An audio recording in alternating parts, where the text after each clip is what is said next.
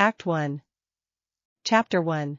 The rain over Kaimei town fell the way rain always fell on a Tuesday, which is to say without imagination, in straight gray lines, on straight gray roofs, on people who walked with their heads down and their umbrellas up and never once looked at the sky to ask it to do something more interesting. Izuku Midoriya looked at the sky constantly. He was looking at it now, in fact, from the window of apartment 4C, one sock on and one sock in his hand, his enormous red and white striped hat balanced on the corner of his desk like it was waiting for him to remember it existed. It never had to wait long. "You are not wearing that thing to school," his mother said, without turning from the stove, which was a neat trick, because mothers seem to grow eyes in the backs of their heads sometime around a child's 4th birthday and never lose them again. "It's not a thing, Mom, it's my hat," Izuku said, hopping into the second sock. "And I have to. It's part of the quirk. You know that." Inko Midoriya turned around, spatula in hand, and gave her son the particular look that mothers reserve for children who are both exactly right and about to get in trouble anyway. She was a small woman with the same green hair as her son, though hers was pinned back sensibly and is stuck out from under the hat brim in soft, stubborn curls, like it had never once in its life agreed to be tidy. "I know it's part of the quirk," she said. "I also know Principal Nizu asked you very kindly last month not to reorganize the gravity in the east stairwell. That was an accident. You turned the stairs into a slide." "A safe slide," Izuku said. "I put cushions at the bottom first. I always put cushions at the bottom first." This was true, and it was, in its own strange way, the whole shape of who Izuku Midoriya was. His quirk had a name on his hero registration card, printed in small official letters that never quite managed to describe what it actually felt like to watch him work. Wonder Weaver, the card said. Localized reality distortion, object manifestation, probability bending, radius and duration scale with user's focus and emotional state. What the card did not say was that Izuku's power came out of him like laughter comes out of a kid at a birthday party, sudden and bright and a little too much, and that the hat and the long thin cane that came with it were not costume pieces so much as they were where the quirk lived when it wasn't busy turning umbrellas into kites or teacups into small polite thunderstorms. He could reach into the hat and pull out almost anything, so long as the anything was small enough and silly enough and, this was the important part, so long as he meant well when he did it. The quirk had opinions about intention. It always had. Try to use it for something cruel or something greedy and the hat would simply sit there, empty, refusing to cooperate, the way a good dog refuses a bad command. "I just want people to have a nice day," Izuku said, pulling his shirt over his head. "Is that so bad?" "It's not bad," Inko said, softening, the way she always did, because it was impossible to stay stern at a boy whose whole heart was made of wanting to fix things for other people. "I just worry someday you'll fix the wrong thing." He didn't have an answer for that, not yet, so instead he crossed the kitchen and kissed the top of her head, which required him to duck considerably, because in the last year he had shot up nearly a foot and the hat added another 8 inches on top of that, until visitors to the apartment sometimes had the disorienting experience of a teenage boy unfolding out of a doorway like a pop-up book. "I'll be careful," he said. "You will be late," Inko corrected, glancing at the clock, and that sent him running, cane in one hand, backpack in the other, hat clamped down with an elbow so the wind off the stairwell wouldn't take it, out the door and down 4 flights and onto a street that the rain had turned the color of an old photograph. Kaimei town was not a large place, not the way Muzutafu or the big coastal cities were large. It had one train line, one shopping street with a faded arcade roof, one hero agency above the bakery that mostly handled lost cats and the occasional overenthusiastic villain who had wandered in from somewhere more interesting. It also had, running along its northern edge, a low ring of hills that the town's founders had, in a fit of poetic tiredness 200 years ago, named the Quiet Hills, on account of how little ever happened up there. This was, as it turned out, no longer strictly true, but nobody in Kaimei town liked to talk about that. Izuku ran the whole way to school with the rain flattening against his hat, and because his hat was not, strictly speaking, only a hat, the rain slid off the brim in long silver ribbons and turned, halfway to the ground, into something that was almost but not quite music, a thin bright chiming like glass wind chimes played by someone who had never seen wind chimes but had heard them described very enthusiastically. A woman waiting at the crosswalk looked up, startled, then smiled without meaning to. An old man walking his dog stopped complaining about his knees for one whole block. None of them noticed they were doing it. That was, Izuku had found, usually how the good version of his quirk worked best, quietly, sideways, so that people simply had a slightly better morning and never quite knew why. He liked that better than being thanked for it, if he was honest. Being thanked made it feel like a transaction. He preferred it to feel like weather. He got to the gates of UA's Kaimei branch campus with 2 minutes to spare, hat dripping, cane tucked under one arm, and nearly collided with Ochako Uraraka, who was coming the other way at speed with her own umbrella turned inside out by the wind.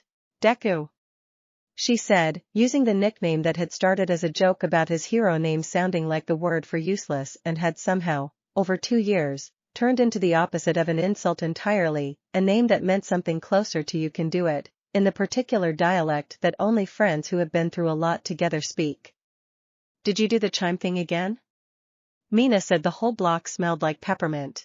"I didn't do the peppermint on purpose," Izuku said, which was mostly true. "The hat gets ideas." "The hat always gets ideas," Ochako said, grinning, and together they went in out of the rain, into a school that had, over 2 years, mostly stopped being surprised by either of them, which was its own kind of achievement, in a school built to train professional heroes, that a boy who could occasionally rearrange the laws of small physics was considered one of the more ordinary students in his year. Class 1A was warm and loud and smelled like wet umbrellas propped in the corner by the door. Izuku slid into his seat between Ida, who was already reading ahead in the textbook with his usual ferocious tidiness, and the empty desk that had, for 2 weeks now, belonged to nobody, because the transfer student everyone had heard about, the one from the far side of the quiet hills, had not yet actually shown up to claim it. "You think she's real?" Kirishima asked, leaning back in his chair to talk to Izuku, because rumors moved through a classroom of 15-year-olds the way water moves through a sponge, fast and total. "I heard she's got some kind of freeze quirk. I heard her whole house is made of ice. I heard she hasn't smiled since she was 6. "You heard a lot of things," Izuku said, but he found himself glancing at the empty desk anyway, and at the window beyond it, which faced north, toward the hills, where even now, if you looked closely enough through the rain, you could see one particular rooftop up among the pines, crooked and dark and entirely alone, with no smoke coming from its chimney and no light in its windows, on a street where every other house for 200 years had been strung, every single winter, with lights bright enough to see from space. He did not know her name yet. He would, soon enough, and it would turn out to matter more than almost anything else that had ever happened to him, but for now he only looked at that rooftop for a moment, the way you look at a closed door you have some vague, unexplainable feeling you are going to end up walking through, and then the bell rang, and Present Mike swept into the room already talking, and the ordinary, extraordinary business of the day carried him away from the window and back into his life. Chapter 2. Up on the quiet hills, in the crooked house at the top of the crooked street, Yuki Kurayumi was awake, as she almost always was, long before the rest of the town below had opened its curtains. She did not need an alarm clock. She had not needed one in 9 years, not since the winter she turned 6 and her quirk had come in sideways, the way some quirks did, arriving not as a gift but as a subtraction, and had taken with it, along with the ability to easily feel warm, most of her patience for the particular sound a town makes when it is happy and does not know how to be quiet about it. Frost Heart, the quirk assessors had eventually written on her file, after 3 different specialists and one very expensive afternoon at a quirk research clinic in the city. Localized dampening of ambient warmth and joy-adjacent emotional resonance. Passive effect increases with user's proximity and emotional intensity. Cannot presently be suppressed. What that meant, in the small practical terms of an actual life, was that when Yuki walked into a room, the room got colder, and not just in the way a thermometer could measure. Laughter thinned out. Conversations that had been easy got careful. Small children who had been running stopped running and stood very still and looked at their mothers, the way children do when they feel something is wrong before they have any words for what it is. It was not that she meant to do it. It was not, she had told herself so many times the words had gone smooth and worn like river stones, her fault at all. It simply happened, the way weather happens, the way a shadow falls wherever the light cannot reach. So she had done, over 9 years, the only sensible thing there was to do about a quirk like that. She had moved up the hill, away from the crowded happy streets, into her grandmother's old house, and she had let the town below get on with its business of being warm and bright and loud without her. It would have been a sadder story if she had minded more. She told herself, on the days that story needed telling, that she did not mind. She had her books, stacked in crooked towers up the crooked stairs. She had her garden, which grew things that liked the cold, silver mint and blue frost roses and a stubborn old apple tree that fruited late and small and, she privately thought, better than anything the valley grew, sharper and stranger and more honest. She had, most of all, her view, because the crooked house sat higher than anything else on the hill, and on a clear night she could see the whole of Kaimei town laid out below her like a bowl of scattered stars, and if she never went down to walk among those stars herself, well, stars were prettier from a distance anyway. Everyone knew that. This particular morning, though, something below had changed. She noticed it the way she noticed everything about the town, which was to say reluctantly, from her kitchen window, over a cup of tea gone cold because she liked it that way now, the steam rising off it in the chill of a kitchen where the fire had not been lit in longer than she could remember. Down in the streets, past the school, past the shopping arcade, there was a new sound in the rain. Chimes. Bright, silly, glass bell chimes, rolling up the hill in a way sound did not usually manage, curling around the crooked houses and the crooked street like it was looking for someone in particular. Yuki set her cup down harder than she meant to. Absolutely not, she told the empty kitchen, which did not answer, on account of being empty, but which she addressed anyway, because 9 years of living alone teach a person to fill a silence somehow, even if it is only with the sound of their own voice being stubborn at nobody. The founding festival was 6 weeks away. She knew this the way she knew everything about the town's calendar, which was to say against her will, absorbed through 9 years of watching preparations climb the hill each year like a tide that never quite reached her door but always let her see it coming. Every year the town strung its lights a little earlier. Every year the bakery on the corner started its cinnamon ovens a little sooner. Every year the sound of children rehearsing the founding song drifted up through the pines, off-key and delighted, and every year Yuki closed her windows a little tighter against it, because the strange truth of her quirk, the part none of the specialists had ever quite managed to explain to her satisfaction, was that the warmer and brighter the town got, the colder and dimmer she got in answer, as though she were a shadow cast by all that light, growing longer the closer the sun came. She did not hate the founding festival. She wanted to be very clear with herself, cup of cold tea in hand, staring down the hill at the chimes she could not yet see the source of, that she did not hate it. She simply could not be near it. There was, she had found, a difference, even if nobody down in the valley had ever once bothered to learn it. The chimes rang again, closer now, and underneath them, faint but unmistakable, she heard something else, a boy's voice, laughing, calling out an apology to someone about an umbrella, and the sound of that laughter did something strange and unwelcome to the frost gathering on the inside of her kitchen window, made it, for one disorienting second, look almost like it was melting from the edges in. Yuki frowned at the glass until the frost thickened back up the way it was supposed to, and told herself it was the tea going cold that had made her imagine such a thing, and went to feed her cat, who did not care in the slightest about founding festivals or chimes or boys who laughed at crosswalks, and who was, in this way, the only company Yuki had ever found that suited her exactly as she was. His name was Max. He had one green eye and one blue one and a permanently unimpressed expression that Yuki found deeply restful. "They're getting louder every year," she told him, setting down his bowl. "The whole valley's going to shake itself off the hill one of these festivals, mark my words." Max did not mark her words. Max ate his breakfast. Yuki went back to the window anyway, and stood there long after the tea had gone properly cold, watching the rain fall on a town that she had built, brick by careful brick, into something she did not need, and telling herself, the way she told herself every single morning, that it was working. Chapter 3.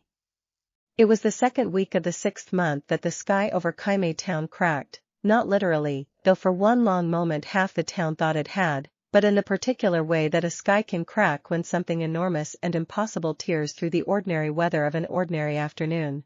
Izuku was walking home from the agency above the bakery, where he had spent 2 hours helping Mr. Aoyama, the local pro-hero whose specialty ran more toward finding lost pets than fighting crime, fill out paperwork for the town council. When the wind changed, it did not simply blow harder. It changed direction all at once, the way a held breath changes when it is finally released, and every leaf on every tree along the shopping street turned pale side up at the same moment, and Izuku, who had grown up around Quirk strange enough to make weather do things weather was not supposed to do, felt the hair on his arms stand up under his sleeves and thought, with the calm, fast clarity his mother always said was the only sensible thing about him in an emergency, that is not normal wind. He was right. 3 streets over, where the shopping arcade gave way to the town's old clocktower square, something had gone wrong with gravity. Not everywhere.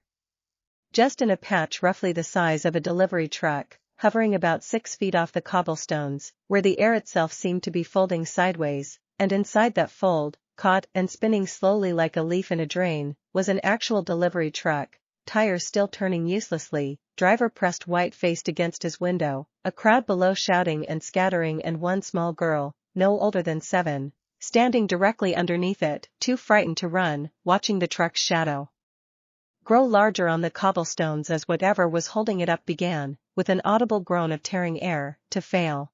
Izuku did not remember deciding to run. He remembered the hat, which he had not been wearing, because UA did not require the uniform pieces of a student's costume for a simple afternoon of paperwork, was in his hand already, jammed down over his curls before his feet had covered half the distance, the cane unfolding out of his backpack strapped the way it always did when he needed it badly enough, sliding into his palm with a familiar, comforting weight. He did not have time to think about what to pull out of the hat. He never did, in the moments that mattered. He had learned, over 2 years of training, that the quirk worked best when he stopped trying to steer it and simply asked it, as clearly and as urgently as he could, for what he needed, and trusted that the part of himself that lived in the hat, whatever strange and generous piece of his soul that was, would understand him faster than his own conscious mind could. What he needed was something soft, something huge, something that would not care in the slightest about the laws of physics currently misbehaving directly above a 7-year-old girl.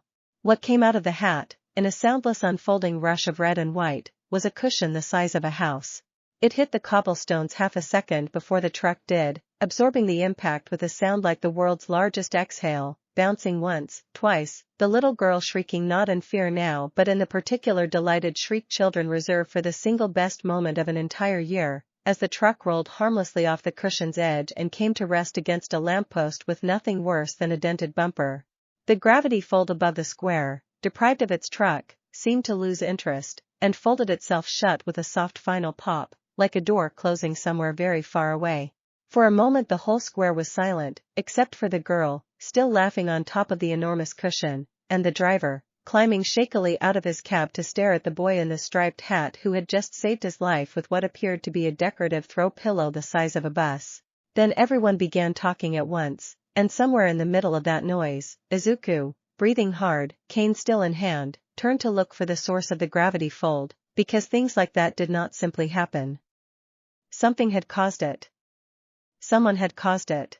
He found her standing very still at the mouth of an alley on the square's far side, half in shadow, one hand pressed flat against the stone wall as though it were the only thing keeping her upright. She was, he thought in the first startled half-second, one of the strangest and most beautiful things he had ever seen, though beautiful was not, he would realize later, quite the right word, or rather it was the right word but not for the reasons he expected, because her skin had a faint, unmistakable green undertone to it, pale as new frost, and her hair was dark and wild and threaded through, here and there, with strands the color of dry ice, and her eyes, when they finally found his across the square, were a green so deep it was nearly black, and they were wide with a kind of horror he recognized immediately, because he had felt it himself, once or twice, in the earliest days of learning to control a quirk that did not always ask permission before it acted.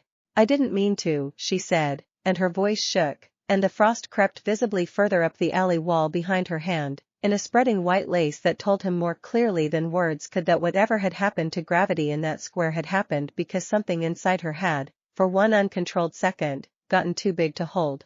"Hey," Izuku said, and he did the thing he always did, the thing that had gotten him through 2 years of a hero course built to reward strength and speed and confidence, which was to simply walk toward the scared thing instead of away from it, hands open, hat dripping faintly in the last of the rain. "Hey, it's okay. Nobody's hurt. The truck's fine. The kid's fine, look, she's having the best day of her life over there." The girl's eyes flicked past him to the child, still bouncing delightedly on the cushion, and something in her shoulders came down half an inch, though the fear did not leave her face entirely. "You don't understand," she said. "I need to go." "Wait," Izuku said, too quickly, and reached out, though he did not touch her, some instinct stopping his hand a foot short of her sleeve. "What's your name?" "I'm Izuku. I go to UA, the branch campus. I think you might be starting there. I heard there was a transfer." "I know who you are," she said, which surprised him more than almost anything else that had happened in the last 5 minutes. "Everyone in the valley knows the boy who pulls houses out of a hat." "It was a cushion," he said, absurdly pleased that she had noticed, and then, catching himself, "Wait, but I don't know who you are." She looked at him for one long moment, the frost on the wall behind her slowly receding as her breathing evened out, as though whatever had frightened her most about the last 5 minutes had not been the gravity fold at all but simply being seen, clearly, by someone who was not immediately running the other way. "Yuki," she said finally. "Yuki Kurayami." And then, before he could say another word, before he could even properly commit her face to memory the way some quiet, careful part of him already very badly wanted to, she turned and walked into the alley, and by the time he followed 3 steps behind, she was gone, up into the pines, up toward the quiet hills, leaving nothing behind her but a faint, fading line of frost along the cobblestones that the afternoon sun was already, slowly, beginning to melt. Chapter 4. "You did what?" Ochako said, the next morning, in a tone that suggested she had heard the words correctly the first time and simply needed Izuku to hear himself say them again.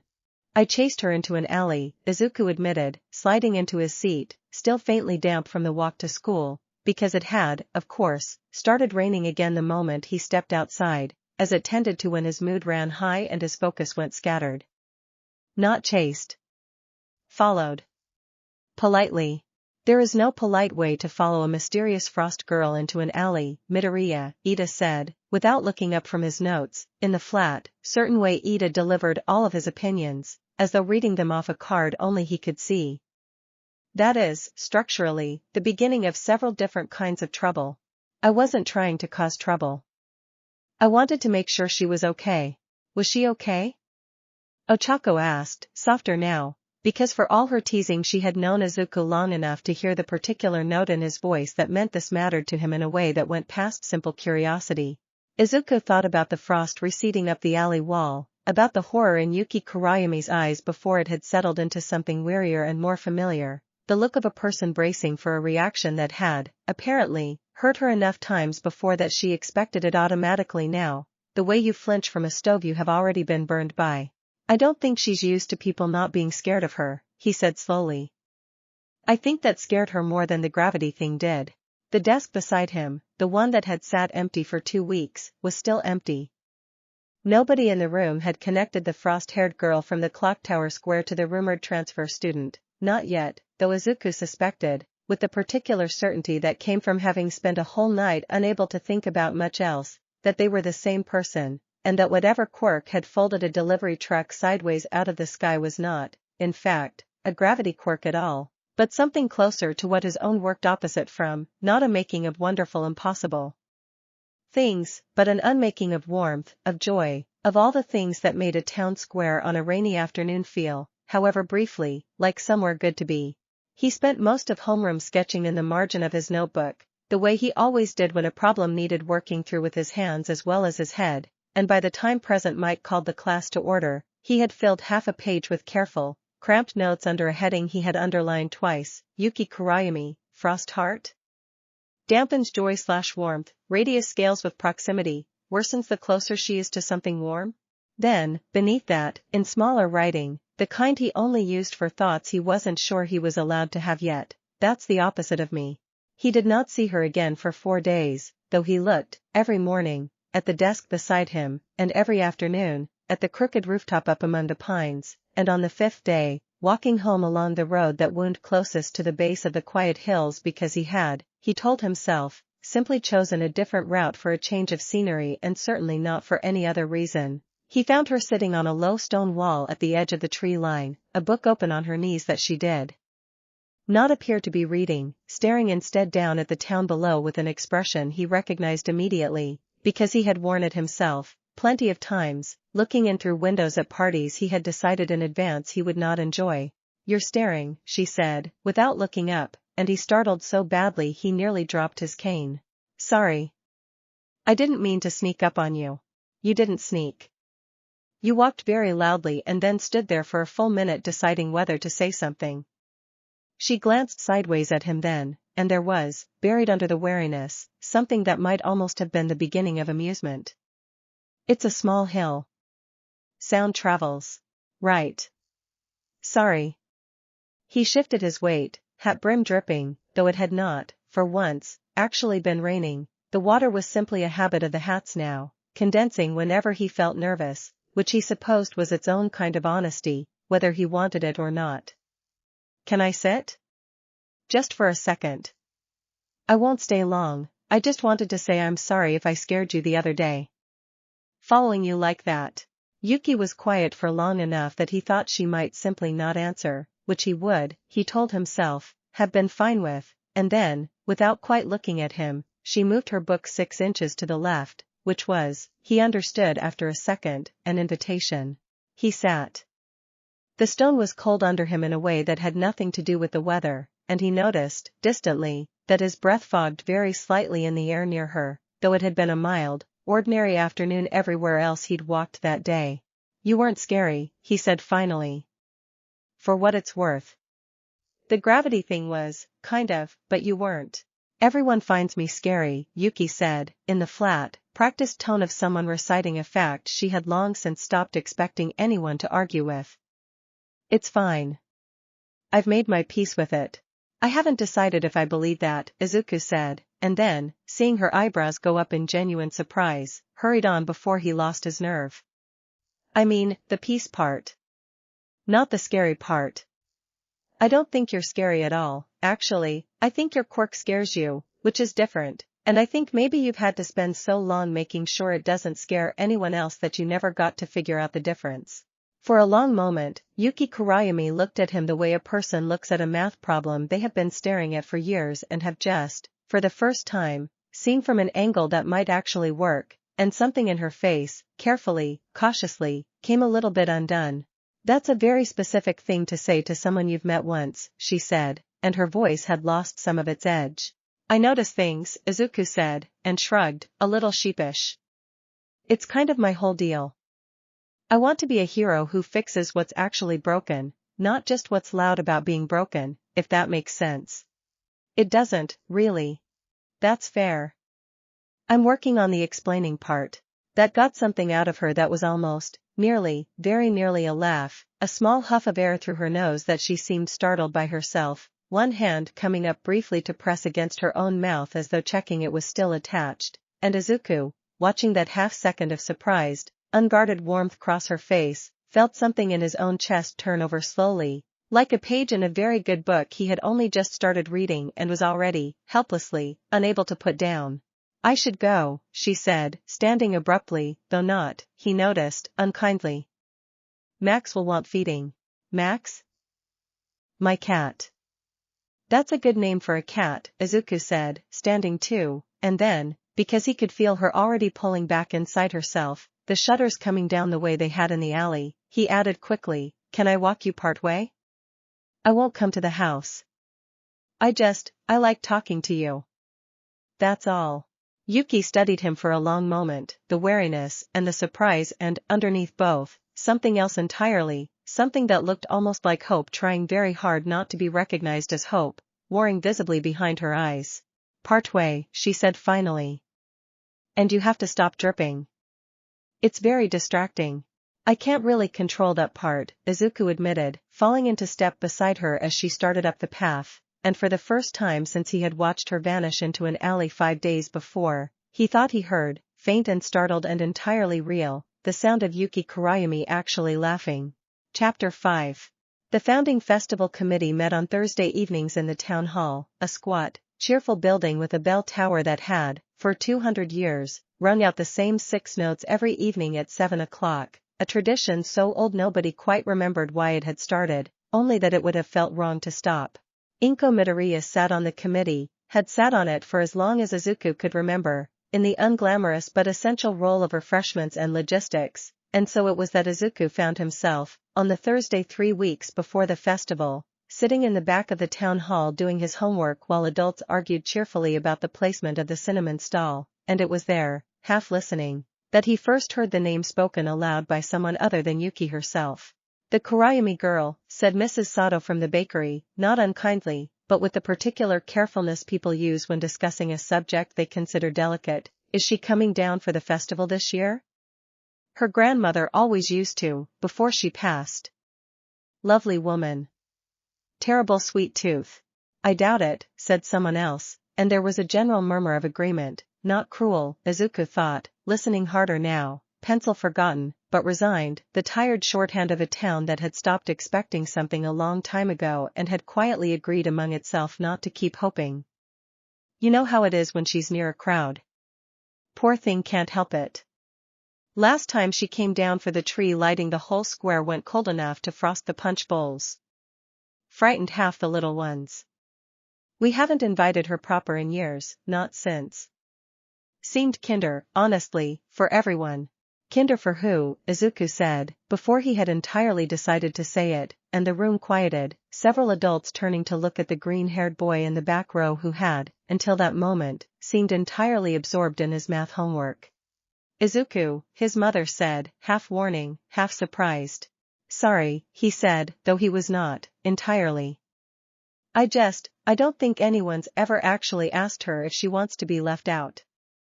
I think everyone just decided it was easier, and now it's been so long that everyone thinks the decision was hers." There was a small, uncomfortable silence, the kind that happens when a room full of well-meaning people is confronted, gently, with a well-meaning mistake they have all been making together for years. "She's a sweet girl underneath it," Mrs. Sato said finally, a little defensively, a little sadly. "I remember her as a little thing, before the Quirk came in. Used to help her grandmother decorate the tree stall every year. Made the prettiest paper snowflakes you ever saw. It broke my heart when she stopped coming down." "Maybe someone should ask her," Izuku said. "This year. Properly. Not assume." He did not say "I'll ask her," though he thought it, loudly, in the part of his chest that had been thinking about Yuki Kurayami more or less constantly for the past 3 weeks, in the part that walked her partway up the hill 3 afternoons out of 5 now and had learned, slowly, carefully, the way you learn the safe places to step on a frozen pond, which topics made her retreat and which ones, unexpectedly, made the ice around her crack open into something warmer. He knew, for instance, that she read faster than anyone he had ever met and kept a small, secret list, tucked into the back of whatever book she was currently reading, of sentences she particularly liked, copied out in careful handwriting. He knew that her cat Max had one green eye and one blue one and that she loved him with a fierceness she rarely let show in her voice but that was unmistakable every time she talked about him. He knew that she made, though she would never have admitted to it unprompted, extraordinary paper snowflakes, a whole box of them stacked in her front hall, cut every winter out of habit even though she had nobody to give them to and nowhere to hang them. He had not told her yet how much he thought about her. He was fairly sure, from the way her eyes sometimes lingered a half-second too long before she looked away, that she had begun to suspect it anyway. That Saturday he climbed the hill without any excuse at all, no different route home, no committee meeting to report on, just the plain fact of wanting to see her, and found her in her garden, kneeling in the frost-touched dirt among her blue roses, sleeves pushed up, hands bare despite the chill. "You're not supposed to be up here," she said, not looking up, though there was no real warning in it anymore, only the shape of an old habit worn thin. "People don't usually come up here. I'm not people. I'm just me." That got the small huff of laughter he had, over the last 3 weeks, started collecting the way other people collected coins, each one a little rarer and more valuable than the last. "What do you want, Izuku?"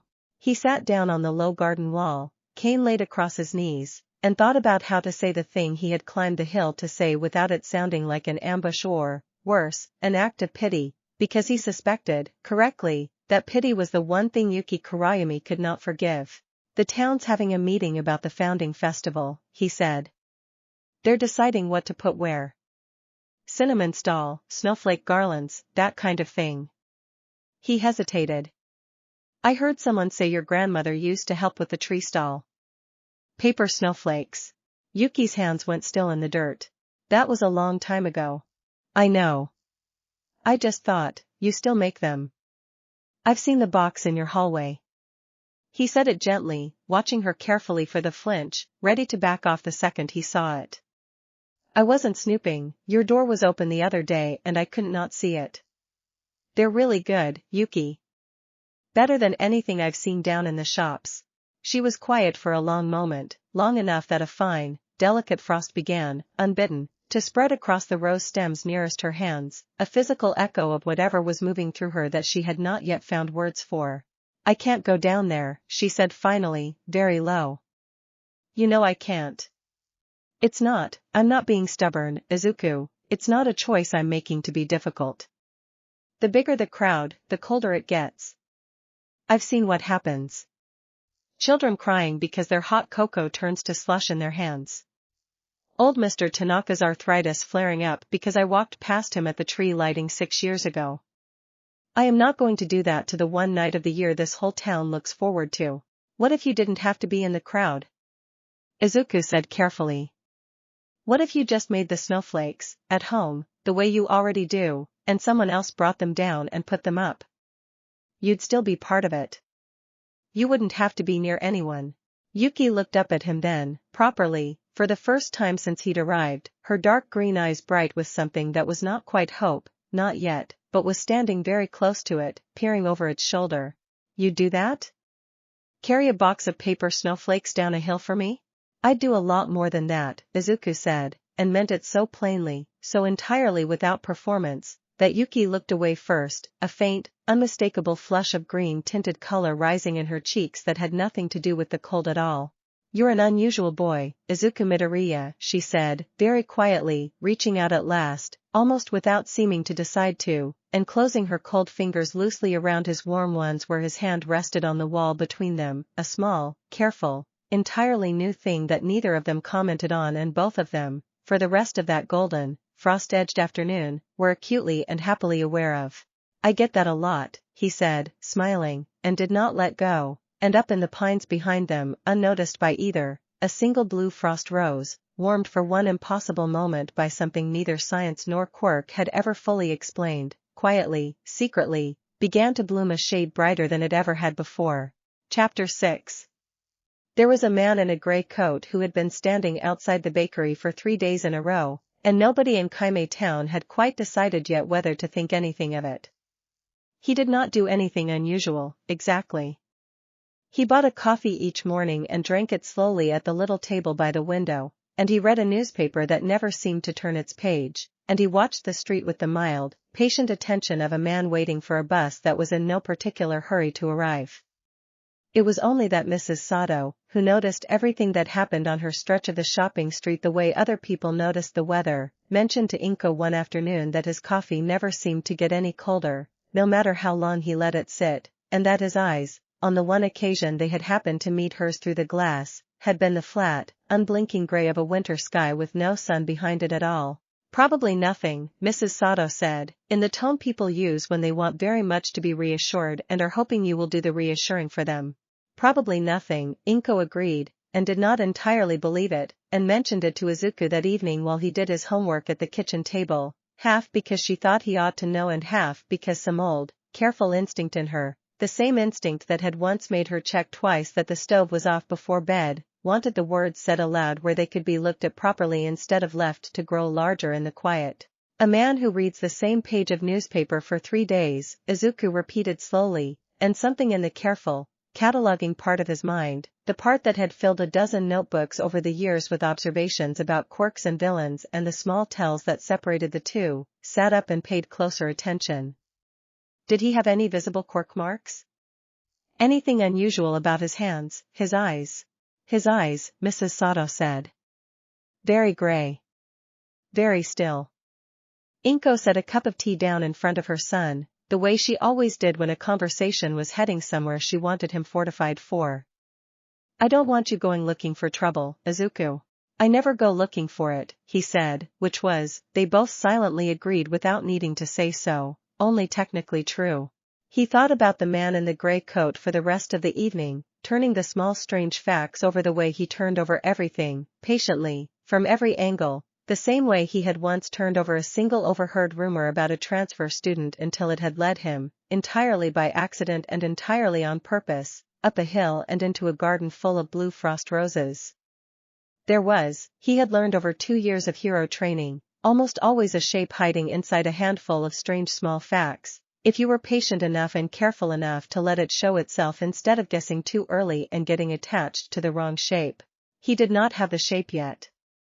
He only had an itch at the back of his neck that told him one was coming. He put it aside, mostly, over the days that followed, because there was, as there so often was in his life, something more immediately important to attend to, and her name was Yuki Kurayumi, and she had begun, cautiously, wonderfully, to let him further and further into the crooked house at the top of the crooked street.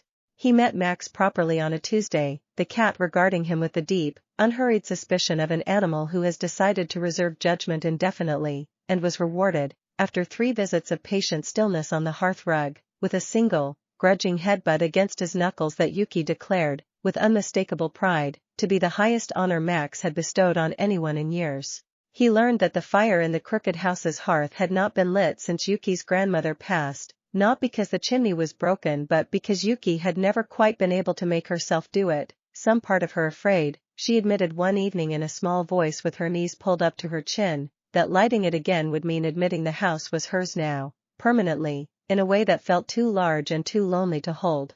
"I could light it," Izuku offered, gently, the cane resting unused across his knees, because some magic, he had learned, was better offered than performed, better asked for than assumed. "If you wanted. I wouldn't do anything strange with it. Just an ordinary fire." Yuki looked at the cold hearth for a long moment, and then at him, and something in her face settled, the way a held breath settles when it is finally, safely let go. "Okay," she said. "Just an ordinary fire." It took him longer than it should have, kneeling on the hearth rug with old newspaper and dry kindling from the woodshed, because his hands were not, if he was honest, especially skilled with ordinary tasks that did not involve a hat and a cane, but he refused her offer to simply let her light it with a match, because there was something he wanted her to see happen slowly, with effort, the plain unmagical effort of a boy who cared enough to get his hands sooty for her sake.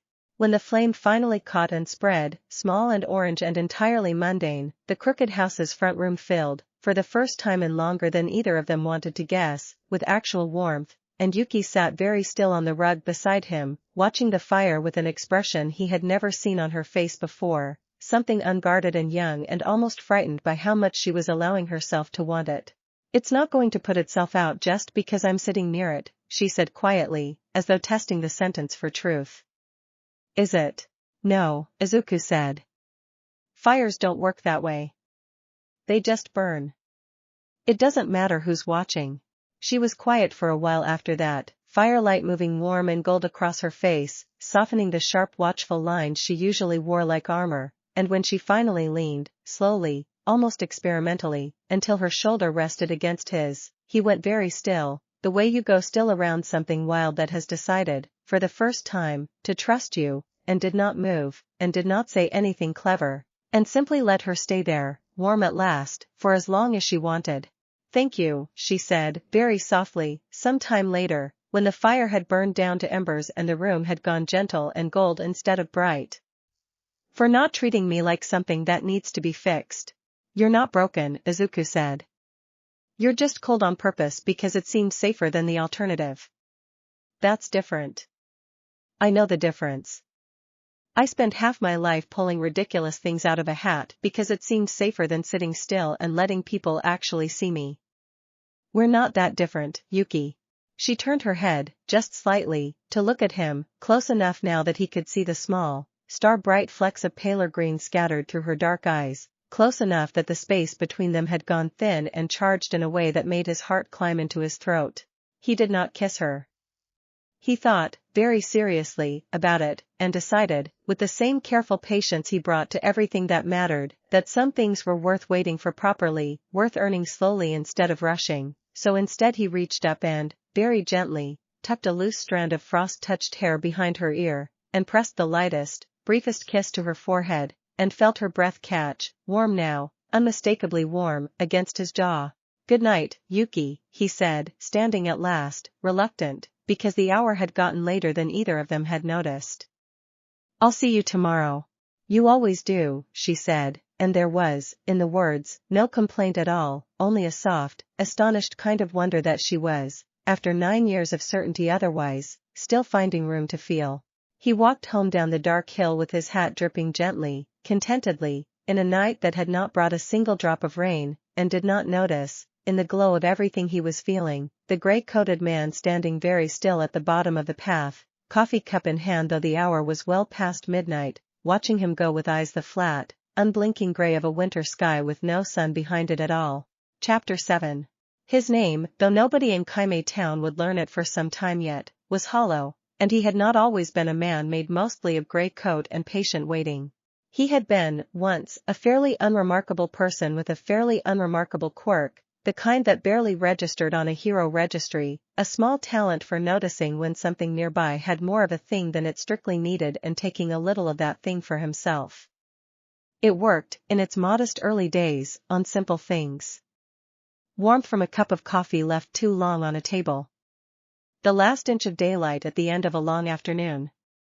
Small, victimless thefts that nobody ever quite noticed happening. Then he had discovered, slowly, hungrily, that it also worked on other things. On courage. On hope. On the particular bright, stubborn warmth that gathers in a person's chest when they are loved, or loved well, or simply happy without needing a reason to be. He had discovered, over years that had worn away at whatever unremarkable decency he had started with, that a town like Kaimei, full of people who had spent 200 years building an entire festival around the plain, defiant act of being warm together in the depths of winter, was, to a quirk like his, something very close to a feast laid out and waiting.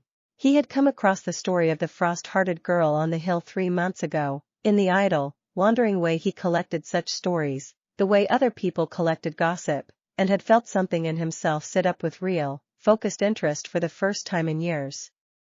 A quirk that took warmth and joy from everything nearby, that had been doing so, faithfully, for 9 long years, concentrated and refined by loneliness into something purer and stronger than anything he had ever managed to draw out of a room full of strangers. If he could not take that power directly, and he had tried, quietly, in the weeks before Izuku Midoriya had ever heard his name, and found the girl's quirk slippery and unwilling and strange in ways his own had never encountered before, then perhaps he could simply wait, and watch, and let the town do the work for him, because towns like this one, he had learned, had a wonderful, terrible habit of building their own warmth up so high, so bright, so full of hope for one single festival night, that the fall, when it came, would leave behind more raw, undefended feeling than he could possibly drain in a lifetime of patient, ordinary theft. All he needed was for something to go wrong on the one night everyone's guard would be down completest. All he needed, he had begun to suspect, watching a green-haired boy with an impossible hat walk home each night glowing faintly, foolishly, with a happiness that practically hummed in the cold air, was to make sure that whatever went wrong involved the 2 brightest, warmest things this small town had managed to produce in years. He finished his coffee, which had, as it always did, stayed exactly the same temperature from the first sip to the last, because warmth, once it came near him, had a way of forgetting it was ever supposed to fade, and folded his newspaper, and walked, unhurried, back toward the small rented room above the shuttered hardware store where he had spent the last 3 weeks watching, and planning, and waiting for the founding festival to arrive. 6 weeks, he thought, climbing the narrow stairs in the dark. 6 weeks was more than enough time.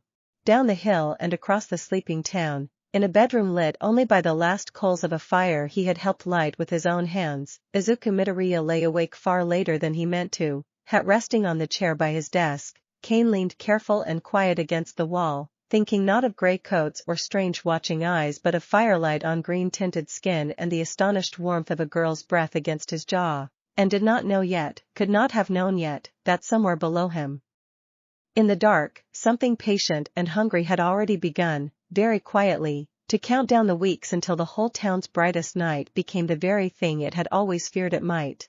Chapter 8. By the time the town hall's calendar flipped over to the final week before the founding festival, Kaimei Town had transformed itself the way it did every year, lights strung window to window across the shopping street, the bakery's ovens running from before dawn until well past dark, the old bell tower polished until it caught the afternoon sun and threw it back in bright, scattered coins across the square. Izuku carried the box of paper snowflakes down the hill himself, exactly as he had promised, 3 separate trips because Yuki, once she had allowed herself to start, had not been able to stop, and the crooked house's front hall had filled, week by week, with more delicate white shapes than the old wooden box could comfortably hold. He hung them himself along the eaves of the tree stall, standing on a borrowed ladder while Mrs. Sato directed him from below with the exacting eye of a woman who had been arranging that same stall for 30 years and was not about to let a teenage boy ruin the composition now. "Tell her they're the finest we've ever had," Mrs. Sato said, stepping back to admire the effect, snowflakes catching what little afternoon light made it down through the pines. "Tell her that from me." He told her, that evening, sitting on the low stone wall at the edge of the tree line where they had first properly talked, and watched something in Yuki's face come loose and bright in a way that made the whole long climb up the hill worth every step. "They liked them," she said, half a question, as though she still could not quite trust the sentence to be true. "They loved them. Mrs. Sato wants you to make twice as many next year." "Next year," Yuki repeated, testing the words the way she tested most things now, carefully, from a safe distance, before deciding whether to let herself believe in them. "You're already planning next year." "I plan on a lot of years, if you'll let me," Izuku said, and did not look away when she turned to study him, searching his face for the joke that was not, in fact, there. The committee, in the end, had needed very little convincing once Izuku's small outburst at the Thursday meeting had been quietly repeated around town the way small outbursts always were.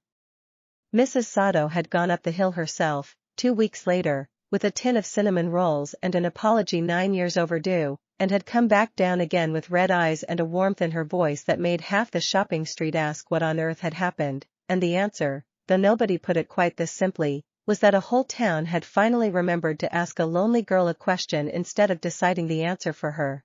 Yuki was not coming to the festival itself. That much had been settled early, gently, without either of them pretending it was a small thing to accept.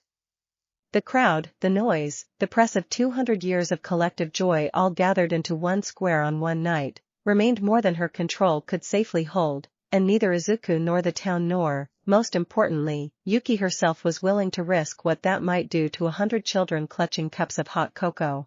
But she would watch, this year, from the garden wall at the edge of the pines, where the lights of the square glimmered small and gold far below and the sound of the founding song would drift up thin and sweet on the cold air. And for the first time in 9 years, she told him, she thought she might actually want to watch instead of simply enduring the knowledge that it was happening without her. "I'll come find you after," Izuku said.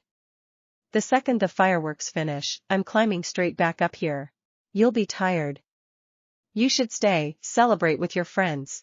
"I'd rather celebrate with you," he said, simply, and that, more than any grand declaration he might have managed, was the sentence that finally, fully, undid whatever careful distance Yuki Kurayumi had spent 9 years building around her own heart, because it asked for nothing and assumed nothing and simply told the plain, quiet truth of where he most wanted to be. Down in the valley that same night, in a small rented room above a shuttered hardware store, a man in a gray coat sat by his window with the festival schedule spread open on his knee, tracing one finger slowly down the printed order of events, tree lighting, founding song, fireworks over the square at 9, and smiled the thin, patient smile of someone who has finally finished waiting and has begun, instead, very quietly, to count down the days. Act 2. Chapter 1. 4 days before the founding festival, Izuku Midoriya woke before his alarm with the particular unsettled feeling he had learned, over 2 years of hero training, never to ignore, the sense of a puzzle piece sitting just outside his reach, close enough to see the shape of it but not yet close enough to know where it fit. He lay still for a moment, staring at the ceiling, running through the small strange facts the way Ida had taught him to during their study sessions for the analytical portion of their hero exams, laying them out in a row and looking for the thread that ran through all of them at once. A man in a gray coat who had been in town for weeks now, watching, patient, coffee that never cooled. A festival schedule that anyone in town could have gotten from the community board outside the bakery, and yet the man had been seen studying his own printed copy with the focus of someone memorizing troop movements. A feeling, faint but persistent, that had followed Izuku home from the shopping street more than once now, the sense of being observed by something that was in no hurry at all. He had mentioned it to his homeroom's assigned pro-hero liaison, a lean, tired man named Aizawa who visited the branch campus twice a month to check on the students' practical progress, and Aizawa had listened with the flat, unimpressed patience of a man who had heard 1,000 vague worries in his career and had learned to sort the real ones from the noise without ever once looking like he was trying. Nothing you're describing rises to an actual incident, Aizawa had said, not unkindly. A man drinking coffee isn't a crime. But keep your eyes open. Write down anything specific. If it's something, we'll know soon enough. Villains who plan this carefully usually aren't patient because they're harmless. That had not been especially comforting, but Izuku had taken it for what it was, useful advice delivered without softening, and had started, that same night, a fresh page in his hero notebook, headed in his own careful, cramped handwriting, man in gray coat, unknown quirk, possible thermal/energy absorption based on coffee behavior, presence correlates with festival prep timeline, watch. He did not tell Yuki about any of it. Not yet. She had enough weighing on her already, with the festival closing in and her own careful, hard-won plan to watch from the garden wall instead of hiding entirely behind closed curtains for the first time in 9 years, and he did not want to hand her one more reason to retreat back into the safety of doubting herself. He told his mother instead, over breakfast, in the plain, unhurried way they had always talked about things that worried him, because Inko had a gift, one she had built deliberately over 16 years of raising a son whose kindness sometimes outran his caution, for listening to a worry all the way through before deciding how frightened to let herself be about it. Aizawa says to keep an eye on it, Izuku finished, buttering toast he had mostly forgotten to eat. He didn't seem too concerned. Aizawa doesn't seem concerned about anything, Inko said dryly.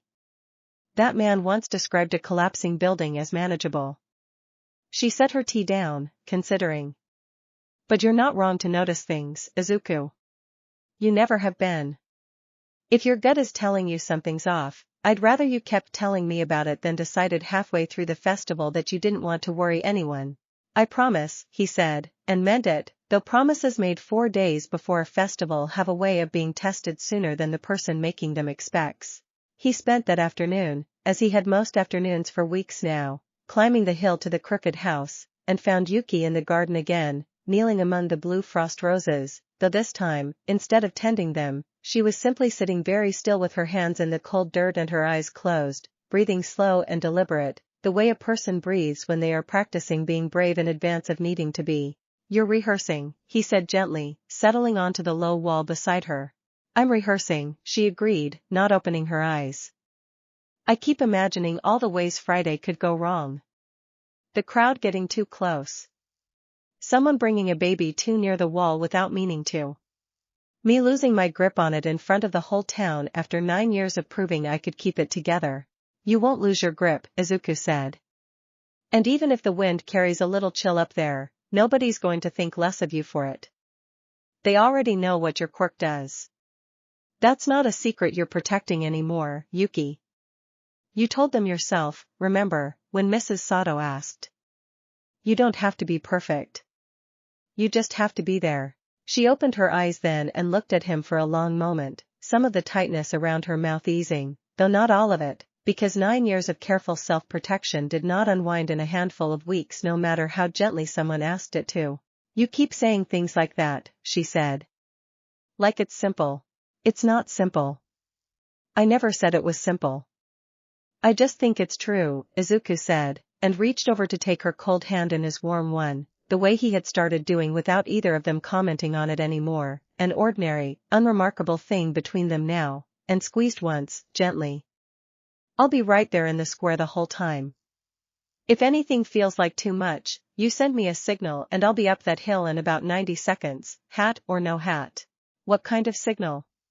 He thought about it, and then, grinning, reached into the brim of his hat, which was resting on the wall beside him, and drew out, with a small flourish, a single silver bell no bigger than his thumbnail, cool and bright in his palm. "Ring this," he said, pressing it into her hand, "and I'll hear it no matter how loud the fireworks are. I promise." Yuki turned the little bell over in her fingers, something soft and unguarded crossing her face as she closed her hand around it, and for a moment neither of them said anything at all, the garden quiet except for the wind moving gently through the pines and, somewhere far below in the valley, faint and cheerful, the sound of hammers as the town finished building the last of the festival stalls. Chapter 2. Class 1A spent their lunch period on the day before the festival exactly the way they spent most lunch periods, crowded around 3 pushed-together tables in a noisy tangle of trays and opinions, and Izuku found himself, not for the first time, grateful in a quiet, permanent way for the particular chaos of having friends who had decided, somewhere in the last 2 years, that he belonged with them without ever making him ask. "So is she actually coming tomorrow?" Mina asked, leaning across the table with the barely contained delight of someone who has been waiting all week to ask a question. "The Frost Girl. Everyone's talking about it. Mrs. Sato told my mom she's been up the hill like 6 times this month. She's watching from the hillside," Izuku said, feeling his ears go warm, which happened, embarrassingly, every single time someone brought Yuki up in conversation lately. "Not down in the crowd. But yeah. She's coming, in her own way." "That's huge," Kurashima said, genuinely delighted, because Kurashima was delighted by almost everything, which was one of the reasons Izuku liked sitting near him. 9 years, right? That's what everyone says. 9 years and you got her to come back for the tree lighting in like 2 months. "I didn't get her to do anything," Izuku said. "She decided. I just kept showing up." "Kept showing up," Ochako repeated, exchanging a look with Ida that Izuku pretended not to notice, the particular look best friends exchange when they have both independently reached the same fond, teasing conclusion about a third friend and are trying to decide who gets to say it first. "Deku, my man, do you understand that is, structurally, the entire plot of every single one of my grandmother's favorite movies?" "I don't know what that means." "It means you're smitten," Mina said, delighted. "And it's the most obvious thing that's ever happened to anyone in this entire school, and we are all extremely happy for you, and also we would each individually like to be introduced to her at some point because apparently she makes the best paper snowflakes anyone has ever seen and half the shopping street is losing their minds about it." Izuku, ears now thoroughly red, opened his mouth to protest and found he did not, actually, have anything to say in his own defense, because it was, when he thought about it plainly, entirely true, and had been true for weeks, in the quiet, undeniable way that true things settle into a person's chest without asking permission first. "She'd like you all," he said instead, softer, and meant it. "Once she got used to the noise, anyway. She's funny, when she lets herself be. And she notices things, the same way I do, except she notices sad things mostly, because that's what her quirk trained her to look for. I think that's part of why we get along. We're both always looking a little sideways at everything." "That's disgustingly sweet," Ida said, in the tone of a boy who found sentimentality mildly alarming but was too fundamentally decent not to be moved by it anyway. "I am glad for you, Midoriya. Genuinely."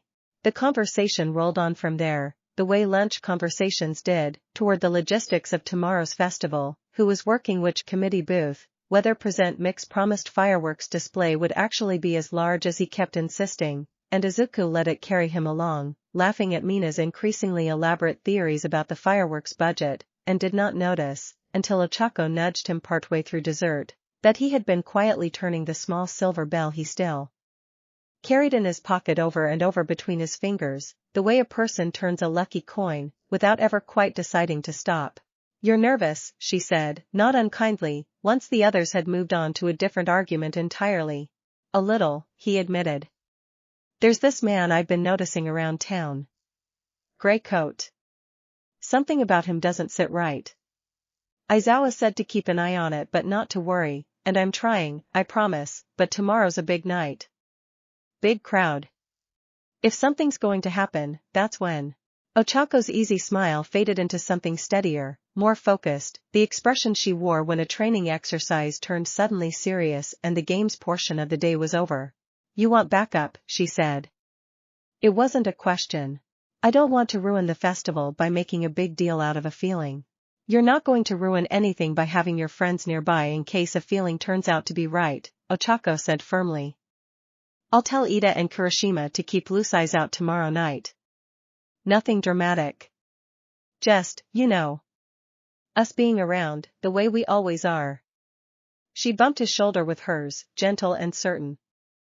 You've got good instincts, Deku. You always have. If something's bothering you this much, it's worth taking seriously.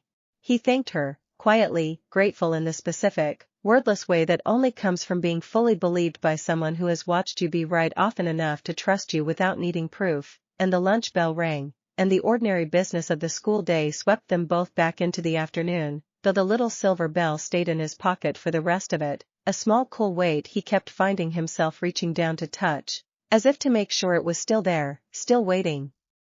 Still ready to ring. Chapter 3.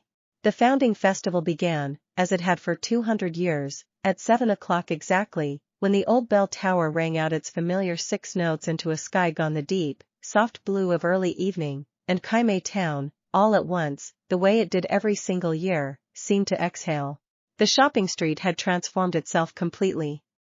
Strings of warm gold light crossed overhead from rooftop to rooftop in looping, cheerful arcs. The cinnamon stalls' ovens filled the whole square with a smell so thick and sweet it seemed to have texture, something you could have leaned against.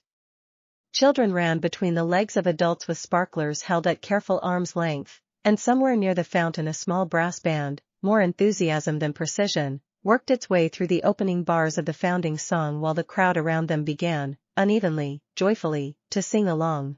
Izuku stood near the tree stall in his good coat, hat left at home for once at his mother's insistence that he try, just for one night, to look like an ordinary boy at an ordinary festival, though the hat's absence made him feel strangely light in a way he wasn't sure he liked, like a sentence missing its last word.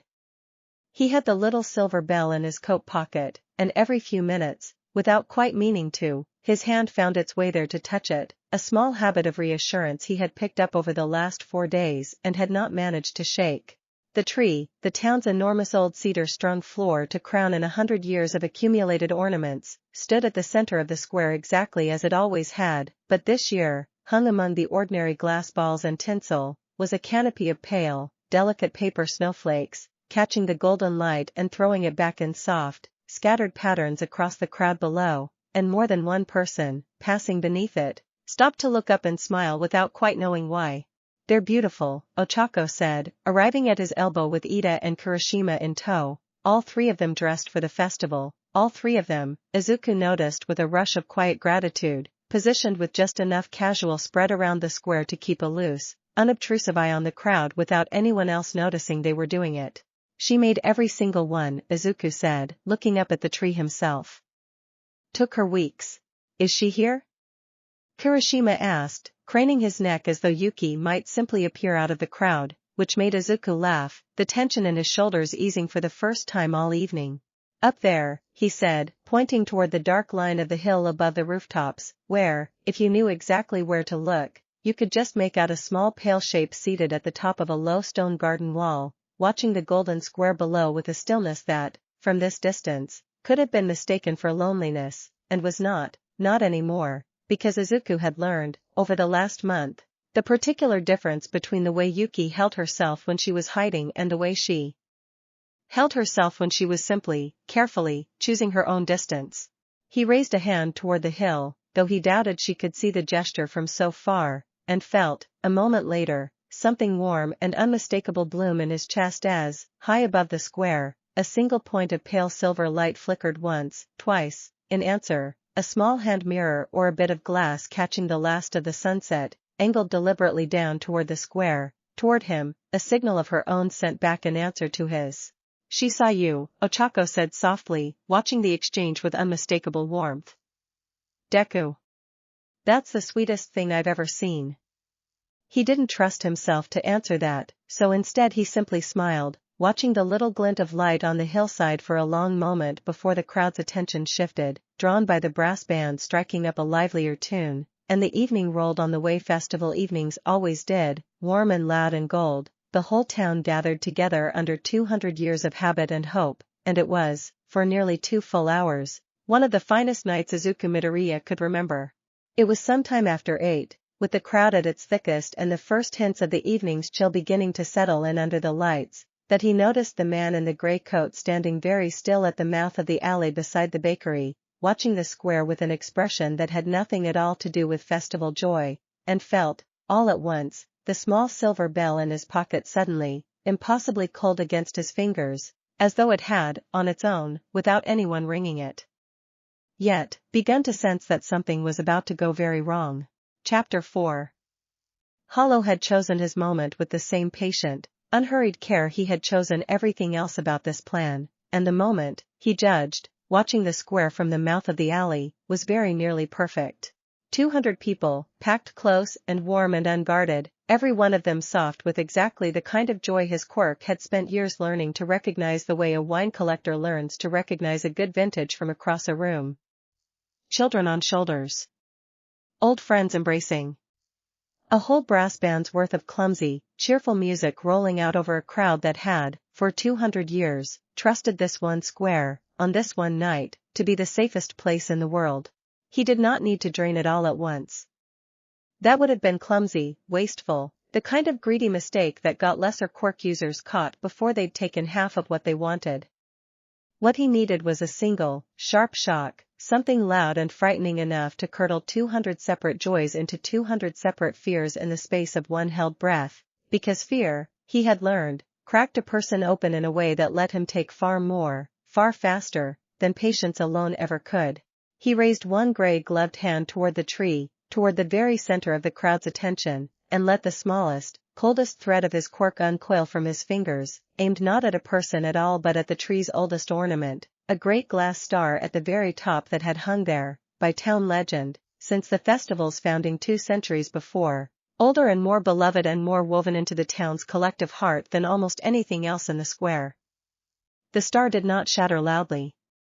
It simply, silently, all at once, lost its warmth, frost racing across its glass surface in a visible, spreading lattice, and then, with a small, brittle crack that carried further than it should have across a crowd gone suddenly, instinctively quiet, it split clean in 2 and fell, in 2 glittering halves, down through the branches toward the children gathered directly beneath it. The scream that followed was not one voice but a dozen, rising all at once from the base of the tree, and the crowd's easy, golden warmth turned, in the space of 2 heartbeats, into something colder and more frightened, mothers grabbing for children, the brass band's music stumbling to a ragged halt, and Hollow, standing very still at the edge of it all, felt the first thin thread of stolen warmth begin, delicately, deliciously, to flow toward him through the sudden panic, the crowd's fear. Already doing half his work for him. Izuku moved before he had finished processing what he'd seen, cutting through the scattering crowd with the particular fast, low balance his years of training had built into him, and reached the base of the tree in time to see that the falling glass had, mercifully, missed the children by inches, caught instead by a woman's raised arm that would need stitches but would keep its shape, and that the true danger was not the glass at all but the crowd itself, which had gone from festival to stampede in the space of a few frightened seconds, people pushing blindly toward the square's exits, small children knocked off their feet in the crush. There was no time to reach into his hat, which he had left at home, no time to think his way carefully through the situation the way he preferred to, and so instead Izuku did the thing his training had drilled into him for exactly this kind of moment, planting himself at the base of the tree and raising his voice as loud and as steady as he could make it, cutting clean through the panic. Everyone stop. The children are safe, the glass missed them, stop pushing, you're going to hurt each other worse than any falling star ever could. It was not magic, and it was not his Quirk at all, only the plain, practiced authority of a boy who had spent 2 years learning exactly how to be the calm center of a frightened crowd, but it worked, or began to, the surge slowing, faces turning toward him, and in that half-second of hesitation, Ochako was there beside him, hands raised, using her own gentle, careful gravity manipulation to lighten the crush at the nearest exit so nobody could be trampled, and Ida was already moving through the crowd with the brisk, reassuring efficiency of someone born to organize a chaotic situation into an orderly one, guiding families toward open space, and Kurashima had the injured woman's arm steadied and was calling for the festival's first aid tent before Izuku had even finished his second breath. It took less than 2 minutes for the crowd's panic to ease back down into something more like frightened murmuring. The stars two glass have swept carefully aside, the injured woman escorted off toward help, the children reunited with white-faced, grateful parents, and it should, by any ordinary measure, have counted as a crisis well handled, a bad moment survived through good training and better friends.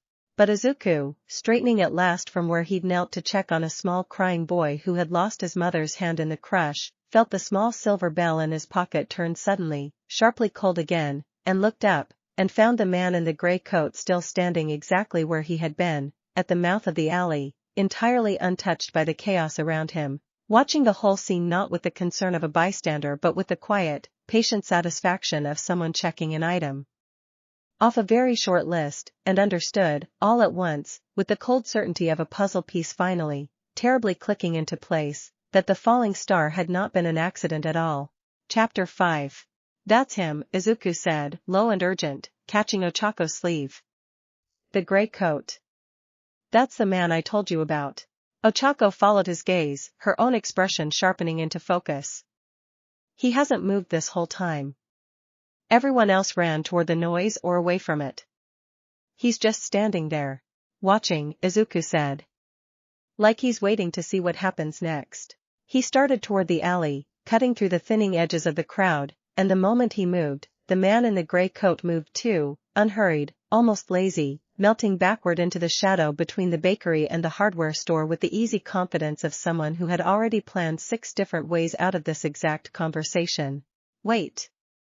Izuku called, breaking into a run, but by the time he reached the mouth of the alley it was empty, nothing left behind but the faint, unmistakable chill hanging in the air, the same cold that had cracked the glass star, the same cold Izuku now recognized, with a sick lurch of understanding, as disturbingly close cousin to the one he had felt for weeks now up on the hill, in the garden of blue frost roses, except that where Yuki's cold felt like sorrow trying very hard to protect itself, this cold felt like something with teeth.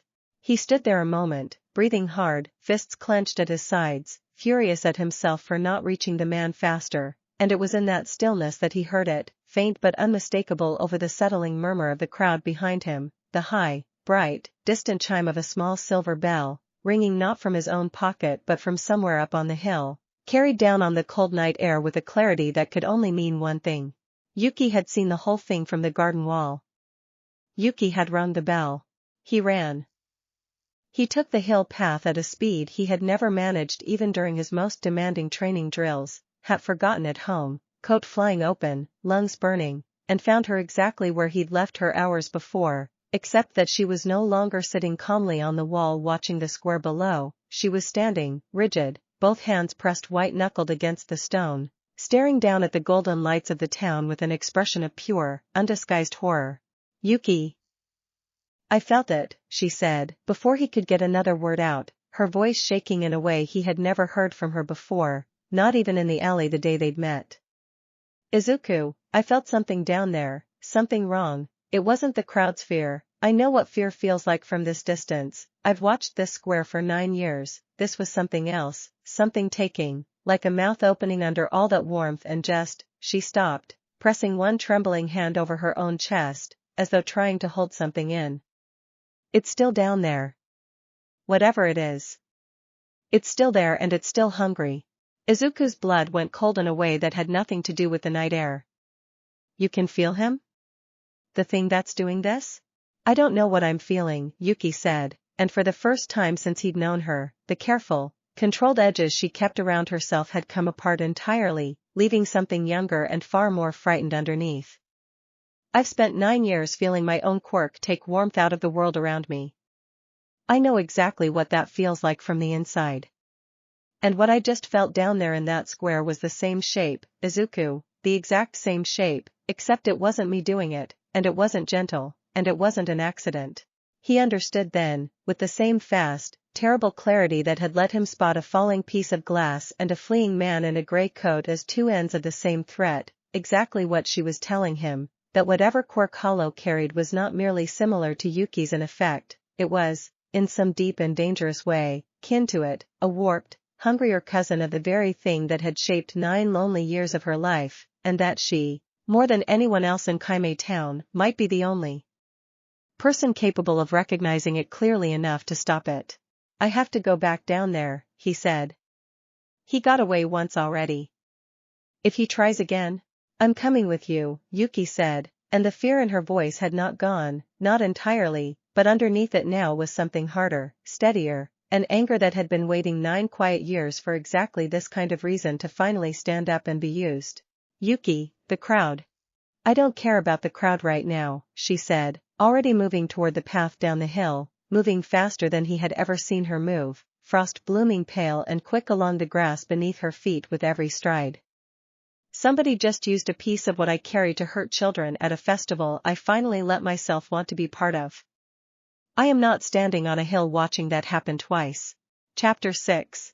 She had not been down that hill, past the tree line, into the lit streets of the town itself, in 9 years, and Izuku, running half a step behind her in the dark, understood without being told exactly how much that fact was costing her with every stride, and said nothing about it, because there are some kinds of courage that do not want to be praised in the moment they are happening, only witnessed, only allowed to simply be what they are.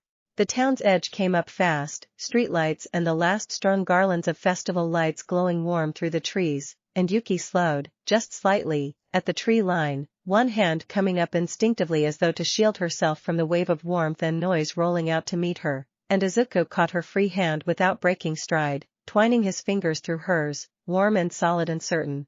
You don't have to go all the way in, he said. Just help me find him. That's all. You said you could feel the shape of it. I can, she said, breathing hard, eyes closed for one long second as she steadied herself against the rush of proximity to 200 people's worth of concentrated feeling, something she had spent 9 years carefully, deliberately avoiding. It's faint now. He's pulled back, hiding it. But it's there. Like a cold spot in a warm room. This way. She led him not toward the square itself but around its edge, along the narrow service alley behind the row of shops, frost tracing pale, delicate patterns across the brick wherever her free hand brushed it, and Izuku felt, walking beside her, the strange dual sensation of watching someone he loved do something that visibly terrified her while also watching her, for the very first time, use the thing she had spent 9 years hating about herself as a tool, deliberately, on purpose, in service of protecting people who had never once, until tonight, given her much reason to want to protect them back. They found Hollow 2 streets over, in the shadow of the old clock tower, apparently unhurried, apparently at ease, standing with his hands in his coat pockets and an expression of mild, almost professorial interest, as though he had been expecting them, or at least expecting someone, and had simply been waiting to see which of the town's warm, foolish young hearts would be clever enough to track him down first. There you are, he said, and his voice was quiet and dry and entirely without malice, which was, somehow, far more unsettling than shouting would have been. I did wonder how long it would take. You're faster than I expected, boy with the hat. And you, his gray eyes shifted to Yuki, and something in them sharpened with unmistakable, hungry interest. I have been waiting to meet properly for quite some time. Stay away from her, Izuku said, stepping half in front of Yuki without quite deciding to, cane snapping into his palm from where it had been folded small against his belt, the only piece of his usual gear he'd had the presence of mind to grab on the run down the hill. I have no intention of hurting her, Hollow said, sounding almost amused. Quite the opposite. Do you have any idea, boy, what 9 years of a quirk like hers, refined by loneliness into something that pure, is worth to someone like me? I only needed the festival to prove it. To draw it out into the open where I could finally get a proper look. And here you both are, delivering it to my doorstep, warm and frightened and entirely undefended.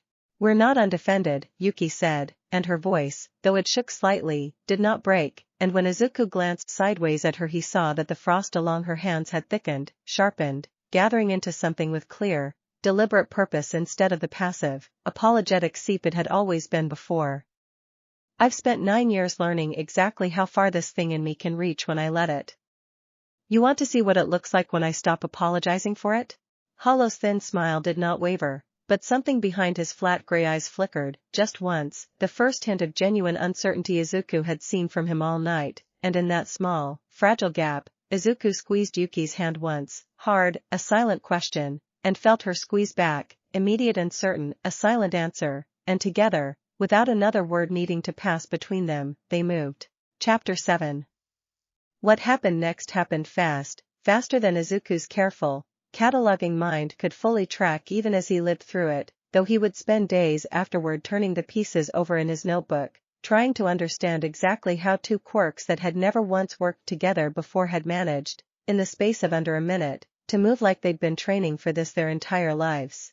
Yuki moved first, both hands coming up together, and the frost that had been creeping cautious and slow along the brick walls for the last 5 minutes suddenly, violently, bloomed outward in a sheet of hard, glittering ice across the cobblestones between them and Hollow, not aimed to harm him but to root him, to slow whatever quick escape he had planned, and Hollow's boots skidded, his balance faltering for one crucial half-second.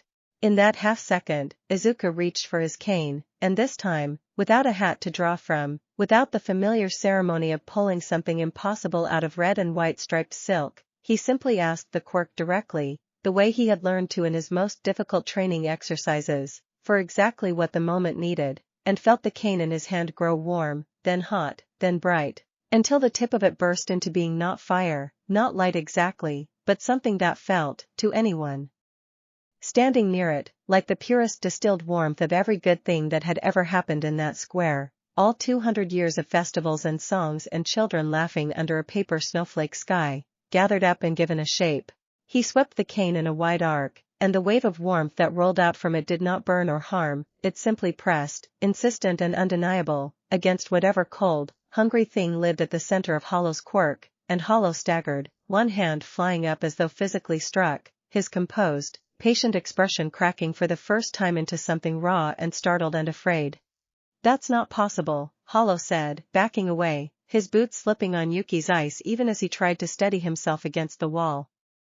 "You cannot simply manufacture that.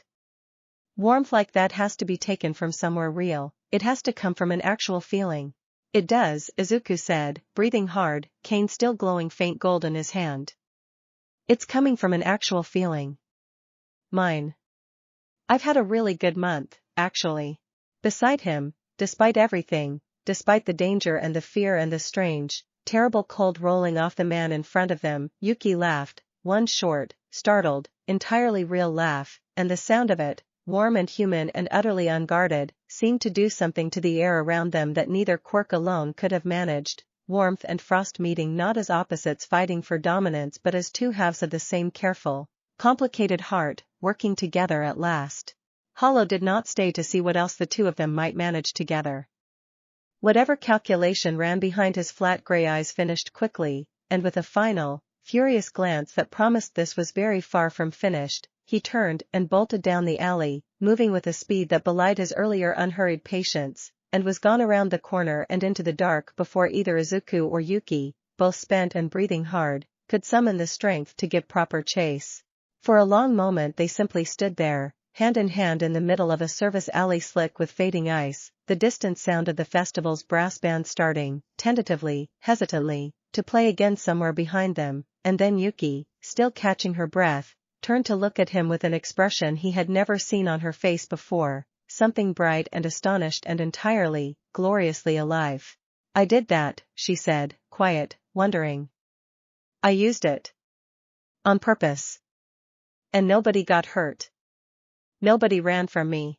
"You were incredible," Izuku said, and meant it so completely that his voice cracked slightly on the word. "Yuki, you were unbelievable." She looked down at their joined hands, at the last of the frost melting slow and silver off her knuckles and the warmth still radiating faintly from his cane, and then back up at him, and this time, when he leaned in, he did not stop himself, and she did not pull away, and the kiss that finally happened between them, there in a narrow alley slick with ice and adrenaline, was brief and warm and entirely, unmistakably certain, the quiet culmination of a month of careful, patient waiting finally, gently, allowed to become something more. Chapter 8. They walked back into the square together, hand in hand, and the town, still shaken from the falling star and the frightened crush that had followed, went very quiet at the sight of them, 200 pairs of eyes turning toward the girl from the hill who had not set foot below the tree line in 9 years, standing now in the middle of Kaimei Town's oldest festival, frost still faintly silver at the edges of her hair, hand in hand with the boy in the striped hat who had, moments before, filled the night air with warmth bright enough that half the square swore afterward they'd seen it glowing gold above the rooftops. For one long, uncertain moment, nobody moved, and Izuku felt Yuki's hand tighten in his, bracing, the old fear rising fast and automatic in the silence, and then Mrs. Sato, of all people, stepped forward from the crowd near the tree stall, wiping her hands on her apron, and said, in a voice that carried clean across the whole hushed square, "Well, don't just stand there, dear, come see how your snowflakes held up. Half the town's been asking after the girl who made them all night."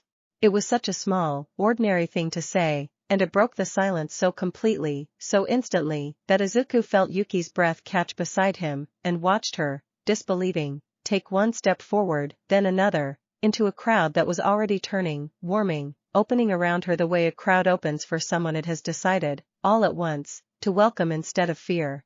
It was not a perfect night, after that. The tree's ancient glass star lay in careful, swept-up pieces near the base of the trunk, a loss the whole town would feel for seasons to come, and somewhere out in the dark beyond the town's edge, a man in a gray coat was still loose, still hungry, still very far from finished with whatever plan tonight's failure had only delayed rather than ended. Aizawa arrived within the hour, alerted by Ochako, and listened to Izuku and Yuki's account with his usual grim, unblinking focus, taking careful notes on a quirk he clearly did not like the sound of at all, and promised, in the flat, serious way that meant he intended to keep the promise, that the agency would begin an investigation before the week was out. But for 1 hour, in the golden, imperfect middle of that long, strange night, Yuki Kurayumi stood beneath a canopy of her own paper snowflakes, surrounded by a town that had finally, properly, remembered how to see her, laughing at something Mrs. Sato said, a cup of warm cider steaming, untouched by any chill at all, in her two bare hands, and Izuku, watching her from a few feet away where Ochako and Kurashima had pulled him into an excited, relieved huddle of friends, thought that whatever came next, whatever the man in the gray coat still intended, this 1 hour, this one impossible, hard 1 hour, had been worth every bit of the trouble it had taken to get there. Later, much later, after the crowd had thinned and the last of the fireworks had scattered gold sparks across a sky gone properly dark, he walked her back up the hill, her hand still warm in his, the little silver bell returned safe to his coat pocket, and at the top of the path, at the edge of her garden where the blue frost roses stood pale and quiet in the moonlight, she turned to him with an expression that was, for the first time since he had known her, entirely unguarded, entirely certain. "Thank you," she said, "for not letting me stay up here forever." "I never could have," Izuku said. "You were always going to come down eventually. I just wanted to be there when you did." She kissed him again then, softer this time, unhurried, the whole quiet hillside holding its breath around them, and somewhere far below, unseen by either of them, a gray-coated figure paused at the edge of town, looking back up at the two small warm shapes on the hillside with an expression of cold, calculating fury, before turning and disappearing into the dark, already, patiently, beginning to plan his next attempt. Chapter 9. The days after the festival settled into a strange, new rhythm, half ordinary and half entirely changed, the way a town feels different after even a small brush with real danger, more careful, more grateful, more inclined to notice the good things it had, until recently, simply taken for granted. Izuku Midoriya heard the full story from her son at the kitchen table the morning after, and though she kept her voice admirably steady through most of it, Izuku noticed her hands were not quite steady around her teacup by the time he reached the part about the alley, about Hollow's cold, patient threat, about the moment he had raised his cane not knowing for certain whether the quirk would answer him the way he needed it to. "You could have been hurt," she said, when he finished, and it was not a question, and it was not, quite, an accusation either, only the plain, worn statement of a mother's oldest fear finally given room to speak. "I know," Izuku said. "I'm sorry I didn't call for help sooner. I just didn't have time to think it through properly, Mom, it was happening so fast." "I'm not asking you to apologize," Izuku said, reaching across the table to still his hands, which had, without his noticing, begun turning his teaspoon over and over the way he did when his thoughts outran his words. "I raised a boy who runs toward the scared thing instead of away from it. I knew what that meant a long time ago. I just need you to also promise me you'll keep telling me, every time, even when it's frightening, even when you think it'll worry me. Especially then. I promise, he said, and this time, he understood, watching his mother's face carefully in the morning light, that the promise carried more weight than it had 4 days before, because now they both knew exactly what kind of thing it might one day need to cover. Aizawa's investigation moved with the careful, unglamorous thoroughness of most real hero work, which was to say slowly, methodically, and largely out of sight of the ordinary business of the town. He interviewed half the shopping street about the man in the gray coat, collected a description that matched what Izuku had already logged in his notebook almost exactly, and confirmed, grimly, over a brief visit to the Midoriya apartment 3 days later, that no quirk matching Hollow's registered profile in any regional database, which meant either an unregistered quirk, rare but not unheard of, or a false identity, which was, Aizawa said flatly, considerably more concerning. He's not local, Aizawa said, flipping through his own notes with the same unhurried focus he brought to everything. Whoever he is, he came here deliberately, and he came here for a reason, and given what both of you described about the way his quirk responded to Kurayumi specifically, I don't think that reason has finished playing out yet. You think he'll come back, Yuki said.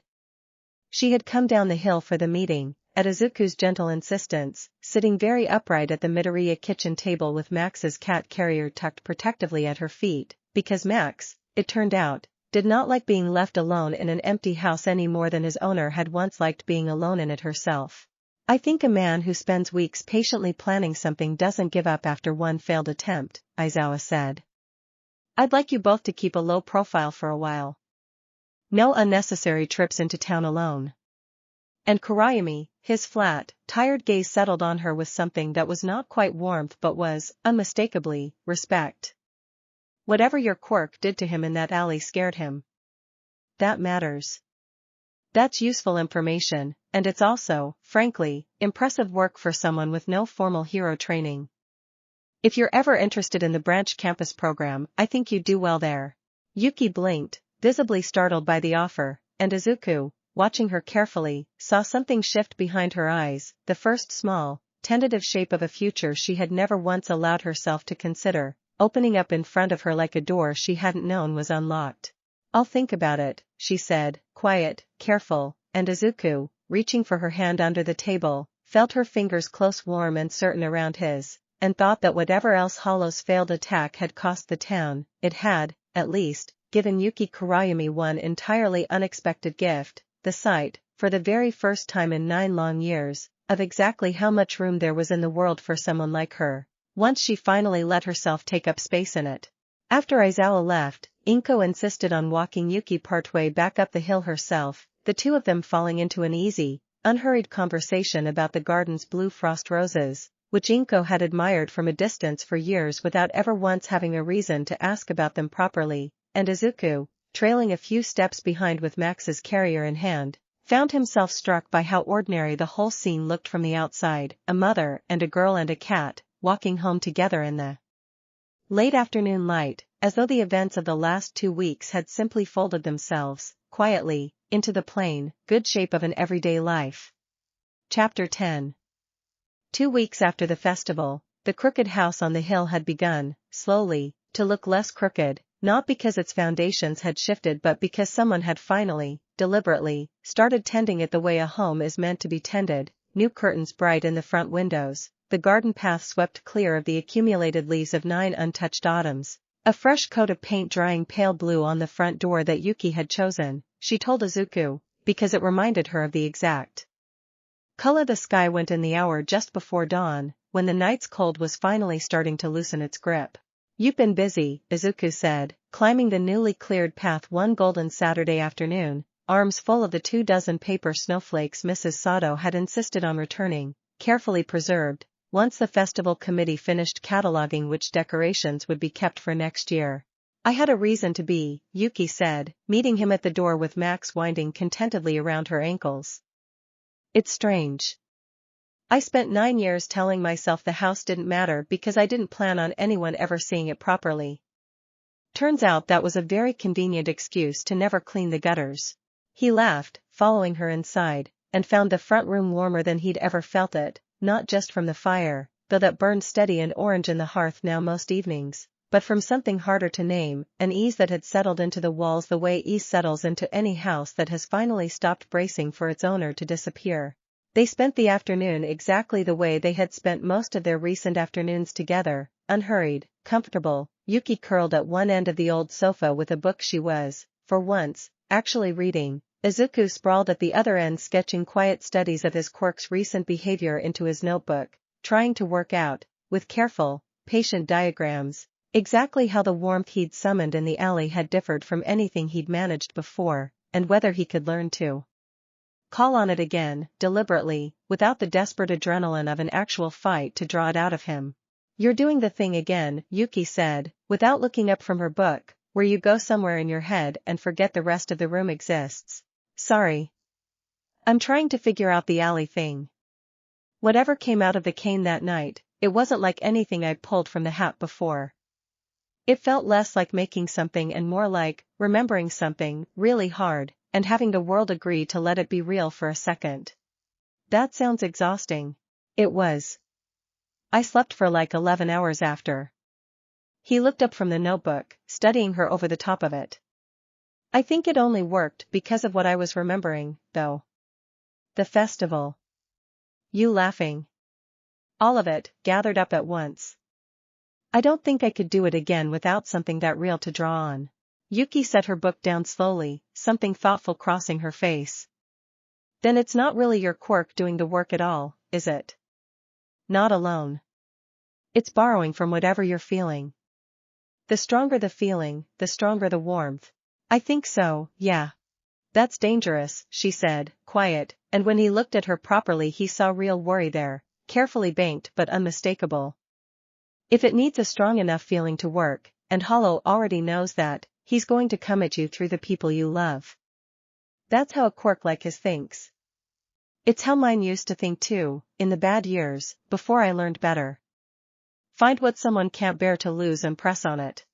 Izuku was quiet for a moment, turning that over, and found, uncomfortably, that he could not argue with the shape of it, because it matched exactly the cold, patient calculation he had seen behind Hollow's flat gray eyes in that alley, the sense of a man who had already worked out, well in advance, precisely which levers were worth pulling.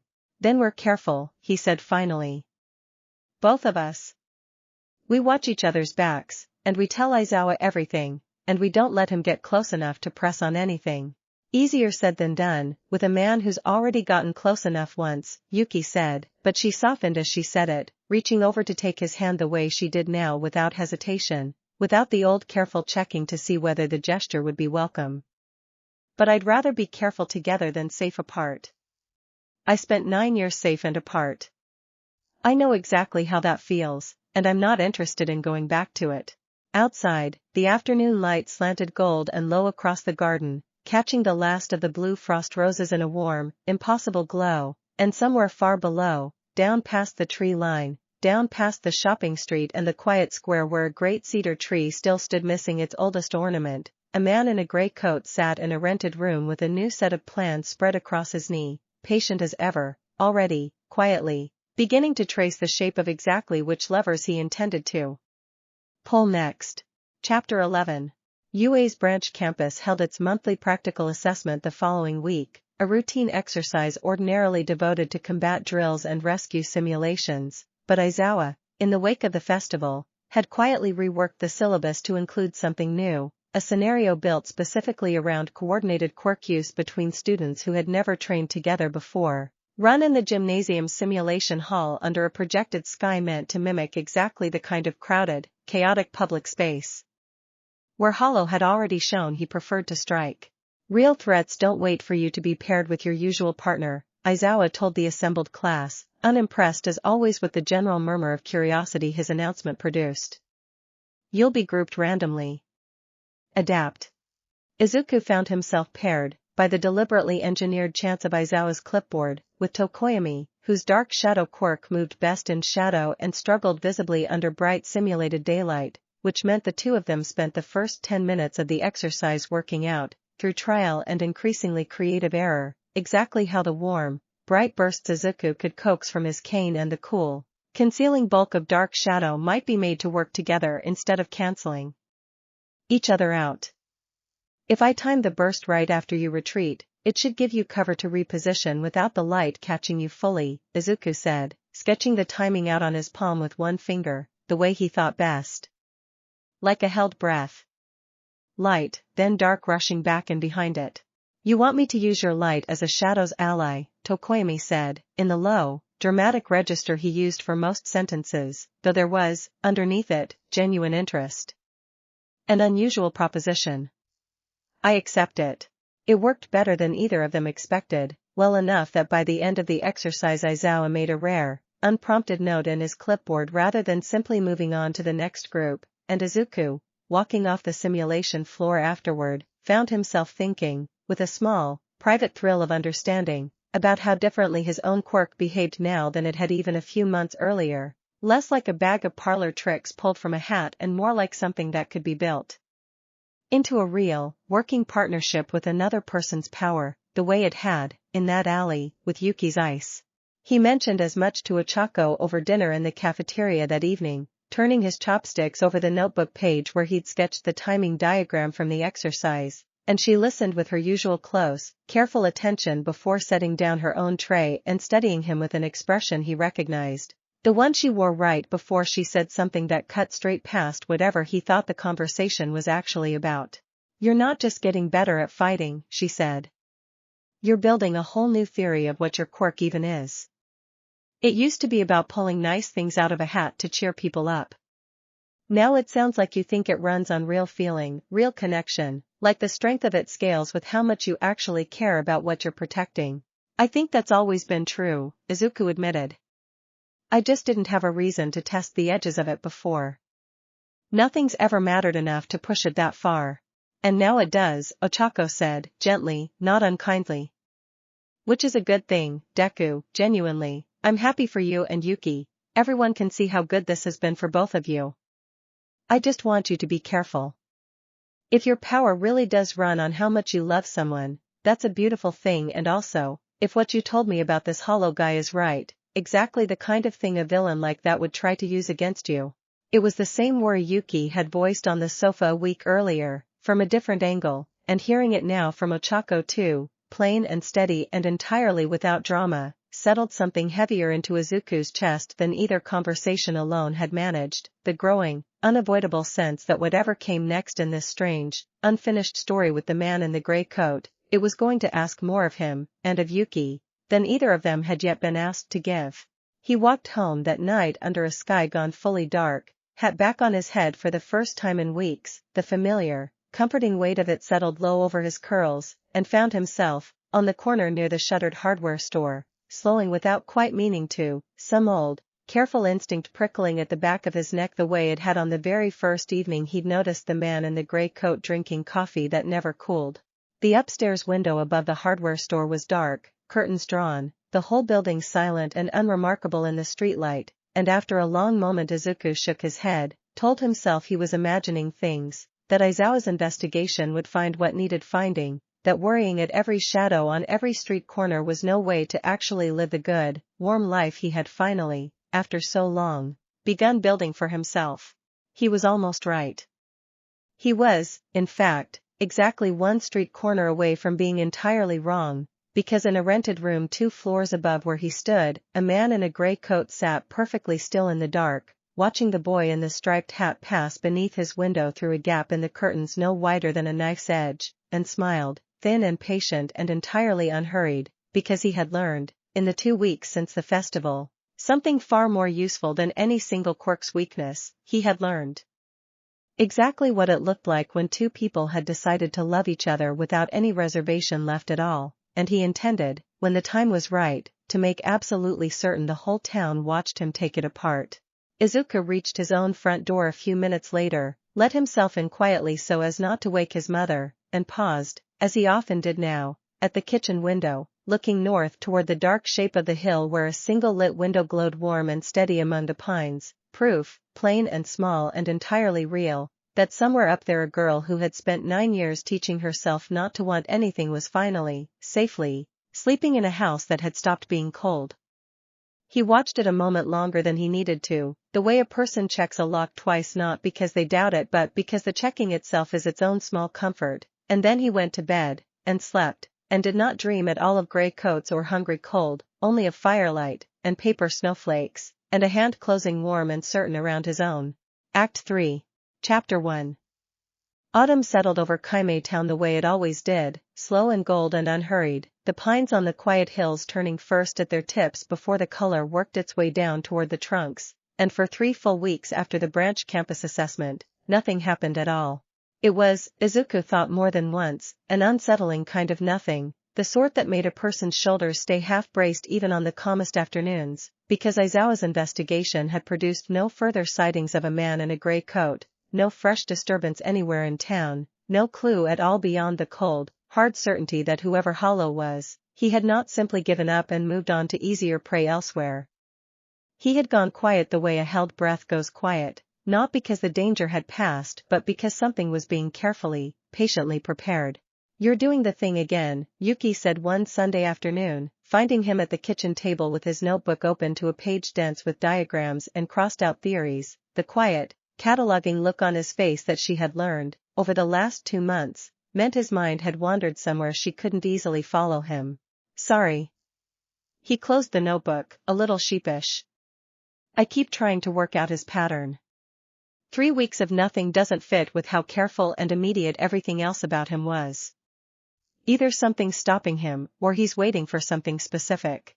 Or he's watching," Yuki said, settling into the chair across from him, Max's cat carrier set down by her feet out of habit even though the cat himself had, over the last month, become confident enough in the Midoriya apartment to simply walk in on his own 4 paws and make himself comfortable on Izuku's bed the moment the door opened. "Waiting for us to relax. People do their most careless thinking right after they've decided they're finally safe."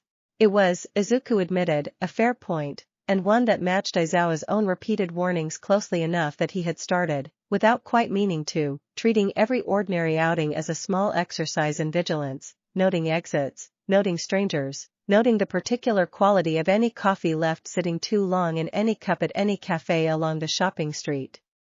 It was exhausting, in a low, constant way that had nothing to do with physical tiredness, and he suspected, watching Yuki across the table, that she felt the same low hum of watchfulness under her own recently hard-won calm. "I don't want to spend the rest of my life looking over my shoulder," she said, echoing his thoughts so closely it startled him. "I spent 9 years hiding from a fear that turned out to be mostly my own. I'm not interested in trading it for a new one just because this fear happens to be real. So what do we do instead?" "We live," she said simply. Carefully. "But we live. I start the branch campus trial program next week, remember? That's not nothing. That's the opposite of nothing." It was true, and saying it out loud seemed to loosen something in both of them, the good, ordinary business of an actual future finally crowding out, at least for the moment, the cold shadow of an unfinished threat, and Izuku reached across the table for her hand, the small, easy gesture that had become as natural to both of them now as breathing, and found himself smiling despite everything, because whatever Hollow was planning, whatever patient, terrible thing was still gathering somewhere.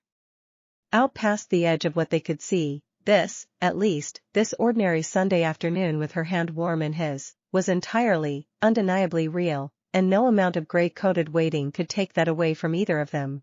Outside the kitchen window, the pines on the hill had gone a deep, burnished gold in the late afternoon light, and somewhere below in town, faint and distant, the ordinary sounds of an ordinary Sunday drifted up unbothered, delivery trucks and children's laughter and the far-off clang of the bakery's shutters being drawn for the evening, and for a little while longer, at least, that was enough.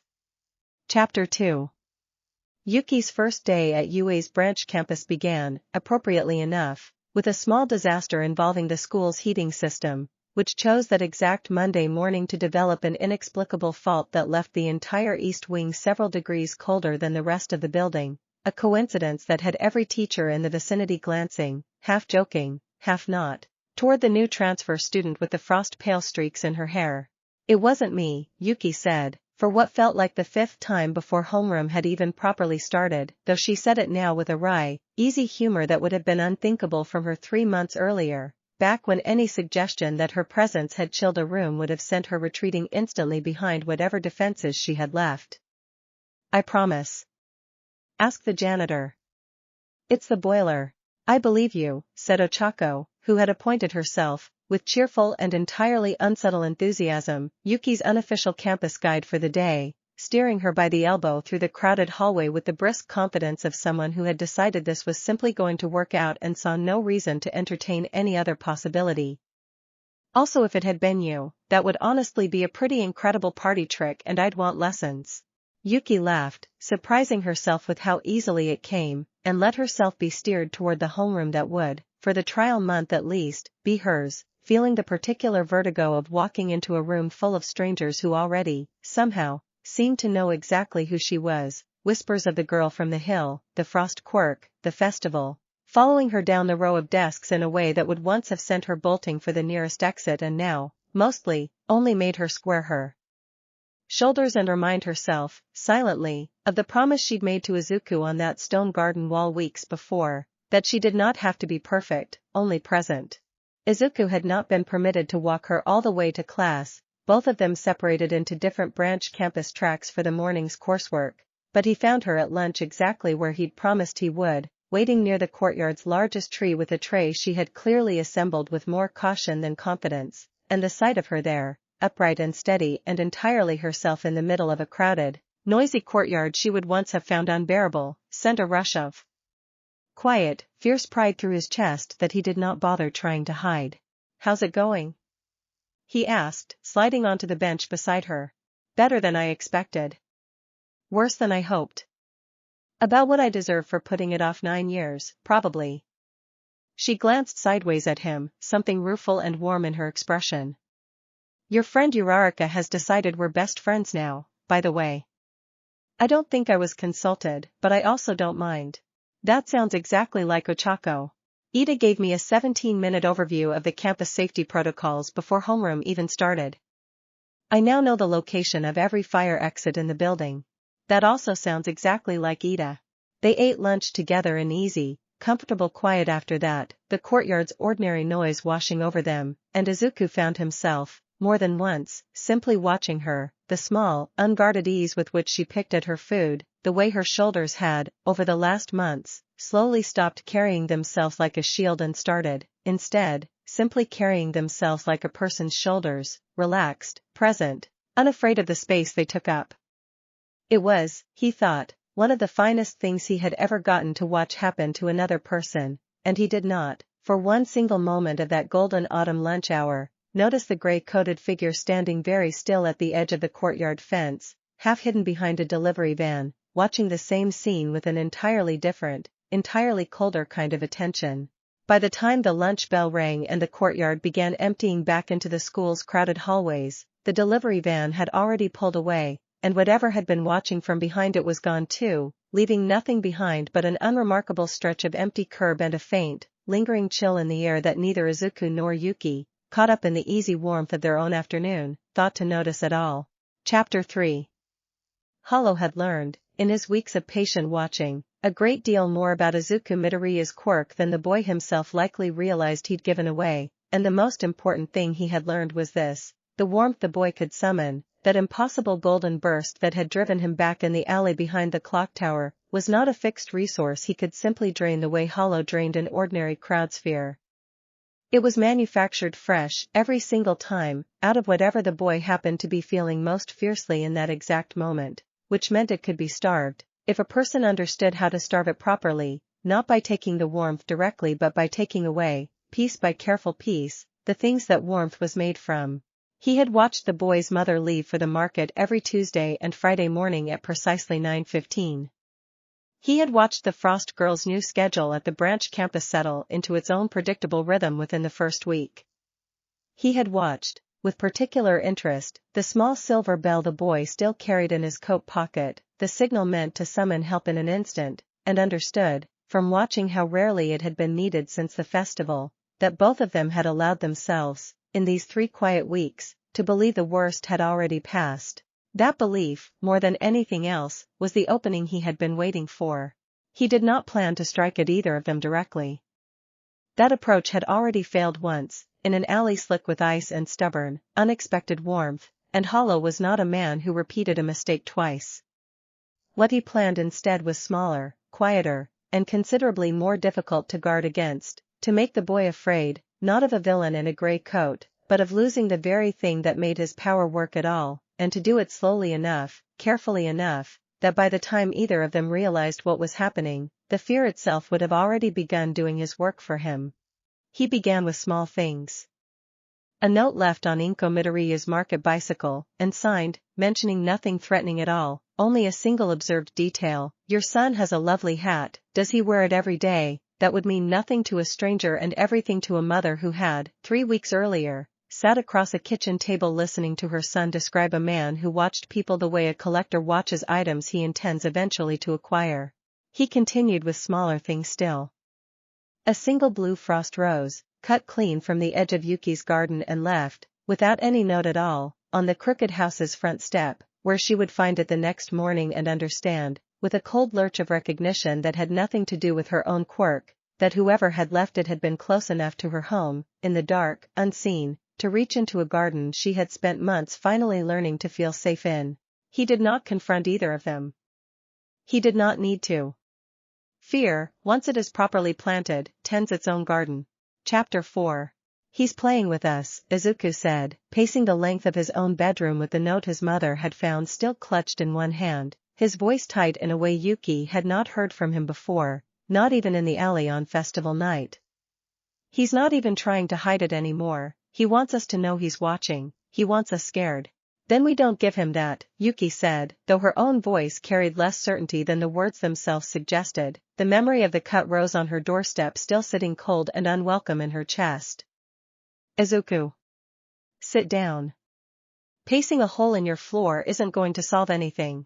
He sat, finally, on the edge of his bed, and she settled beside him, taking the crumpled note gently from his hand and smoothing it out on her knee, reading the single unsettling line again with the same careful, analytical attention she had once turned only on books. It's not a threat, she said slowly. Not directly. It's designed to feel like one without actually saying anything he could be held accountable for. That's calculated. That's someone who's done this before, who knows exactly how to frighten a person without giving Aizawa anything concrete to act on. That's exactly what worries me, Izuku said. If he's this careful about a note, imagine how careful he'll be about whatever he's actually planning to do. They called Aizawa that same evening, and he arrived within the hour, examining both the note and, once Yuki reluctantly showed him a photograph she'd taken of the cut rose before disposing of it, confirming grimly that the two incidents were almost certainly connected, though neither, on its own, constituted anything he could act on beyond increasing patrols near both homes.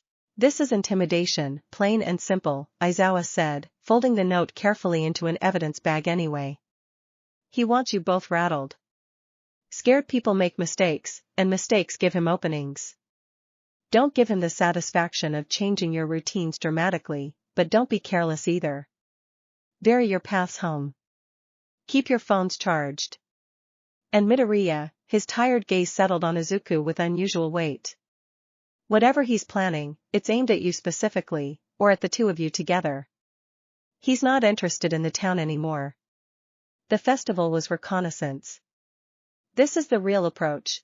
After Aizawa left, the apartment settled into a heavy, uneasy quiet, Inko busying herself in the kitchen with the particular brisk energy of a mother trying to outcook her own fear, and Izuku and Yuki sitting together on the living room floor, backs against the sofa, neither quite willing to be the one to say out loud the thought sitting heaviest between them. I keep thinking, Yuki said finally, very quietly, about what Ochako said to you after the festival. About your quirk running on real feeling. About how dangerous that makes it, if someone understands the shape of it. I've been thinking about it too, Izuku admitted. If he wants to scare me into being weaker, into not being able to call on that warmth when it matters, the easiest way to do that is to make me afraid for you. For my mom. For anyone I'd draw that warmth from in the first place. So what do we do? Stop caring so loudly? Pretend none of this matters to either of us so he's got nothing left to press on? Yuki's voice cracked slightly on the words, frustration and fear both bleeding through the careful control she usually kept. Because I don't know how to do that, Izuku. I spent 9 years doing exactly that, being careful not to care too visibly about anything, and it made me smaller, not safer. I'm not going back to that. Not even for this. I don't want you to, he said immediately, taking her hand, holding it tight enough that she could feel, unmistakably, how much he meant it. I don't want either of us to go back to being smaller just because someone's trying to scare us into it. We just have to be smart about it. Careful, not closed off. There's a difference. You keep saying that, she said, echoing, gently, almost fondly, the same words he'd once used to reassure her before the festival, and something in the exchange, the small, worn familiarity of it, eased the tightest part of the fear sitting between them, if only for a moment, if only enough to let them breathe. Chapter 5.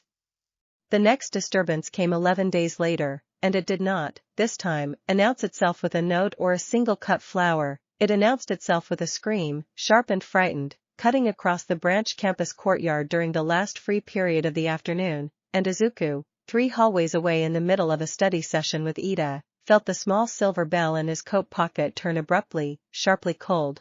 He was moving before Ida had even finished asking what was wrong, cane snapping free of his belt, running through corridors gone suddenly loud with the confused, alarmed murmur of students pouring out of classrooms to see what had happened, and reached the courtyard in time to see a scene that stopped his heart cold in his chest. The courtyard's largest tree, the same one Yuki had eaten lunch beneath just 11 days before, had been struck by something that had frozen it instantly, entirely.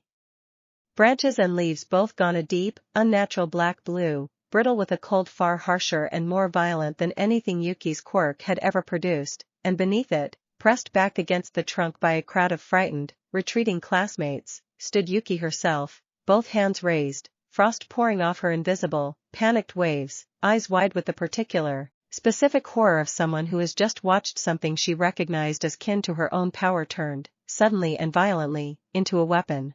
I didn't do this, she was saying, over and over, to a crowd that had, in its first frightened instant, clearly assumed exactly what 9 years of careful isolation had trained her to expect them to assume.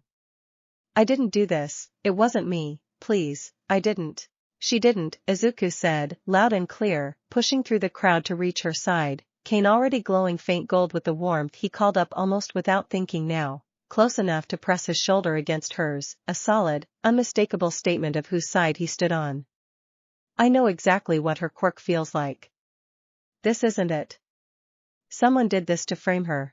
The crowd's fear did not vanish instantly, the way fear rarely does, but it shifted, uncertain now, several students exchanging glances, and it was Ochako, arriving at a dead sprint with Kirishima close behind her, who finally broke the standoff entirely by simply walking straight past the frozen boundary of frightened onlookers to plant herself firmly beside Yuki, unafraid, entirely certain. Whoever did this wanted you all to think exactly what you just thought, Ochako said, loud enough to carry, turning to address the crowd directly with a steadiness that belied how young she actually was. That's the whole point. Don't give a coward what he wants. It took Aizawa, arriving within minutes of the alarm being raised, less than an hour to confirm what Izuku had already suspected. The frozen tree's damage pattern matched nothing in Yuki's registered quirk profile, carried instead a signature closer to what little data existed on Hollow's own ability, deliberately, clumsily disguised to look, at a careless glance, like an out-of-control student's mistake. He's escalating, Aizawa said grimly, once the courtyard had been cleared and the frozen tree cordoned off for proper investigation. And he's smart about it. If this had gone the way he wanted, you'd have spent the rest of the day being blamed for something you didn't do, in front of a whole school that was just starting to trust you. That's not an attack on your safety, Kurayami. That's an attack on everything you've spent the last 2 months rebuilding.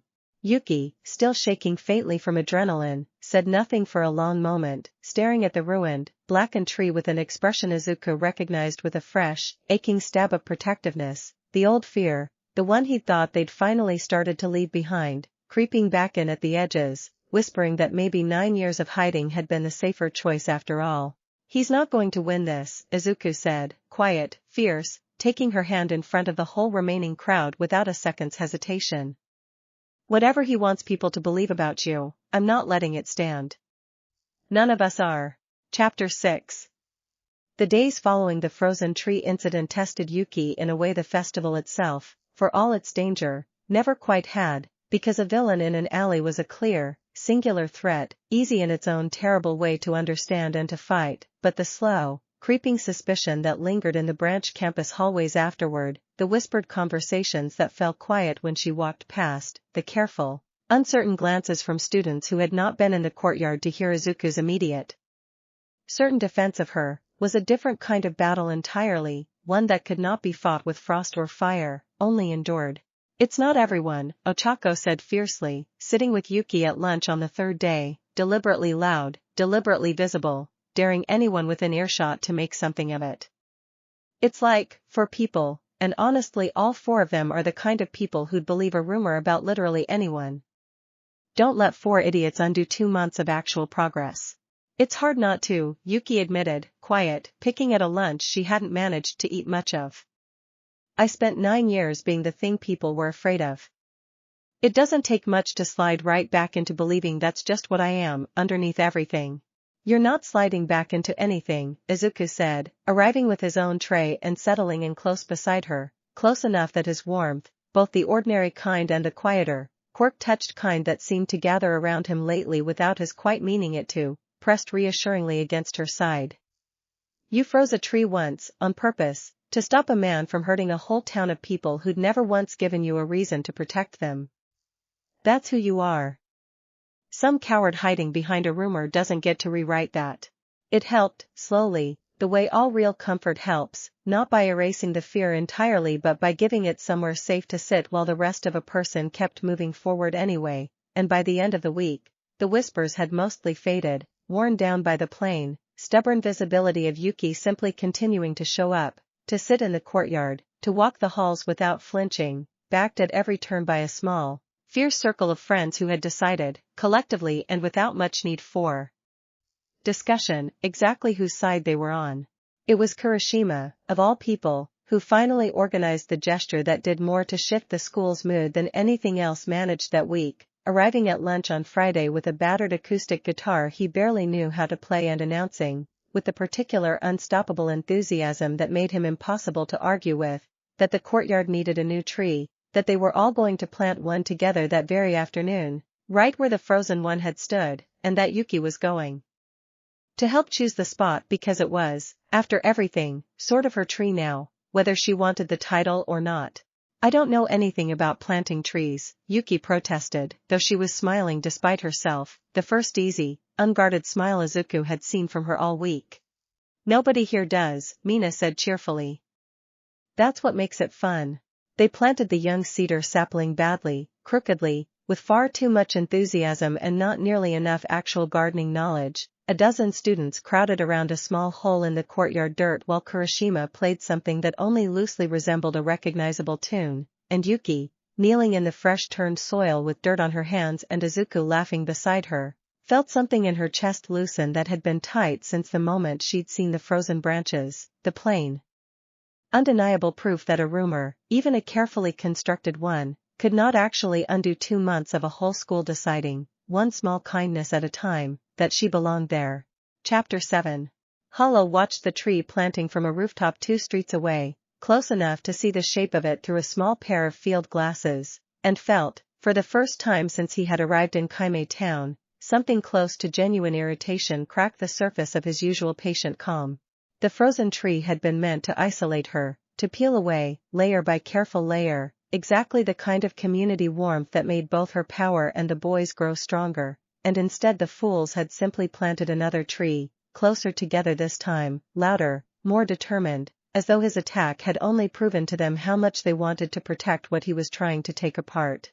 He lowered the field glasses slowly, turning the failure over in his mind with the same patient, methodical attention he turned everything over with, and concluded, after some consideration, that his approach had been flawed in a specific, correctable way. He had been trying to isolate the girl from the town, when the real weakness, the real leverage, had been in front of him from the very beginning, sitting in a small apartment above a bakery, worrying quietly over a stove while her son ran headlong toward danger the way he always had.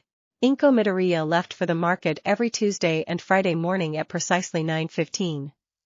Hollow had watched the pattern hold for 2 full months now, unbroken, and understood, with the cold, clinical satisfaction of a plan finally clicking properly into place, that predictable patterns were, in the end, the only real gift a careful enemy ever needed. He did not intend to hurt her. That, he had decided early on, would be clumsy, would draw exactly the kind of overwhelming response from the boy's warmth that had already burned him once in an alley he still, on cold mornings, felt the ghost of in his own chest. What he intended instead was smaller, and considerably more effective, to be seen, briefly, deliberately, near her on her Tuesday walk, close enough that she would recognize him from her son's description, close enough that fear, real fear, would follow her home and settle, at last, exactly where he needed it, in the one heart in this whole warm, foolish town that the boy's power drew its deepest well of feeling from. He folded the field glasses away, tucked them into his gray coat, and began, unhurried as ever, to make his way down from the rooftop, already, quietly, counting the days until the following Tuesday. Chapter 8. Tuesday came gray and ordinary, the kind of morning nobody remembers as anything but background right up until the moment it becomes something else entirely, and Izuku Midoriya set out for the market at 9:15 exactly, market bag over one arm, the small, unhurried errand she had run every Tuesday and Friday for as long as her son could remember, humming faintly to herself under a sky-threatening rain that never quite arrived. She noticed the man in the gray coat outside the fish stall before she consciously registered why her whole body had gone suddenly, instinctively still, some old animal part of her recognizing the exact shape of the danger her son had described weeks before faster than her conscious mind could catch up to it, and when his flat gray eyes found hers across the busy market street and held there, deliberately, patiently, for 3 full seconds before he turned and walked unhurried into the crowd. She understood, with a cold certainty that left her hands shaking around the handle of her market bag, exactly what had just happened, and exactly why. She did not scream. She did not run. She had raised a son whose whole life ran on careful, steady thinking under pressure, and she found, standing very still in the middle of a crowded Tuesday market with her heart hammering against her ribs, that some of that same steadiness had, somewhere along the way, become hers too. She walked, quickly but not frantically, to the small hero agency above the bakery, and told Mr. Aoyama exactly what she had seen, and watched him reach immediately for his phone to call Aizawa, and only once that call was placed, only once she was certain the proper people knew, did she allow herself to sit down on the agency's worn waiting bench and finally, quietly, let her hands shake as much as they needed to. Izuku heard the news at school less than 20 minutes later, Aizawa himself appearing in the middle of his afternoon class to pull him and Yuki both into the hallway, and felt the whole world narrow, for one terrible, silent second, down to a single sentence. He came close to my mother.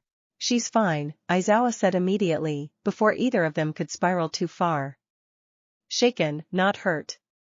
He didn't approach her, didn't speak to her, just made sure she saw him. That's the whole point. He wants you scared, Midoriya. Don't hand him the win.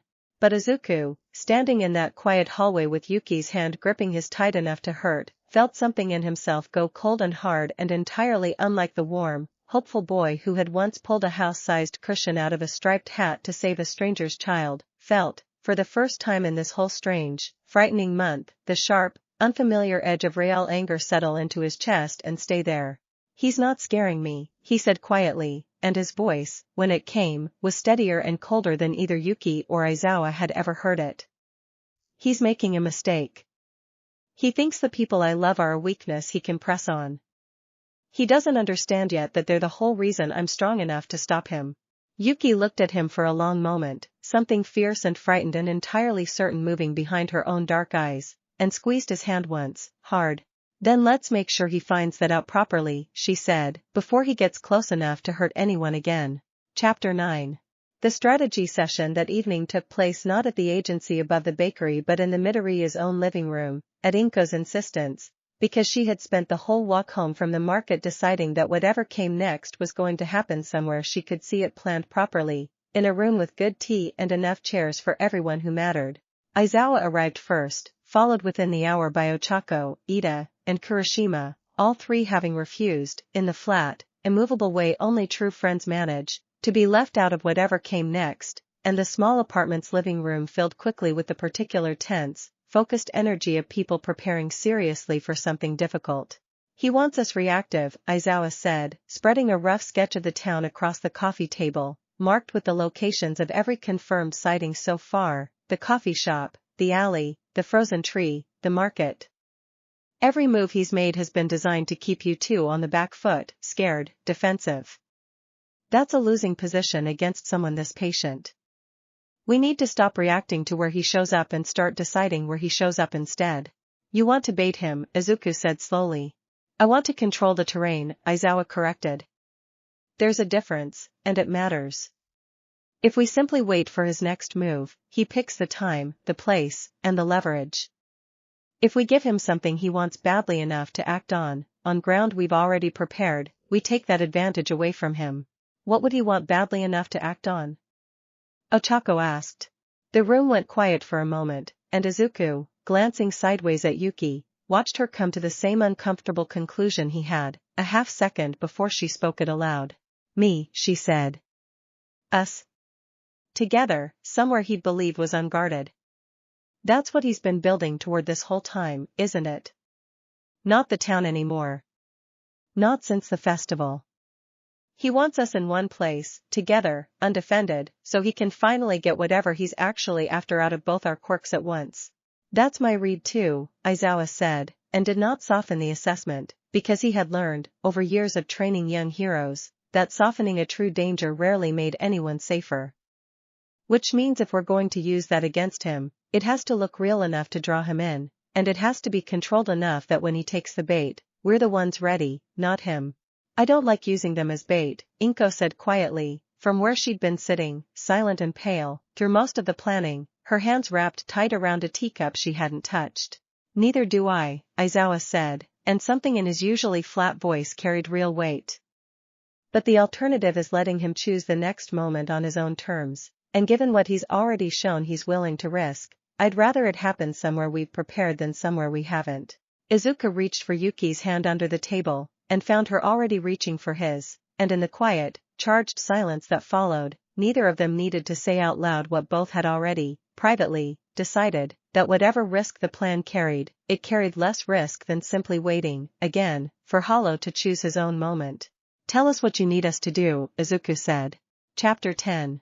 The plan, once Izawa finished sketching its full shape across the coffee table, was simpler in outline than Izuku had expected and considerably more nerve-wracking in the details. A quiet evening walk, the two of them alone, along the wooded path that connected the base of the quiet hills to the edge of town, a route Hollow had already shown interest in, close enough to Yuki's home to feel unguarded, isolated enough that a watching villain would believe, correctly, that no crowd stood between him and whatever he intended to take. What the plan did not advertise, and what Hollow would have no way of knowing in advance, was that the wooded path would, for that one evening, be quietly, carefully seated with exactly the kind of support neither Izuku nor Yuki would visibly need until the precise moment they did. Ochako positioned in the branches of an old oak near the path's midpoint, ready to lighten any dangerous impact in an instant. Ida stationed at the path's northern exit, fast enough to close off any attempted escape route before Hollow's feet had covered 10 steps. Kirishima waiting, hardened and patient, at the southern approach, and Izawa himself, cloaked in the deep shadow his own erasure quirk made him so naturally suited to using, positioned close enough to intervene the moment things turned dangerous but far enough to let the trap play out as intended. You'll wear this, Izawa said, handing Izuku a small, unremarkable-looking button to fix inside his coat collar, and this, a matching one for Yuki, and the second either of you needs backup, you say so, out loud, clearly. We'll hear it. We'll be there in seconds. This isn't about proving anything by handling him alone. It's about drawing him out where the rest of us can finally end this properly. Understood, Izuku said, and Yuki nodded beside him, her jaw set in the same fierce, steady line it had carried since the moment she'd first heard the word bait spoken aloud in her name.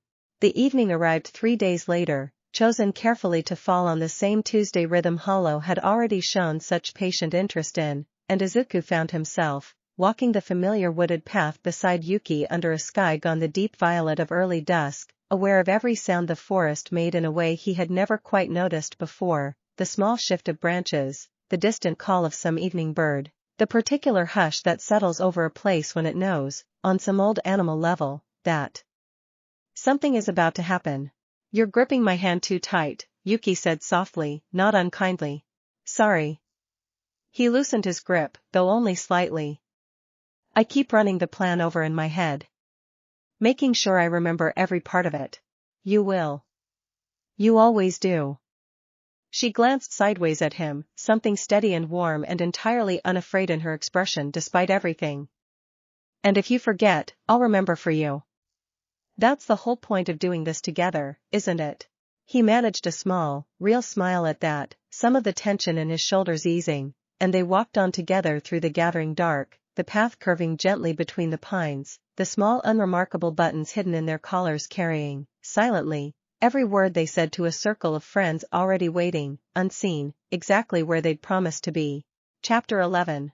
Hollow had been watching the wooded path for 3 evenings running, patient as ever, and on the 3rd evening, when the boy and the girl finally appeared exactly where his own careful observation had predicted they would, walking slow and close together under the deepening dusk, he allowed himself the smallest, coldest flicker of satisfaction, because predictable creatures, in his considerable experience, made for very easy work.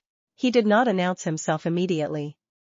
He let them walk another 30 meters, past the old oak, past the bend where the path narrowed between 2 close-set boulders, watching for any sign that this evening's walk was anything other than the ordinary, unguarded outing it appeared to be, and finding none, because Aizawa's people had done their work well, hidden themselves better than Hollow's patient months of watching had prepared him to expect. He stepped out from the tree line only once the path had narrowed enough that retreat would cost them precious seconds, his gray coat blending seamlessly into the dusk, his voice, when it came, quiet and almost gentle in a way that made it, somehow, more unsettling than any shout could have managed. Good evening, he said. I confess I've been looking forward to this. Izuku felt Yuki's hand tighten in his, and did not let his own expression show the fear spiking cold through his chest, because Aizawa had drilled this exact moment into both of them 3 separate times over the last 3 days. Stay calm, stay visible, by time, let the trap close on its own schedule. You've been busy, Izuku said, keeping his voice steady, cane already loose and ready in his free hand. Notes. Flowers. Standing near my mother at the market. That's a lot of effort for someone who claims he only wants a quiet conversation. I want what I've always wanted, Hollow said, unhurried, taking one slow step closer, close enough now that the temperature between them dropped, visibly, unmistakably, a cold that had nothing to do with the evening air. What you both carry, refined by exactly the right kind of feeling into something worth taking properly, all at once, instead of in the slow, patient scraps I've had to make do with my whole life. You're not taking anything, Yuki said, and her voice, though tight with fear, did not waver, frost already beginning to gather pale and sharp along her raised hands. Not from me. Not from him. Not from anyone in this town ever again. We'll see, Hollow said, and the coldness in his voice sharpened into something with real edges, and in the same breath, without further warning, he moved, faster than either of them had braced for, one gray-gloved hand snapping out toward Izuku with a pulse of raw, hungry cold aimed not to injure but to seize, to grip, to begin, immediately, the slow, terrible work of pulling warmth loose from wherever it lived inside him. Izuku shouted the single word Aizawa had drilled into both of them, loud and clear into the gathering dark, now.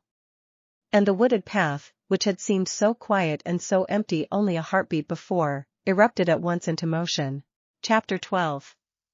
Ochako dropped from the old oak's branches in a controlled, weightless arc, her quirk already active, and the ground beneath Hollow's feet lightened suddenly, sending him stumbling half a step off balance at the exact moment his grip closed toward Izuku's arm, the small disruption enough to turn a seizing grasp into a glancing, ineffective brush. Kirishima came pounding up the southern path a half-second later, already hardened, planting himself squarely between Hollow and any retreat in that direction, and Ida arrived from the north just as fast, engines humming in his calves, cutting off the last obvious avenue of escape, and Hollow, caught suddenly in a trap that had closed far more completely and far more quickly than his careful weeks of planning had ever accounted for, felt something in his composed, patient expression crack for the second time since arriving in Kaimei town. Clever, he said, backing toward the boulders, gray eyes flicking rapidly between the four young heroes now closing in around him. Very clever. I confess I underestimated how much this town had come to care about the two of you. That's the whole point, Izuku said, cane already glowing gold in his hand, the warmth of it rolling out steady and bright into the cold gathering dark, fed not by fear this time but by something fiercer and more certain, the plain fact of standing surrounded by people who had shown up, without hesitation, the moment he'd called for them. You thought love was a weakness you could press on. You never understood it's the reason we're not standing here alone. He swept the cane in a wide arc, and the wave of warmth that rolled outward this time carried more than simple heat, it carried the accumulated weight of every small kindness that had built toward this moment. Mrs. Sato's paper snowflakes, a crooked house's first fire in 9 years, a courtyard full of friends planting a crooked young tree, and Hollow, caught in the full force of it, staggered back against the boulders with a raw, startled cry, both hands flying up as though physically struck by something far larger than any single Quirk should have been able to produce. Yuki moved in the same instant, both hands sweeping down, and the frost that answered was not the pale, apologetic seep of her early years but something sharp and deliberate and entirely her own, ice racing across the ground to root Hollow's boots exactly as it had in the alley months before, except stronger now, sure, shaped by 2 months of finally, properly, learning what her own power could do when she stopped being afraid of it. Hollow, pinned between warmth he could not absorb fast enough and ice he could not escape quickly enough, let out a sound that was not quite a scream and not quite a laugh, something raw and furious and, underneath both, unmistakably afraid, and in the last desperate second before Aizawa's own erasure Quirk finally closed the trap entirely, he did the one thing none of them had accounted for, he reached, not for either of them directly, but for the accumulated warmth Izuku's cane had just poured into the air around them, and pulled, hard, all at once, tearing a raw, jagged fistful of it away from the evening itself before Aizawa's power caught his Quirk and, for one crucial second, shut it down entirely. The theft was small, in the end, compared to what he'd clearly hoped to take, a single hoarded fistful of stolen warmth rather than the deep well he'd spent months trying to reach, but it was enough, in the chaos of that one crucial second, for him to wrench free of Yuki's ice, stumble past Ida's momentarily startled guard, and vanish into the deepening dark of the tree line before anyone could close the gap behind him. Chapter 13. They did not catch him that night, though Aizawa's team combed the surrounding forest for hours, flashlights cutting pale searching arcs through the trees until well past midnight, finding nothing but a single torn scrap of gray coat fabric caught on a low branch and, disturbingly, no other trace at all, as though the man had simply folded himself into the dark and let it close over him completely. Izuku sat afterward on the same low boulder where the confrontation had started, adrenaline finally draining out of him in a long, exhausted wave, Yuki beside him with her knees pulled up to her chin, both of them wrapped in the thick emergency blankets Ochako had produced with brisk, practical efficiency the moment the immediate danger passed. He got away, Izuku said, quiet, frustrated, staring at the dark tree line where Hollow had vanished. We had him. We actually had him, and he still got away. He got away with less than he wanted, Aizawa said, crouching nearby to examine the scrap of torn coat fabric with the careful, methodical attention he brought to every piece of evidence, however small. That matters more than it feels like right now. He came here for a deep, guaranteed well of power. He left with a single stolen handful, and a very clear demonstration that the next time he tries this, he'll be facing 4 trained fighters and 2 Quirks that have gotten considerably stronger since he first started watching this town. Will he try again? Yuki asked, quiet, and though her voice was steady, Izuku could feel, through the blanket pressed against his side, the faint, lingering tremor she was working hard to keep out of it. Probably, Aizawa said, and did not soften the answer, because he had learned, over years of training young heroes, that false comfort tended to cost more in the long run than honest caution ever did. Men like him don't stop easily after this much investment. But he's wounded now, in more ways than one, and wounded, patient men make different mistakes than confident ones. We'll be ready for the next move, whenever it comes. It was not, Izuku thought, sitting there in the cold dark with Yuki's shoulder warm against his own, the clean, decisive ending he had hoped for, the villain caught, the danger fully closed, the town safe to breathe out fully at last. It was messier than that, unfinished in the particular, uncomfortable way real danger so often stayed unfinished, a threat wounded but not ended, a fight postponed rather than won. But it was, he reminded himself, watching Ochako and Kurashima and Ida gather nearby, exhausted and unharmed and entirely, fiercely present, also proof of something he had needed, badly, to see confirmed with his own eyes, that whatever Hollow still intended, whatever cold, patient plan he retreated now to nurse and refine, he was no longer facing two frightened teenagers alone in an alley. He was facing a whole circle of people who had chosen, without hesitation, to show up. "We'll be ready," Izuku said, echoing Aizawa's own words, and found, saying them aloud into the cold night air, that he actually believed them. Chapter 14. The walk back down into town, once Aizawa's team finally called off the search for the night, passed in a strange, quiet mix of exhaustion and something close to relief, the six of them moving together along the dark path with the particular loose, easy closeness that follows any shared danger survived, jokes starting to surface again, tentative and a little too loud, the way laughter always returns first and small, careful bursts after fear has had its turn. Inko was waiting at the base of the hill when they finally emerged from the tree line, having refused, despite Aizawa's gentle insistence that she stay home, to wait out the evening anywhere but as close to the search as she'd been permitted to come, and the sight of her son walking toward her, tired and unharmed, sent her crossing the last stretch of path at a near run, gathering him into a fierce, wordless hug that Izuku, despite being nearly a foot taller than her now, folded into. Completely. For a moment neither of them said anything at all, the whole cold, tired evening finally catching up with both of them in that single, wordless embrace, and Izuku, breathing in the familiar, ordinary smell of his mother's coat, felt something in his chest that had been braced tight since the moment he'd shouted the word now into the dark finally, gratefully, begin to loosen. "I'm okay, Mom," he said into her shoulder. "We're okay. He got away, but we're okay." "I know," Inko said, not letting go for a long moment. "I know. I just needed to see it for myself." She pulled back eventually to look at Yuki too, and after a brief, searching moment, drew her into an equally fierce hug, one that seemed to startle Yuki more than the entire evening's danger had managed, her arms coming up slowly, almost hesitantly, to return it. "Thank you for keeping him safe," Inko said, quiet, sincere. "He kept me just as safe," Yuki said, her voice a little unsteady. "We did it together."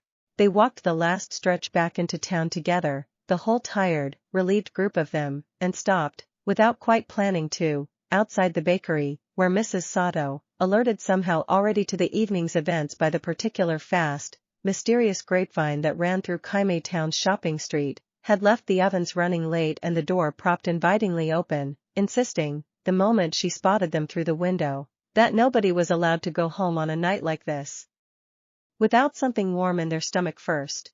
They sat crowded around two pushed-together tables in the bakery's warm, cinnamon-scented light, Mrs. Sato bustling between them with more pastries than six exhausted teenagers could reasonably eat, and Izuku, looking around at the table, at Ochako already laughing again at some joke of Kurashima's, at Ida carefully cataloging the evening's tactical lessons in a small notebook even now, at his own mother sitting close beside Yuki, the two of them talking quietly about something that made Yuki smile, felt something settled deep and certain in his chest, the plain, hard-won understanding that whatever Hollow still intended, whatever cold and patient plan waited somewhere out in the dark to be tried again, this warm, crowded table full of people who had run toward danger for each other without a second's hesitation, was exactly the kind of thing worth protecting, and exactly the kind of thing, he was now entirely certain, that no villain's careful patience would ever be strong enough to take apart. Yuki caught his eye across the table, something warm and steady and entirely unafraid passing between them, and reached over to take his hand one more time before the night finally, properly, ended. "Next time," she said quietly, just for him, "we finish it." "Next time," Izuku agreed, "we finish it together." Mrs. Sato, passing by with one last tray of cinnamon rolls nobody had really asked for but everybody was, quietly, glad to have, paused just long enough to rest a warm hand on each of their shoulders in turn, a small, wordless gesture that said, more plainly than anything else that whole long evening, exactly how thoroughly this town had decided, at last, that both of them belonged in it. Chapter 15. Hollow did not go far that night, only far enough to be safe from immediate pursuit, holing up in a narrow gap between two boulders half a mile deeper into the forest, pressing one gray-gloved hand against a shoulder that had taken the brunt of Izuku's warmth in a way that still, hours later, ached with an unfamiliar, unwelcome heat, as though something in him that had been comfortably, permanently cold for years had been forced, however briefly, to remember what warmth actually felt like. He did not like the memory. He had spent a long time making sure he never had to feel it. There had been a version of himself, once, long enough ago now that he rarely let himself think of it directly, who had known exactly what that kind of warmth felt like from the inside, who had loved someone the way the boy with the striped hat so plainly loved the frost girl, fiercely, foolishly, without reservation, and who had watched that warmth taken from him anyway, not by any quirk, not by any villain, simply by the ordinary, unglamorous cruelty of loss that came for people whether or not they had done anything to deserve it. He had spent years afterward believing that if warmth like that could be taken so easily, so completely, without any quirk at all needing to be involved, then the only sensible thing left to do was to become the one doing the taking instead of the one left standing, cold and empty, after it happened to him. It was not, he told himself, turning the ache in his shoulder over with the same patient, methodical attention he turned everything over with, a justification. He did not need one. He had stopped needing one a long time ago. It was simply the shape of the world as he had come to understand it, warmth taken or warmth taking, and he had long since decided which side of that equation he intended to stand on.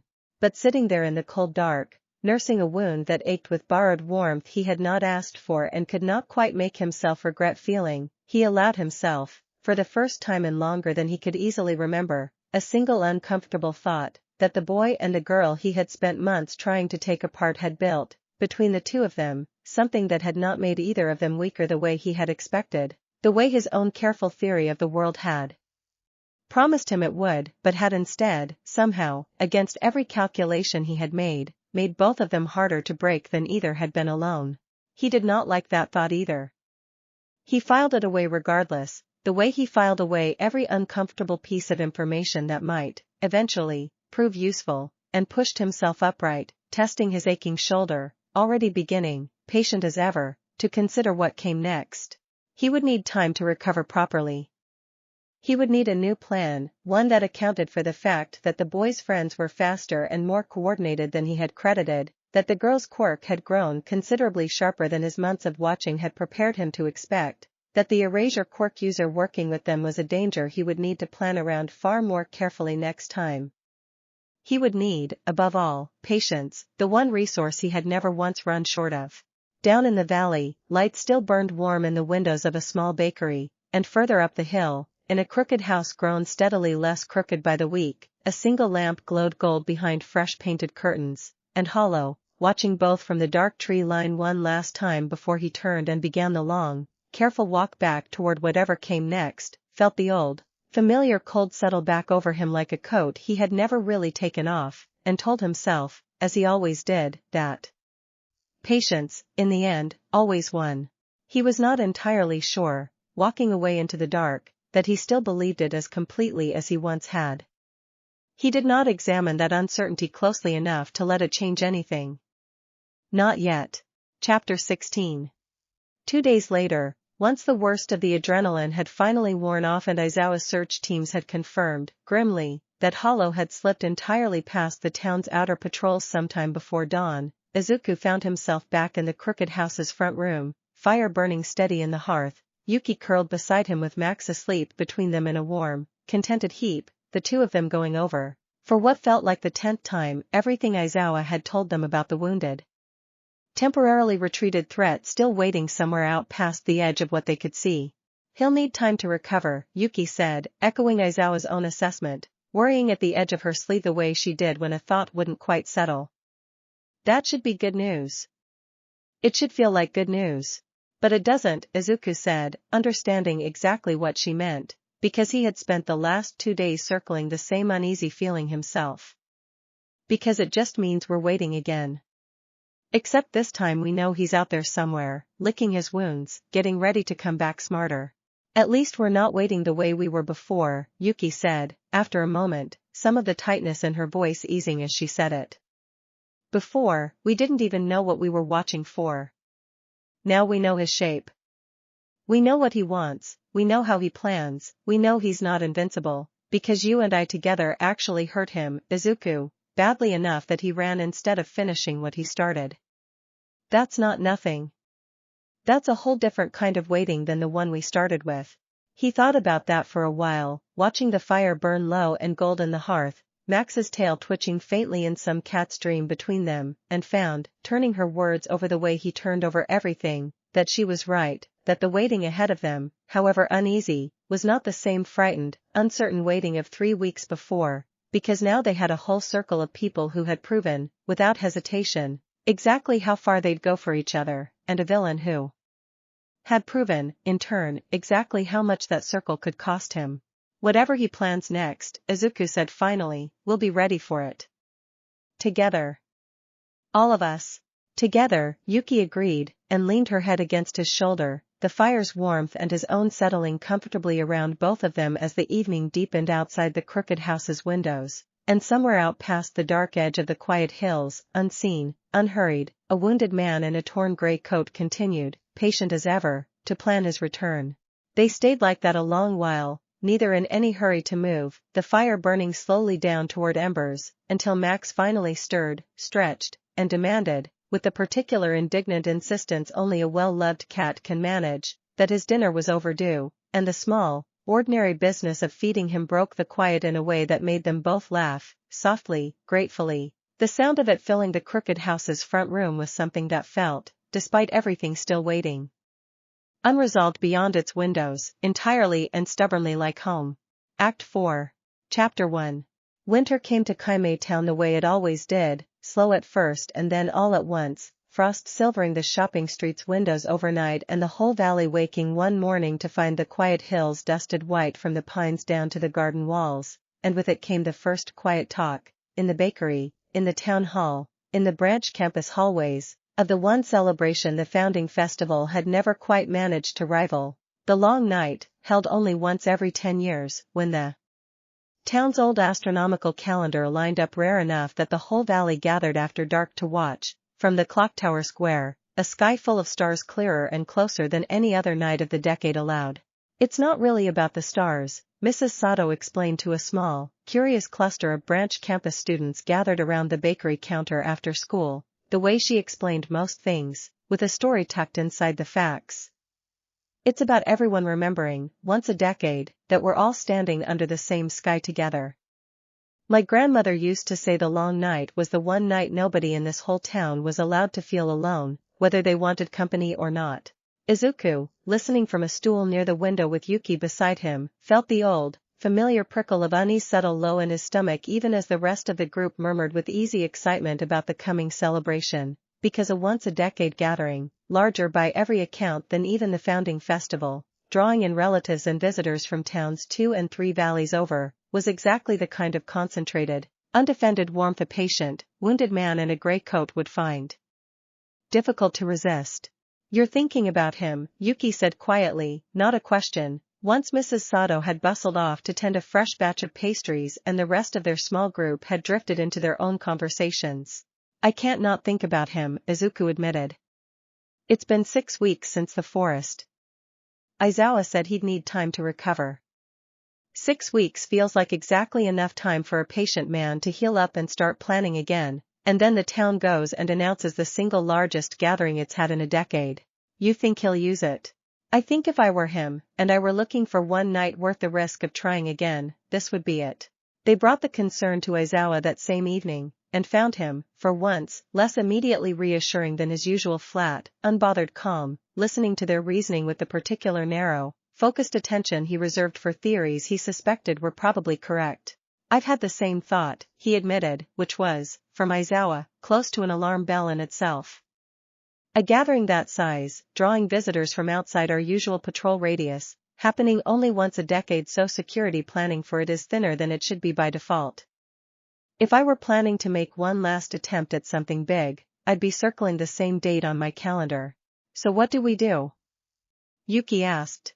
We don't cancel a decade-old tradition over an unconfirmed threat, Aizawa said. That's a win for him even if he never shows up. But we prepare like he's coming, quietly, thoroughly, and we make sure that if he does, this town has more standing between him and what he wants than he's ever had to face before. Izuku left that meeting feeling, for the first time in weeks, something closer to steady resolve than anxious uncertainty, the plain relief of knowing that whatever came next, it would not come at them unprepared, and he spent the walk home turning over, quietly, everything Aizawa's careful, methodical planning had already begun setting into motion, patrol rotations, discreet earpieces, a whole quiet architecture of readiness being built underneath the town's ordinary, cheerful preparations for its once-a-decade celebration. Chapter 2. The weeks leading up to the long night became, for Izuku, a strange, doubled kind of time, half devoted to the ordinary, comforting business of an actual life finally settling into place, half devoted to a quiet, careful kind of preparation that ran underneath everything else like a current beneath still water. He trained harder than he ever had, working with Aizawa in the branch campus's simulation hall 3 evenings a week, pushing the golden warmth his cane could summon further each time, learning to call it faster, hold it longer, shape it into something more precise than the broad, instinctive bursts that had served him in the alley and the forest, but that Aizawa insisted, correctly, would not be enough if Hollow returned with any real understanding of how to counter them. "You're still drawing it from feeling alone," Aizawa observed, watching Izuku collapse, breathing hard, after a particularly demanding drill. "That's your strength, but it's also your limit. Feeling runs out. You get tired, you get scared, you get distracted, and the warmth gets harder to reach exactly when you need it most. You need a second source. Something steadier." "Like what?" "That's for you to work out," Aizawa said, in the maddening, deliberately unhelpful way he answered every question he believed a student needed to solve for themselves. "But I'd start by asking yourself what kept that warmth burning steady in the forest, even after the adrenaline should have run out." Izuku turned the question over for days afterward, sketching diagrams in his notebook late into the evening, and found the answer, when it finally came, sitting quietly beside him at the Crooked House's kitchen table one night while Yuki graded practice quizzes from her own coursework and Max dozed in a patch of lamplight between them. It was not any single burst of fear or fierce protective love that had kept his warmth steady through the forest fight, it was the plain, accumulated weight of an ordinary life worth protecting, the ovens at the bakery, the crooked tree the whole courtyard had planted together, his mother's hands around a teacup, Yuki's laugh catching him by surprise on a garden wall in autumn. Not one feeling, but all of them together, braided into something steadier than any single spark of fear could ever manage alone. "I think it's this," he said aloud, gesturing at the whole quiet kitchen scene around them, and Yuki looked up from her grating, curious. "Not one big feeling. All the small ones, together. That's what Aizawa meant by something steadier. It's not a single flame, it's a whole hearth full of them." "That's very poetic for someone explaining a combat strategy," Yuki said, though she was smiling.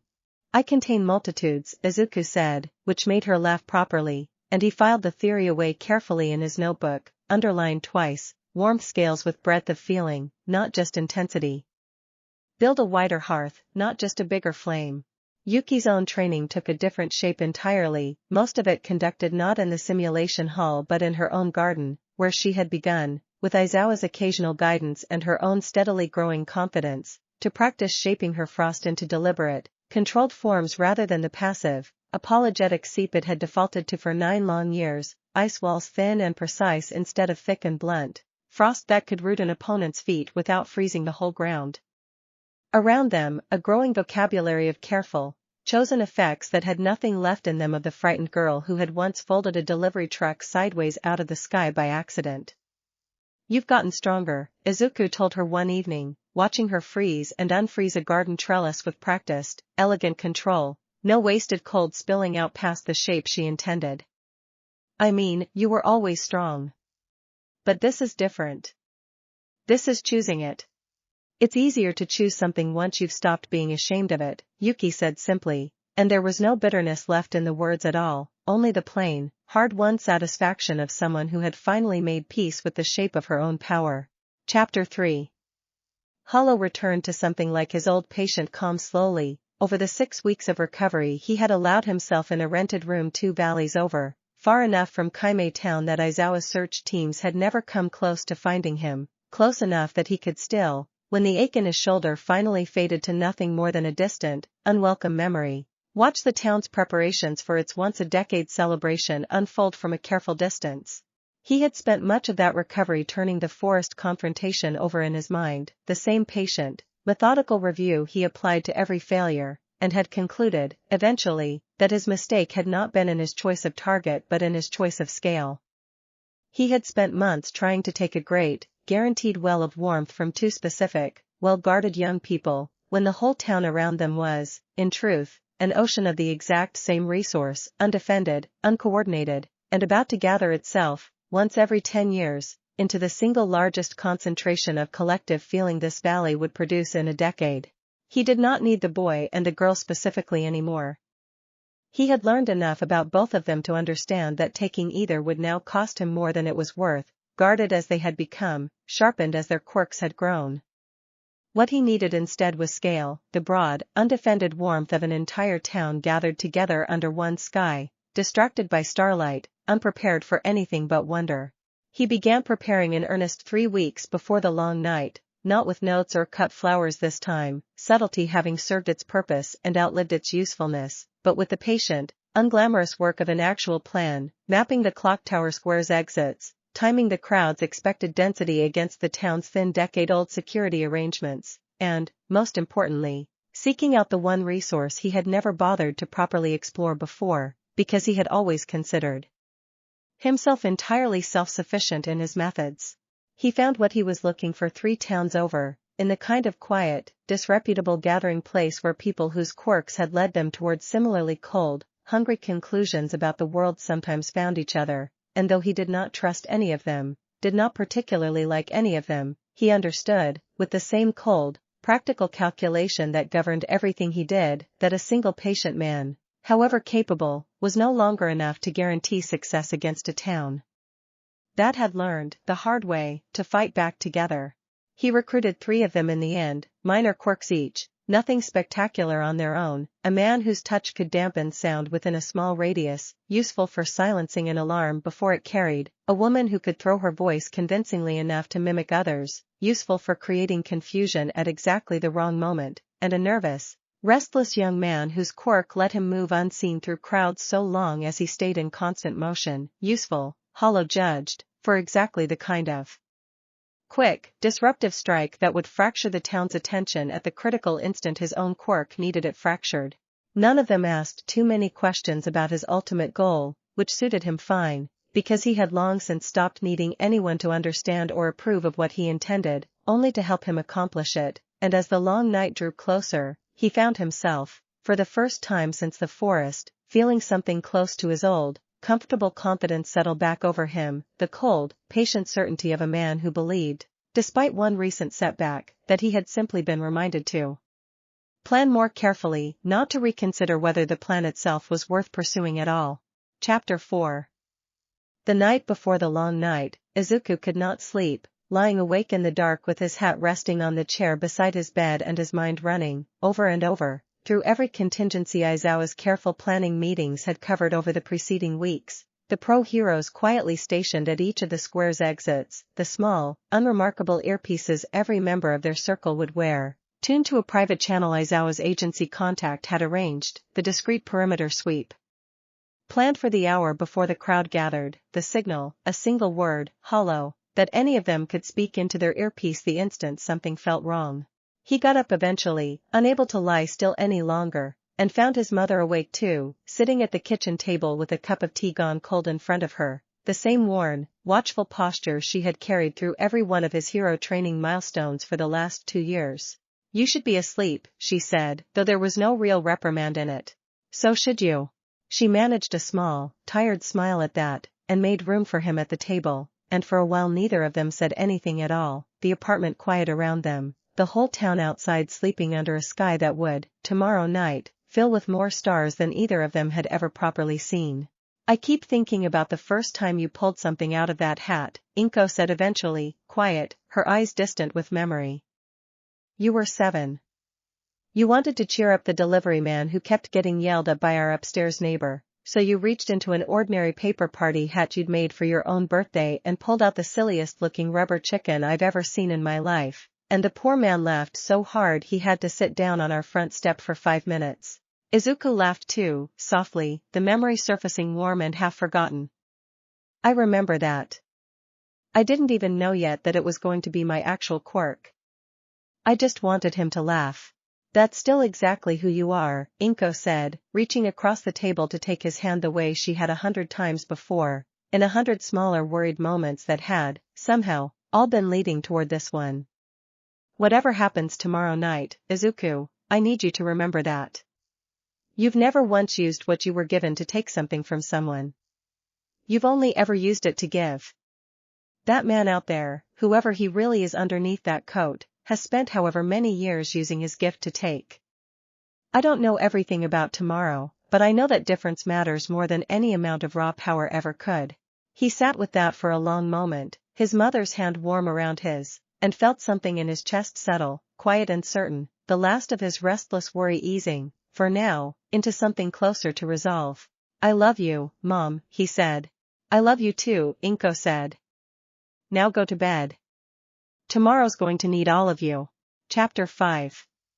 The clock tower square filled that evening beyond anything Izuku had ever seen it hold, families arriving from towns 2 and 3 valleys over, blankets spread thick across every available stretch of cobblestone, the bakery's ovens running at a pace even Mrs. Sato admitted, laughing, she hadn't planned properly for, and above it all, as the last of the sunset burned itself down into true dark, the sky began, slowly, to reveal itself in a way the town only saw once a decade, stars gathering. Thick and close and impossibly bright, a great scattered river of them arching clear from one edge of the valley to the other.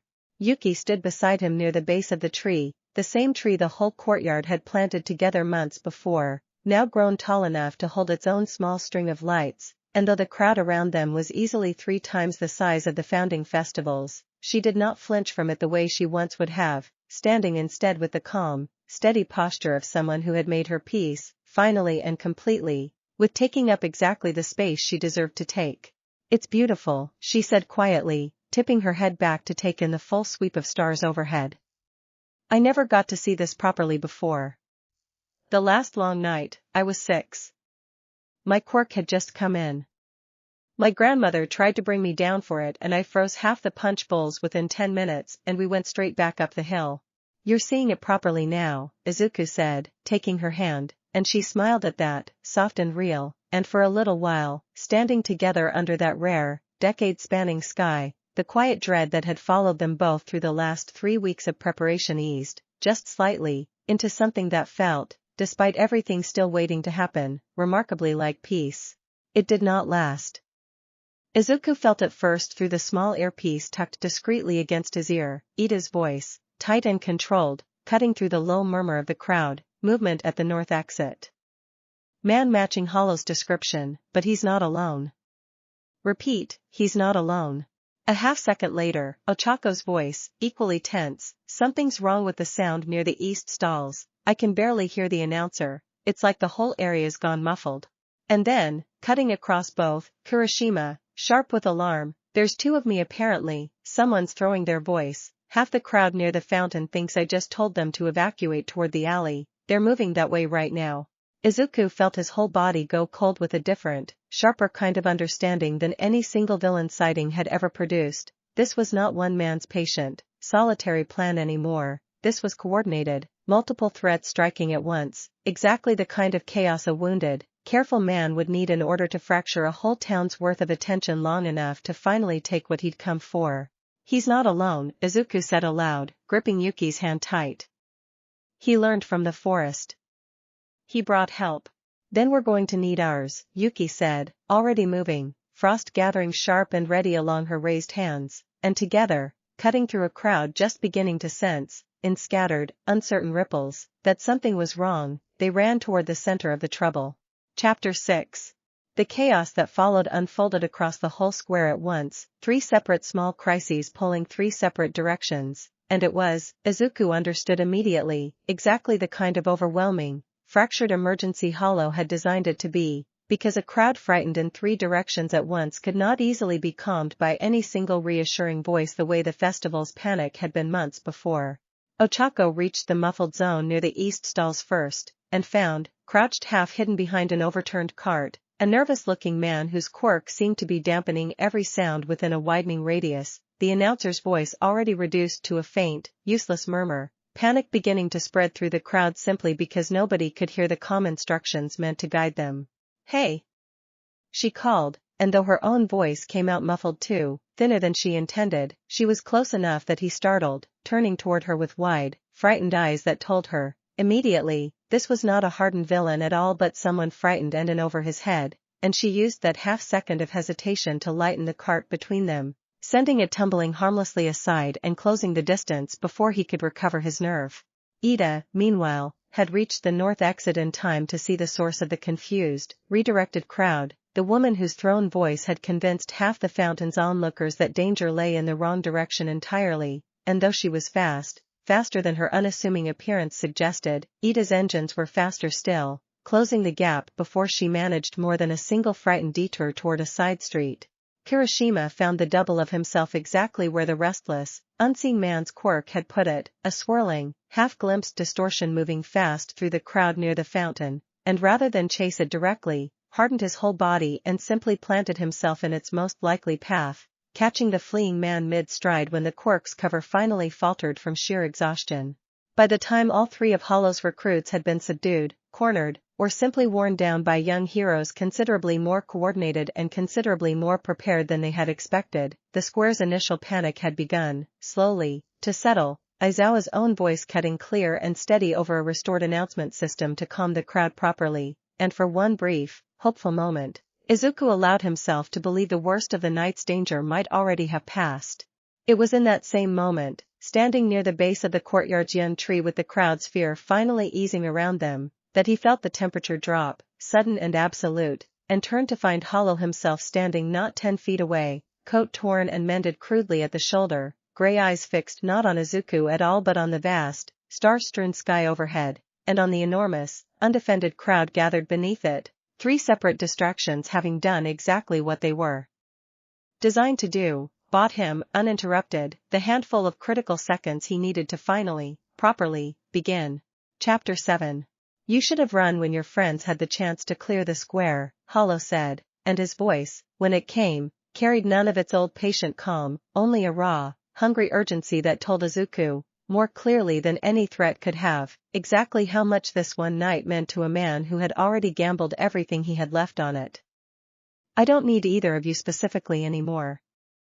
I have an entire valley's worth of warmth gathered under one sky, and every second you waste talking to me is a second closer to taking it." He raised both hands, and the cold that answered was unlike anything Izuku had felt from him before, not a focused strike aimed at a single target but a slow, spreading pressure that seemed to reach outward toward the whole crowd at once, 1,000 small points of warmth, laughter, wonder, the particular hush of a whole town looking up together at a rare and beautiful sky, beginning, all together, to dim.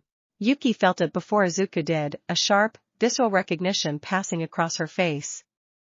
"That's what my quirk feels like when it's at its worst," she said, horrified.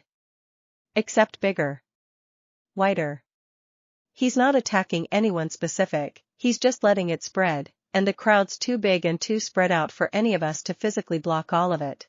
"Then we don't block it," Izuku said, understanding arriving in the same fast, clear rush that had once let him spot a falling piece of glass and a fleeing man as two ends of the same threat. "We answer it. The same way I did in the forest, except bigger. Wider. Izuku, that took everything you had for one man in an alley. This is an entire square." "Then I need more than I had in the alley," he said, and thought, in that single urgent heartbeat, of everything his weeks of training with Aizawa had been quietly building toward, not one flame but a whole hearth, not a single fierce feeling but the accumulated, braided warmth of an entire life worth protecting, and reached, not just into his own chest for the fear and love that had always fueled his quirk before, but outward, toward the whole gathered crowd around him, toward every small, real thing this one square represented. He raised the cane high, and called out, loud enough to carry over the spreading, creeping cold, not a command but an invitation. Everyone, look up. Whatever you love about tonight, whoever you're standing here with, hold on to that, as hard as you can, right now. It should not have worked, by any sensible measure, a single boy shouting an unlikely instruction into a frightened, confused crowd, but something in his voice, raw and certain and entirely without performance, cut through the settling fear in a way calm reassurance alone might not have managed, and here and there across the square, parents pulled children closer, old friends gripped each other's hands tighter, and Mrs. Sato, standing near her bakery stall with flour still on her apron, simply closed her eyes and thought, fiercely, of every single person she loved in that square, and the small, scattered acts of deliberate feeling rippled outward, gathering, however faintly, into something Izuku's cane could finally, properly, draw upon. Chapter 8. The warmth that answered this time did not come from Izuku alone, and he felt the difference immediately, a vast, gathering weight of feeling flowing into the cane from 100 directions at once, not one flame but an entire valley's worth of scattered small ones, gathering, braiding, building towards something far larger than anything he had ever called on before, and when he finally released it, sweeping the cane in a wide, deliberate arc, the wave of golden warmth that rolled outward filled the whole square at once, pressing back hard against Hollow, spreading cold from every direction rather than a single point. Hollow staggered, both hands flying up, his careful, hungry concentration shattering under the force of something he had clearly never once accounted for in any of his patient calculations, a whole town's warmth answering him back at once instead of the single guarded target he had learned to plan around. "This isn't possible," he said, backing away, his composed fury cracking now into something closer to real fear. "A single feeling, I understand, I've always understood, but this, an entire crowd, choosing it, deliberately, all at once. That's the part you never understood," Yuki said, stepping forward beside Izuku, both hands raised, her own eyes gathering sharp and precise, not to attack the crowd's warmth the way his had but to shape a wide, careful barrier between Hollow and the retreating families nearest him, containing him rather than harming the crowd around him. "You've spent your whole plan treating warmth like something fragile, something that has to be hoarded and guarded because it can always be taken away. But it doesn't work like that when a whole town decides to share it instead of protecting it alone. It gets bigger, not smaller. It gets harder to take, not easier." "You don't know anything about what you're talking about," Hollow snarled, and for the first time, something in his flat gray eyes cracked open into raw, unguarded grief, old and deep and clearly, achingly real. "I know exactly how fragile it is.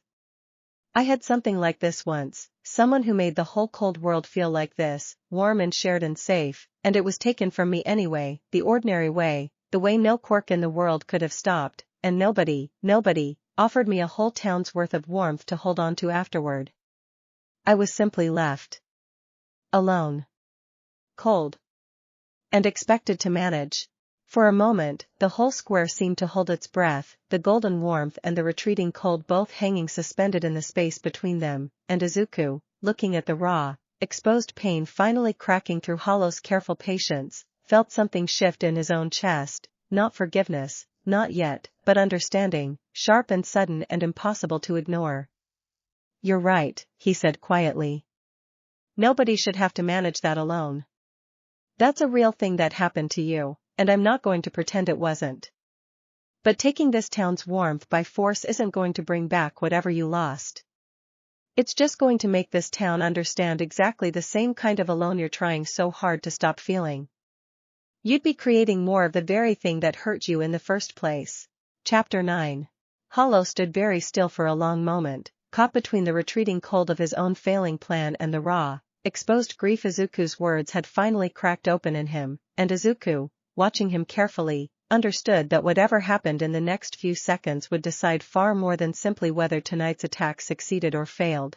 "It's too late for that," Hollow said finally, though his voice had lost its earlier hungry certainty, gone instead rough and uncertain in a way that made him sound, for the first time since Izuku had ever encountered him, less like a calculating villain and more like a man who had spent so long being cold he had genuinely forgotten there was any other way to be. "It's not too late," Yuki said, stepping closer, her ice lowering slightly, not vanishing but easing, an offer rather than a threat. "I spent 9 years believing the same thing about myself. That whatever I'd lost, whatever my quirk had cost me, meant I didn't get to be warm anymore, didn't get to be part of anything, because the risk of losing it again was too much to survive twice. I was wrong. It took an entire town finally asking me properly instead of assuming the answer for me, but I was wrong. You don't understand what I've done, Hollow said, and something in his voice cracked properly now, old grief finally spilling out past whatever cold, careful control had held it in check for years. How many people I've quietly, patiently taken small pieces of warmth from, over years, just to keep functioning at all. I'm not owed a second chance the way you were. Maybe not owed one, Izuku said, gently, lowering his own cane slightly, the warmth still glowing steady but no longer pressing forward, offered now instead of thrown. But that's not really how second chances work, is it? Nobody's owed them. They're just sometimes given anyway, by people who've decided the alternative, letting someone stay frozen in exactly the worst moment of their life forever, is worse than the risk of extending some grace instead. For a long, suspended moment, nobody moved, the whole square hanging silent and still around the three of them, a decade's rare stars still burning bright and close overhead, and then Hollow, slowly, shakily, let his raised hands fall, the last of his gathered cold dissipating into the ordinary night air, and sank, all at once, to his knees on the cold cobblestones, not in surrender exactly, but in the particular, total collapse of a man who had been holding himself together through sheer patient will for far longer than any person reasonably should, and had, at last, simply run out of the strength to keep doing it alone. Aizawa reached them moments later, Quirk already active, the familiar dampening effect settling over the whole scene with quiet, professional efficiency, and looked down at the broken, kneeling man with an expression that held, alongside its usual flat assessment, something that might, in a different light, have passed for a careful, measured kind of pity. We'll get him help, Aizawa said quietly, to both of them, once the immediate danger had passed and the square around them had begun, slowly, to breathe out. Proper help. Whatever justice requires, but proper help too. That's not weakness. That's just what a decent system is supposed to do with someone who's clearly been carrying something broken for a very long time. Chapter 10.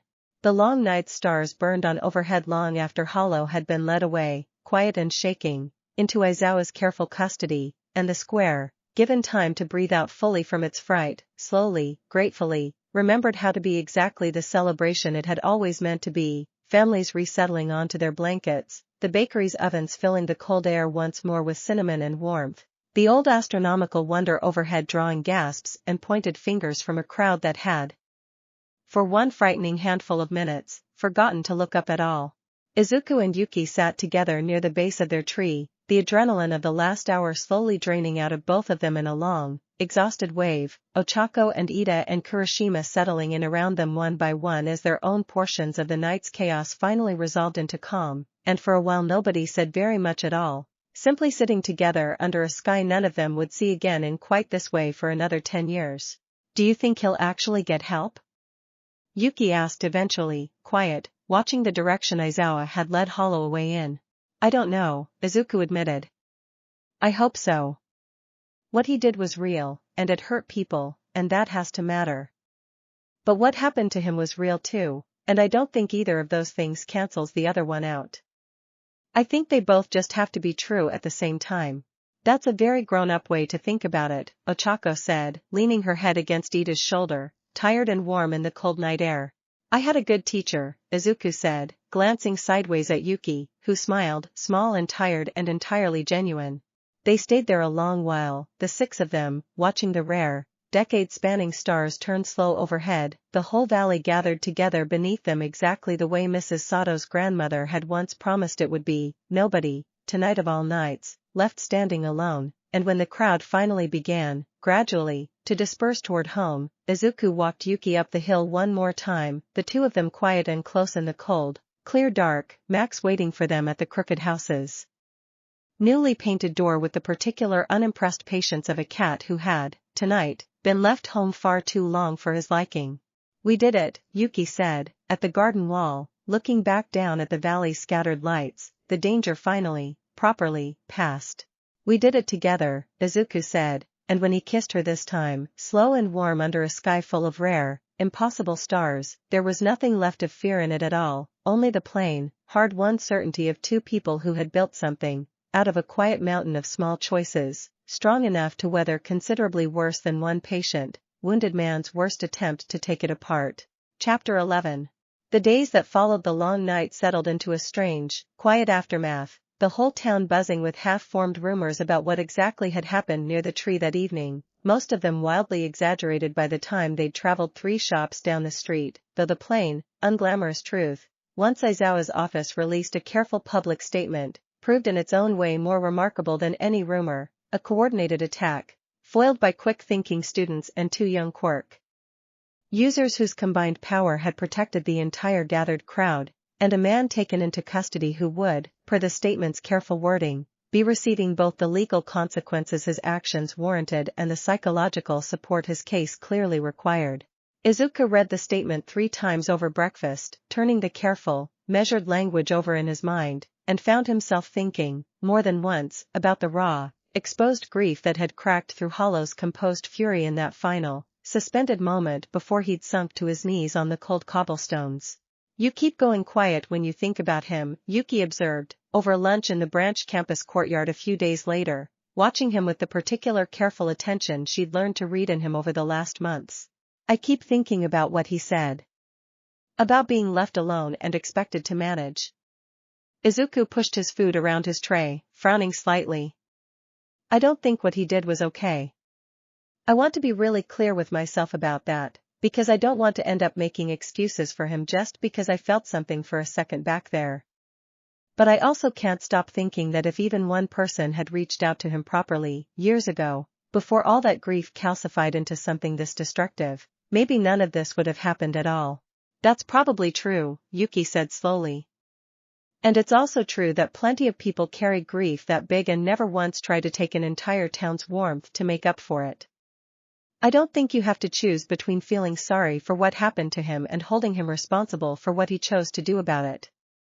Both things fit in the same person." "I think you actually said something almost exactly like that, the night it happened." "I did," he admitted, managing a small, rueful smile. "I suppose I should probably listen to my own advice more often."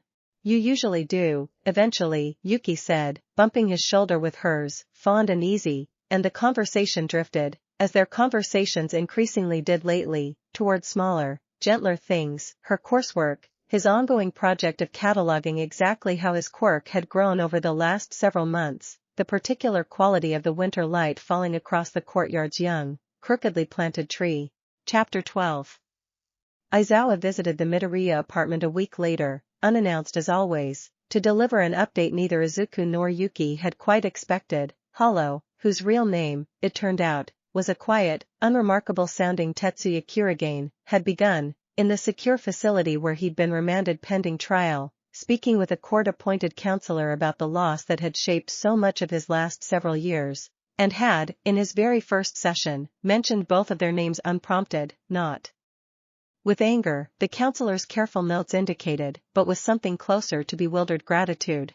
"He's not going to walk away from what he did," Aizawa said, settling into a kitchen chair with the tired, matter-of-fact bluntness that made him easy, in his own way, to trust. "There will be consequences, real ones, and they should be real, given how many people he put at risk. But the counselor's initial assessment suggests there's an actual person underneath all that careful patience worth trying to reach, which is more than can be said for a lot of the people I've had to bring in over the years. Do you think it'll help?" Yuki asked. "The counseling. Whatever comes next. I don't know," Aizawa said honestly. "I've seen it work. I've seen it fail. What I do know is that giving up on the possibility entirely, deciding someone's simply beyond reaching the moment they've done something terrible, tends to guarantee the failure rather than prevent it. Whether he uses the chance well is entirely up to him. But the chance itself is worth extending. That's not softness. That's just good practice." Izuku found himself thinking, long after Aizawa had gone, about the particular strange shape of an ending that was not really an ending at all, no clean, decisive final battle with a villain vanquished forever, only a wounded, grieving man beginning, slowly, uncertainly, the long work of becoming someone different than he'd let himself become, and understood, turning the thought over carefully, that this messier, more human resolution was, in its own way, a truer kind of victory than any simple defeat could have offered, because it left room, however slim, for something to actually change. He mentioned as much to his mother that evening, and she listened, as she always did, all the way through before answering, her hands wrapped around her own cup of tea. "You've always understood that about people, even when you were small," she said. "That fixing something properly usually takes longer and looks messier than just defeating it outright. I used to worry that made you soft, that the world would take advantage of a heart that generous. I don't worry about that anymore. I think it's exactly what makes you strong enough to keep doing this kind of work without it hollowing you out the way it clearly hollowed him out." Chapter 13. Winter deepened over Kaimei town in the weeks that followed, the crooked house on the hill settling further into its new, well-tended shape, the shopping street's lights staying strung a little longer than usual this year, as though nobody quite wanted to take down the evidence of a celebration that had, in the end, survived its own worst night and come out the other side intact. Yuki's trial month at the branch campus quietly, without much formal announcement, simply became permanent, Principal Nizu signing off on her full enrollment with the same brisk, cheerful efficiency he brought to most administrative matters, and by the time the first proper snowfall of the season blanketed the courtyard's crooked, hard-fought tree, she had settled into the rhythms of an ordinary student's life so completely that new transfer students, arriving that same winter, had no idea at all that the quiet, sharp, occasionally dry girl helping them find their classrooms had once been the subject of 9 years of careful, sad town gossip. "It's strange," she told Izuku one evening, walking home through fresh snow, that neither of them, for once, needed to worry about turning suddenly, unnaturally cold. "I spent so long being the story everyone told about the girl on the hill. Now I'm just a person who happens to live on a hill. Nobody tells stories about that. It's wonderfully boring." "Boring's good," Izuku said, smiling. "Boring means safe. I think we've both earned a little boring." "Speak for yourself," she said, laughing, bumping her shoulder against his. "Your Quirk apparently learned to draw warmth from an entire valley's worth of feeling at once. That's not exactly a boring superpower to be walking around with. That was a one-time thing." "Probably. I hope. You say that like you're not already filling an entire notebook trying to work out how to do it again on purpose." He laughed, because she was, of course, entirely right. 3 fresh pages of diagrams already crowding the back of his current notebook, careful theories about breadth versus intensity, about drawing warmth not just from his own feeling but from a whole community's willingness to share it, a whole new frontier of his Quirk's potential that he suspected, turning the ideas over during quiet evenings at the kitchen table. He would spend the rest of his hero career slowly, carefully mapping. They walked the rest of the way up the hill in comfortable, unhurried quiet, snow falling soft and steady around them, and at the crooked house's newly painted door, Max waiting inside with his usual unimpressed patience, Yuki turned to him with an expression that had, over the last months, become entirely familiar and entirely precious, warm and certain and utterly without the old careful guardedness that had once kept half the world at arm's length. "Come in and get warm before you walk back down," she said. "I'll make tea. Actual tea, not the sad, resigned kind I used to drink alone." "I'd like that," Izuku said, and followed her inside, out of the falling snow, into a house that had, over one long, strange, difficult season, finally, properly, learned how to be a home again. Behind them, the door swung shut against the cold, and the last thing visible from the garden path, had anyone been watching, was the warm, steady glow of firelight through freshly painted curtains, 2 shapes settling comfortably by the hearth, and a cat, finally satisfied that both his people had come in out of the weather, curling contentedly to sleep between them. Down in the valley, the shopping street settled into its own quiet evening rhythm, shutters drawing closed one by one, the bakery's ovens finally cooling after a long day's work, and the whole of Kaimei town, safe now in a way it had not quite managed to be safe in longer than most of its residents could easily remember, drifted, unhurried, into a peaceful, undisturbed night. Chapter 14. Class 1A's final assessment of the term arrived in the last week before winter break, and Aizawa, true to his habit of shaping every exercise around whatever real lesson the term's events had taught his students, structured the culminating exam not as a solo test of individual strength but as a full-scale team exercise, 3 separate simulated crises unfolding at once across the training grounds, forcing every student to coordinate, adapt, and rely on partners they hadn't necessarily trained with before. Izuku and Yuki were, this time, deliberately paired together by Aizawa's clipboard, a decision that drew a few knowing looks from the rest of the class but that neither of them minded in the slightest, and the exercise, when it began, unfolded with a smooth, practiced coordination that surprised even Aizawa's usually unreadable expression into something that might, in the right light, have passed for approval. They moved through the simulated crisis exactly the way they'd learned to move through the real one months before, Yuki's ice shaping careful barriers and controlled openings, Izuku's warmth rolling out steady and precise to cover the gaps her frost couldn't reach, each of them reading the other's next move almost before it happened, a rhythm built not from formal training drills but from months of simply, patiently, learning to trust each other completely.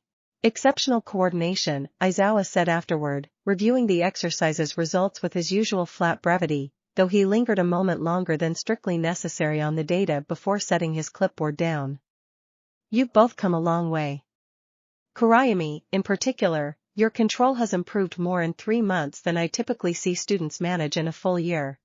I had good reasons to improve quickly, Yuki said, and did not elaborate further, though the small, private smile she exchanged with Izuku afterward said everything the words themselves left out.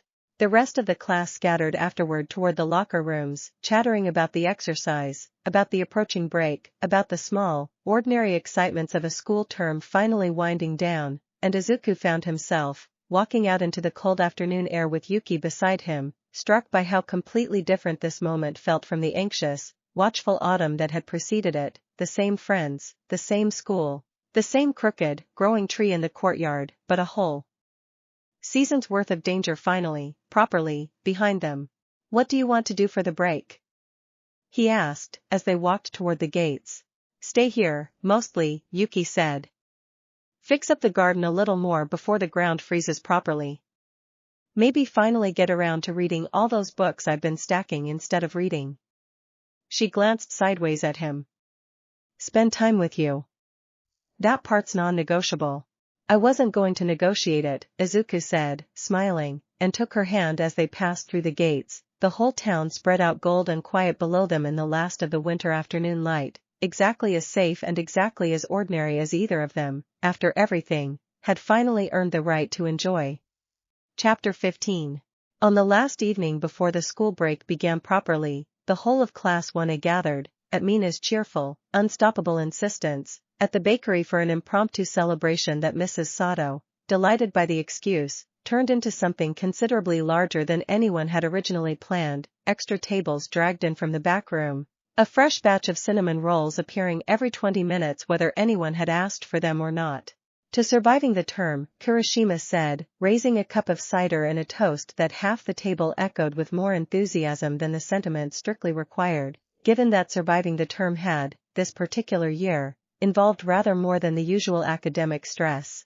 To surviving the term, the table agreed, laughing, and the evening rolled on from there, warm and loud and easy, exactly the kind of ordinary, joyful gathering that Izuku, watching it unfold around him, understood now to be worth more than any single dramatic victory, because it was made of dozens of small, chosen moments rather than one large, desperate one, the accumulated proof of an entire year's worth of friendships built carefully, deliberately, one shared meal and one late-night study session at a time.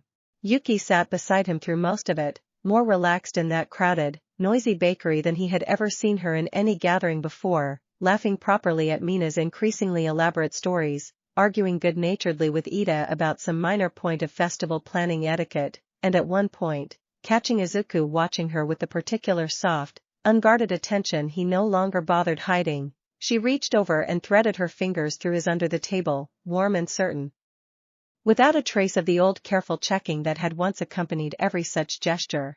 You're staring again, she said, echoing, deliberately, the very first thing she'd ever said to him on that low stone wall at the edge of the pines, and he laughed, recognizing the callback immediately.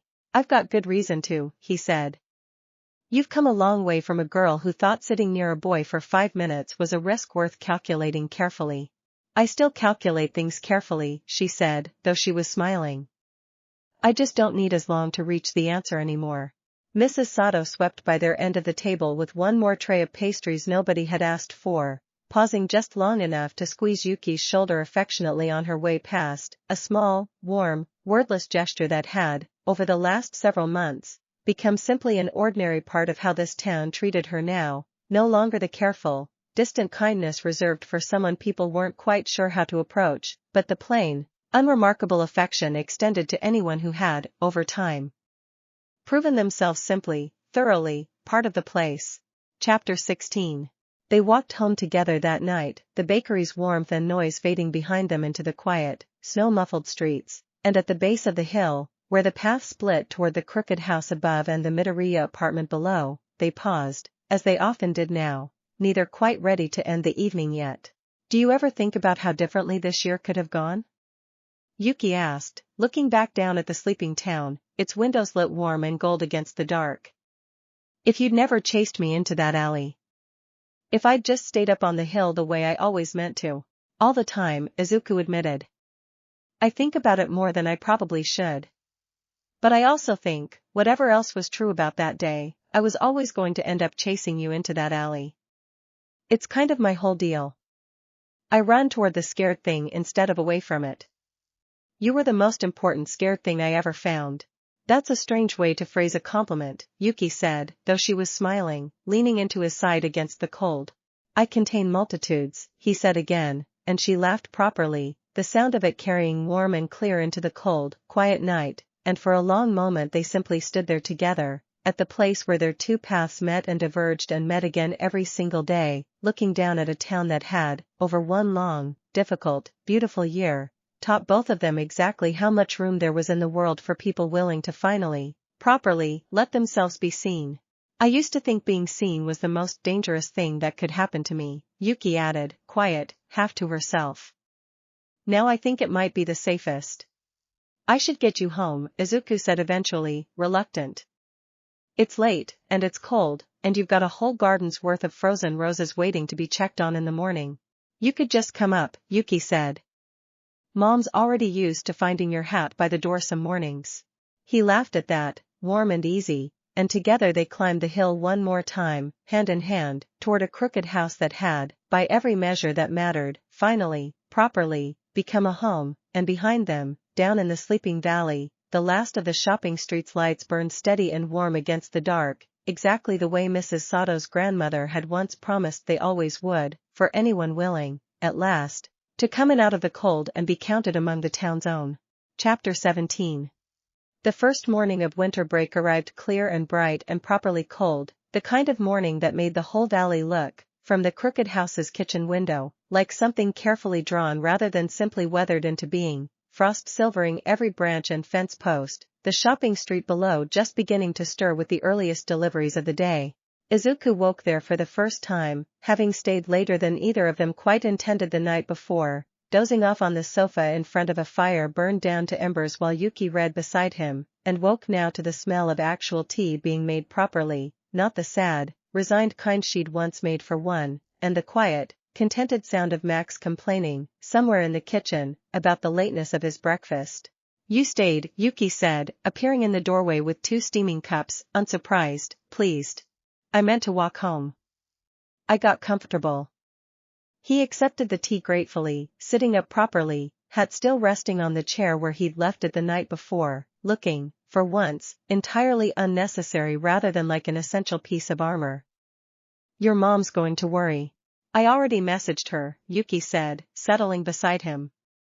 She said, and I'm quoting directly, about time you two figured out sleepovers were allowed to be this innocent. Izuku laughed, nearly spilling his tea, and Yuki laughed too, and for a while they simply sat there together in the pale, clear morning light, watching frost slowly give way to sun along the garden's blue roses outside the window, the whole long, difficult, remarkable year finally, properly, settling into something that felt, at last, like simple, uncomplicated peace. What do you want to do today? He asked eventually. Nothing, Yuki said, decisively, leaning her head against his shoulder.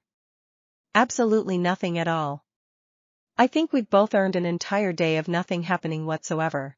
I can work with nothing, Izuku said, and meant it completely, and outside the crooked house's windows, the valley went on waking slowly into an ordinary winter morning, warm chimneys smoking gently against a clear sky, a whole town carrying on exactly the plain, precious business of being alive together, entirely undisturbed, for the first time in longer than either of them could easily remember, by anything more dramatic than the question of what to have for breakfast. Chapter 18. Inko came up the hill herself 2 days later, market bag over one arm as usual, though this particular Tuesday's errand had nothing to do with the market at all, and found Yuki in the garden, kneeling among the blue frost roses despite the cold, tending them with the same careful, patient attention she gave everything that mattered to her. I brought you something, Inko said, producing from her bag a small, battered tin that Yuki recognized immediately, the same tin Mrs. Sato had once carried up this very hill with an apology 9 years overdue. Cinnamon rolls. And also, if you'll have it, an actual invitation this time, properly asked instead of assumed. Izuku's father used to send letters home twice a year from his work overseas, and every single one, without fail, arrived just before the long night. He won't be able to make it back this time either, but I thought, since it's become something of a tradition for the two of us to spend that particular week together regardless, you might like to be part of it properly. Both this year, and going forward, if that's something you'd want. Yuki sat back on her heels, startled, something warm and unguarded moving across her face. You don't have to do that out of obligation. Because of Izuku. I'm not doing it because of Izuku, Inko said, settling onto the garden wall despite the cold, the same low stone wall where Izuku had first properly talked to her all those months before. Though I'll admit that's certainly how it started. I'm doing it because somewhere over the last several months, entirely without my noticing it happen, you stopped being my son's girlfriend I was fond of and became someone I simply want in my life regardless of what happens between the two of you long term. I hope that doesn't sound presumptuous. It doesn't, Yuki said, quiet, and something in her voice caught slightly, 9 years of careful, guarded distance finally, gently, giving way to something she had not let herself want in a very long time. It sounds like exactly what I didn't know I was missing. They sat together a while longer in the cold, clear afternoon, sharing the tin of cinnamon rolls between them, Max winding contentedly around both their ankles, and when Inko finally rose to make her way back down the hill, she paused at the garden gate to look back at the crooked house, brighter now, warmer now, than it had been in longer than the whole town could easily remember. Come down for dinner Sunday, she said. Both of you. I'm making the recipe Izuku's father always requested first, whenever he came home. It seems like exactly the right week for it. We'll be there, Yuki said, and watched her go, the small, unremarkable figure making her way carefully down the frost-silvered path, and felt, standing alone in her garden a moment longer before returning to her roses, the plain, quiet certainty that whatever else this long, strange, remarkable year had cost her, it had given her back, in careful, deliberate measure, considerably more than she had ever let herself hope to receive. She finished the rest of her afternoon's work slowly, unhurried, the cold, clear light sliding gradually toward evening, and when she finally went inside to warm herself by the fire, Max already curled waiting on the hearth rug, she found herself thinking, not for the first time that season, that the crooked house on the hill no longer felt crooked at all, only exactly, precisely, as it was always meant to be, full, and warm, and finally, after 9 long years, entirely, unmistakably lived in.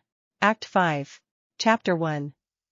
Spring came to Kaimei Town the way it always did, gradual and green and entirely unhurried, the quiet hills shedding their winter white a little at a time until the pines stood dark and glossy against slopes gone soft with new grass, and in the crooked house's garden, the blue frost roses that bloomed only in cold weather finally, dutifully, gave way to a stubborn, cheerful crop of ordinary ones, planted the previous autumn at Izuku's gentle insistence that Yuki's garden deserved a little color. That didn't depend entirely on winter to survive.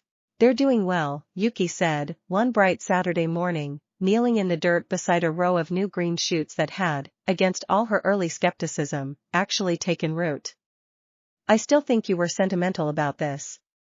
Roses that only bloom when it's warm feel like a strange thing for me to be tending.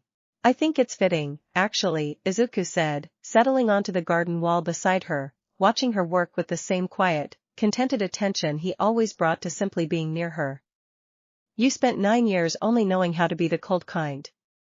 Seems right that you'd learn, eventually, that you can hold both kinds at once.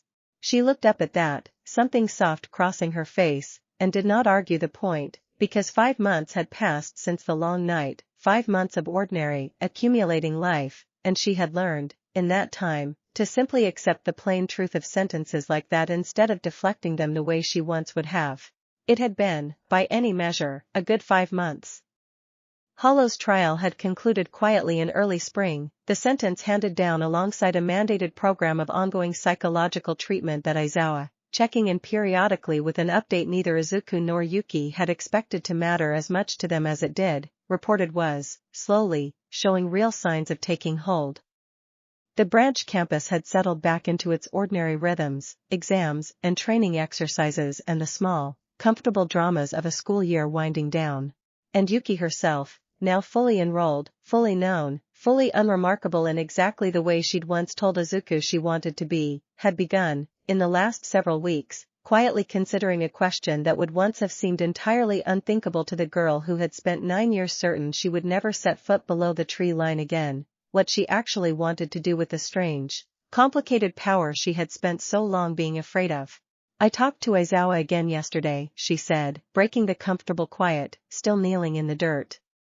About the hero course properly. Not just the general branch campus track. The actual combat and rescue certification.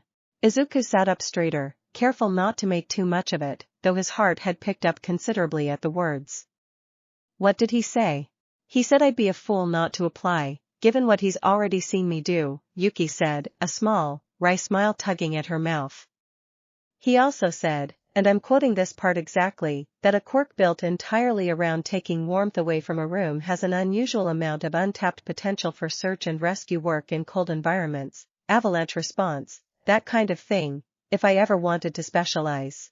That's incredible, Izuku said, and meant it so plainly that Yuki laughed, ducking her head slightly, still not entirely used to being looked at with quite that much open, uncomplicated pride. I haven't decided anything yet, she said. It's a big step.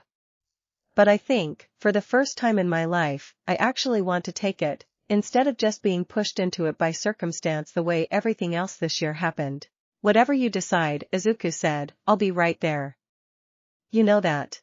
I do know that, Yuki said, and reached up to pull him down beside her in the dirt, entirely unbothered by the mess it made of his trousers, and for a while they simply knelt there together in the new spring garden, tending small green things that had, against every early doubt, decided to grow. Max wandered over eventually to inspect their progress with his usual air of profound feline authority, sniffing disdainfully at a patch of freshly turned soil before settling, with evident satisfaction, directly across Izuku's lap, and Yuki, watching the cat claim her boyfriend as a piece of furniture with characteristic entitlement, laughed properly, the sound of it carrying warm and easy across the small, sunlit garden. He's decided you're acceptable, she said. That took him almost a full year, for what it's worth. You should feel honored. I am deeply honored, Izuku said, entirely sincere, scratching behind Max's ears with the careful reverence of a man who understood exactly how hard won this particular approval had been, and the morning rolled on from there, unhurried and warm, exactly the kind of small, precious ordinariness that neither of them, after everything the past year had asked of them, ever intended to take for granted again. Chapter 2. The letter arrived on an ordinary Tuesday in late spring, forwarded through Aizawa's office with a short, official cover note explaining that the sender had requested, and been granted, permission to correspond with both of them as part of his ongoing treatment program, and Izuku recognized the careful, precise handwriting immediately, even before he'd read the first line, because he had spent enough hours the previous autumn studying every detail he could learn about the man in the gray coat to recognize his hand anywhere. He read it alone first, at the kitchen table, his mother nearby pretending to busy herself with dishes while clearly listening for any sign of how he was taking it, and found, working through the careful, formal sentences, that Tetsuya Kurigane, no longer permitted the anonymity of a stolen villain name, had written not to justify anything, not to ask for anything, but simply, plainly, to say what his counselor had apparently spent months helping him find the words for. I am not asking you to forgive what I did, the letter read, in its careful, upright hand. I understand that forgiveness, if it ever comes, is not something I am owed, only something that might, eventually, be offered, and I have no right to expect it. What I wanted to say, and what it has taken me longer than I am proud of to be able to say honestly, is that the night you stopped me from taking that warmth by force was also, strangely, the night I began, for the first time in longer than I can properly account for, to remember that I once knew how to want something other than taking. I do not know yet what I will do with that. But I wanted you both to know it happened, because I do not think it would have happened at all if either of you had simply defeated me instead of speaking to me the way you did. Izuku sat with the letter for a long while after finishing it, turning it over in his hands, and found himself thinking, not for the first time, about the particular strange shape of an ending that refused to be simple, a villain who remained, in every real sense, responsible for what he'd done, and also, somehow, a person capable of writing a sentence that honest, that unguarded, that entirely without the cold, patient calculation that had once defined every word he spoke. He showed the letter to Yuki that evening, and watched her read it twice through, slow and careful, before setting it down with an expression he recognized, the particular stillness she wore when something had reached past her usual guarded analysis and touched something more difficult to name. "Do you think he means it?" she asked. "I think meaning it and having earned the right to say it are two different things," Izuku said carefully. "I think he probably does mean it. I also think it's going to take him a lot longer than one letter to actually prove it, to himself as much as to anyone else. But I don't think that means the letter isn't worth something. I think it's worth exactly what Aizawa said about second chances back on that night. Not owed. Just sometimes given anyway." Yuki was quiet for a while, looking out the kitchen window toward the hill, and when she finally spoke again, her voice was steady, thoughtful, entirely her own. "I want to write back," she said. "Not to forgive him, not yet, maybe not ever, that's not something I owe him either. But I think I want him to know that the town he tried to take warmth from is still standing, still whole, still exactly as warm as it ever was despite everything.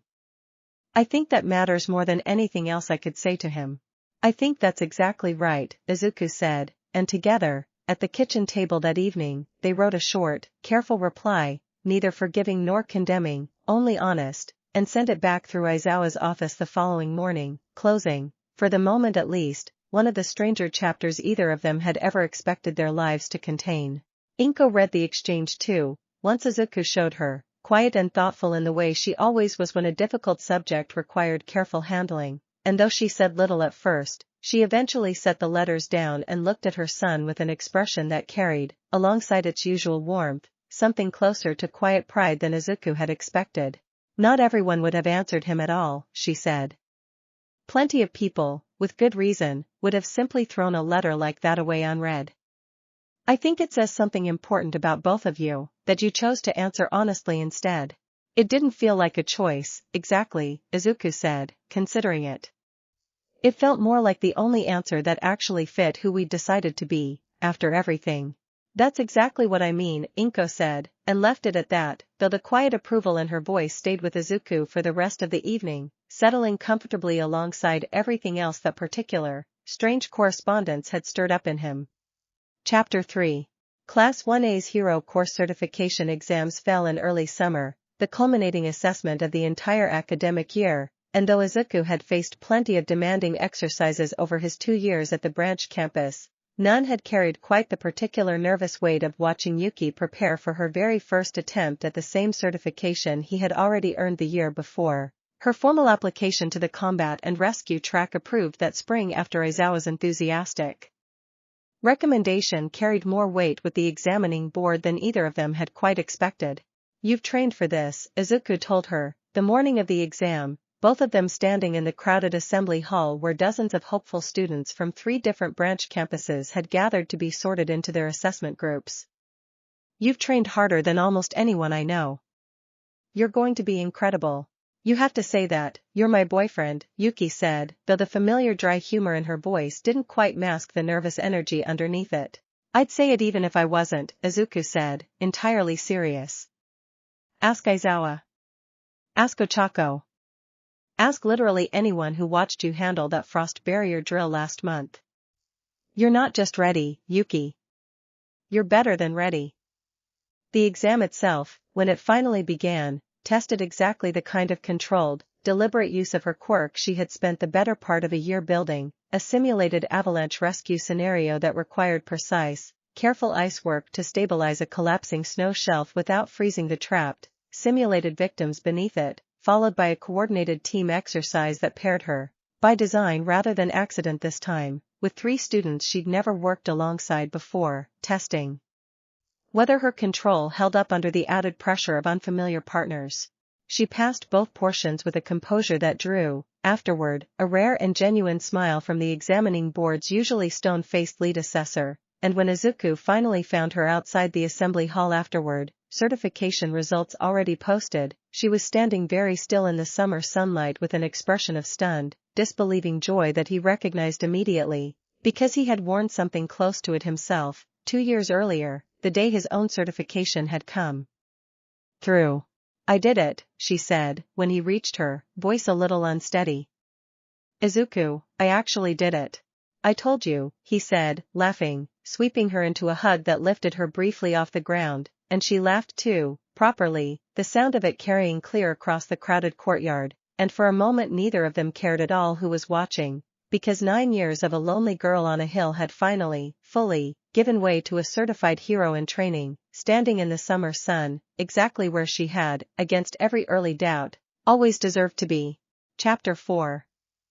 The certification results brought with them a small flood of congratulations that Yuki, even now, still occasionally found herself faintly overwhelmed by, Mrs. Sato insisting on an entire fresh batch of celebratory pastries the moment word reached the shopping street, Ochako organizing an impromptu gathering at the bakery that somehow, by the time evening arrived, had grown to include most of Class 1A and several of their families besides.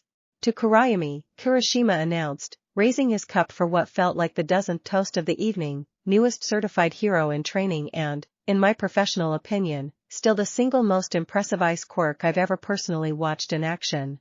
Here, Ochako agreed, and the table echoed it warmly, and Yuki, sitting in the middle of that crowded, cheerful bakery with cinnamon still thick in the air and Izuku's hand warm in hers under the table, found herself thinking, not for the first time that year, about the particular strange, wonderful distance she had traveled from a girl who had once sat alone on a hillside watching this exact kind of gathering from a careful, safe remove, certain she would never be part of it.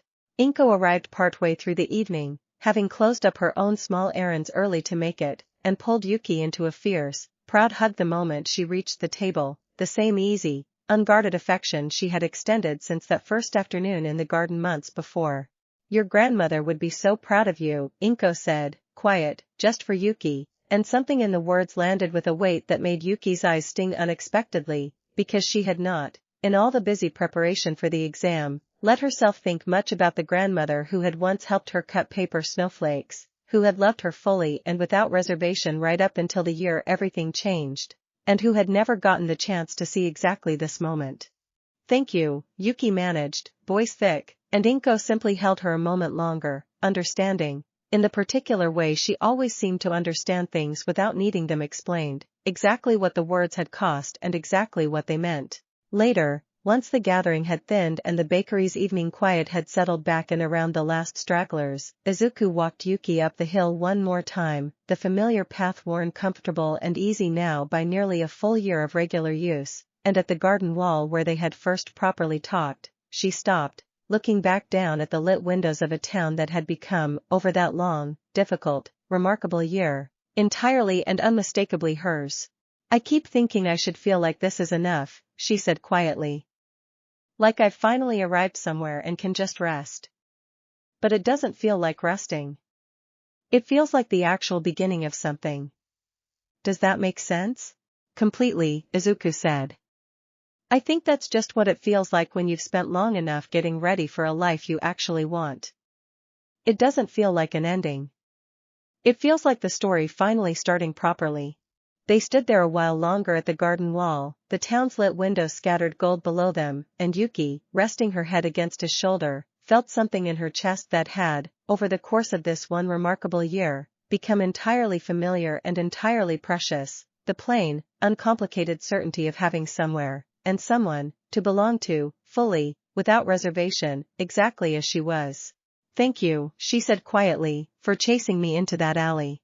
Following, Izuku said, smiling. Politely. Following, she allowed, laughing, and they made their way back down the hill together, the whole quiet, star-scattered night settling comfortably around them, exactly the kind of ordinary, precious evening that neither of them, after everything, would ever again take for granted. Chapter 5. Summer settled fully over Kaimei town in the weeks that followed, the shopping street's awnings rolled out against the heat, the branch campus quiet with its long break, and Izuku found himself, for the first time in nearly 2 years, with genuinely unstructured time on his hands, no looming villain investigation, no urgent training regimen, only the plain, pleasant business of an ordinary summer spent largely in the company of the people he loved most.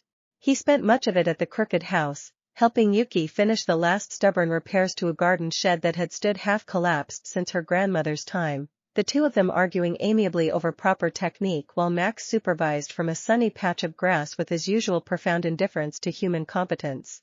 "You're holding that hammer wrong," Yuki informed him, not for the first time, watching him bend yet another nail at an unfortunate angle.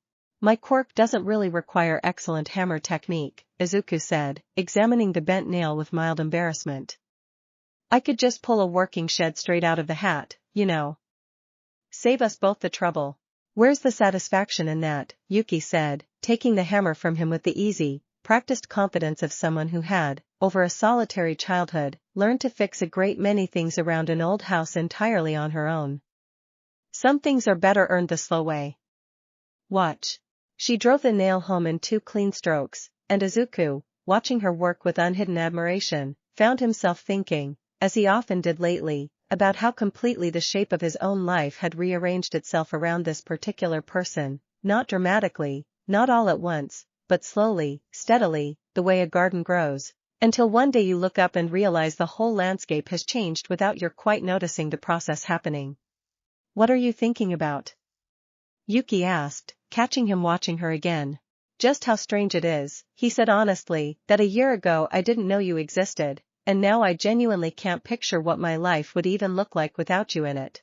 Yuki set the hammer down, something soft and a little overwhelmed crossing her face, and crossed the small distance between them to kiss him, slow and warm in the golden summer light, and for a while the half-repaired shed sat forgotten, its remaining work postponed in favor of considerably more important business. "I feel exactly the same way," she said eventually, resting her forehead against his. "Which is terrifying, honestly, given how thoroughly I spent 9 years convincing myself I didn't need anyone at all." "Good thing you were wrong," Izuku said, and she laughed, and together they went back to the shed, no closer to finishing it properly by the day's end than when they'd started, and neither of them minded that in the slightest. Chapter 6.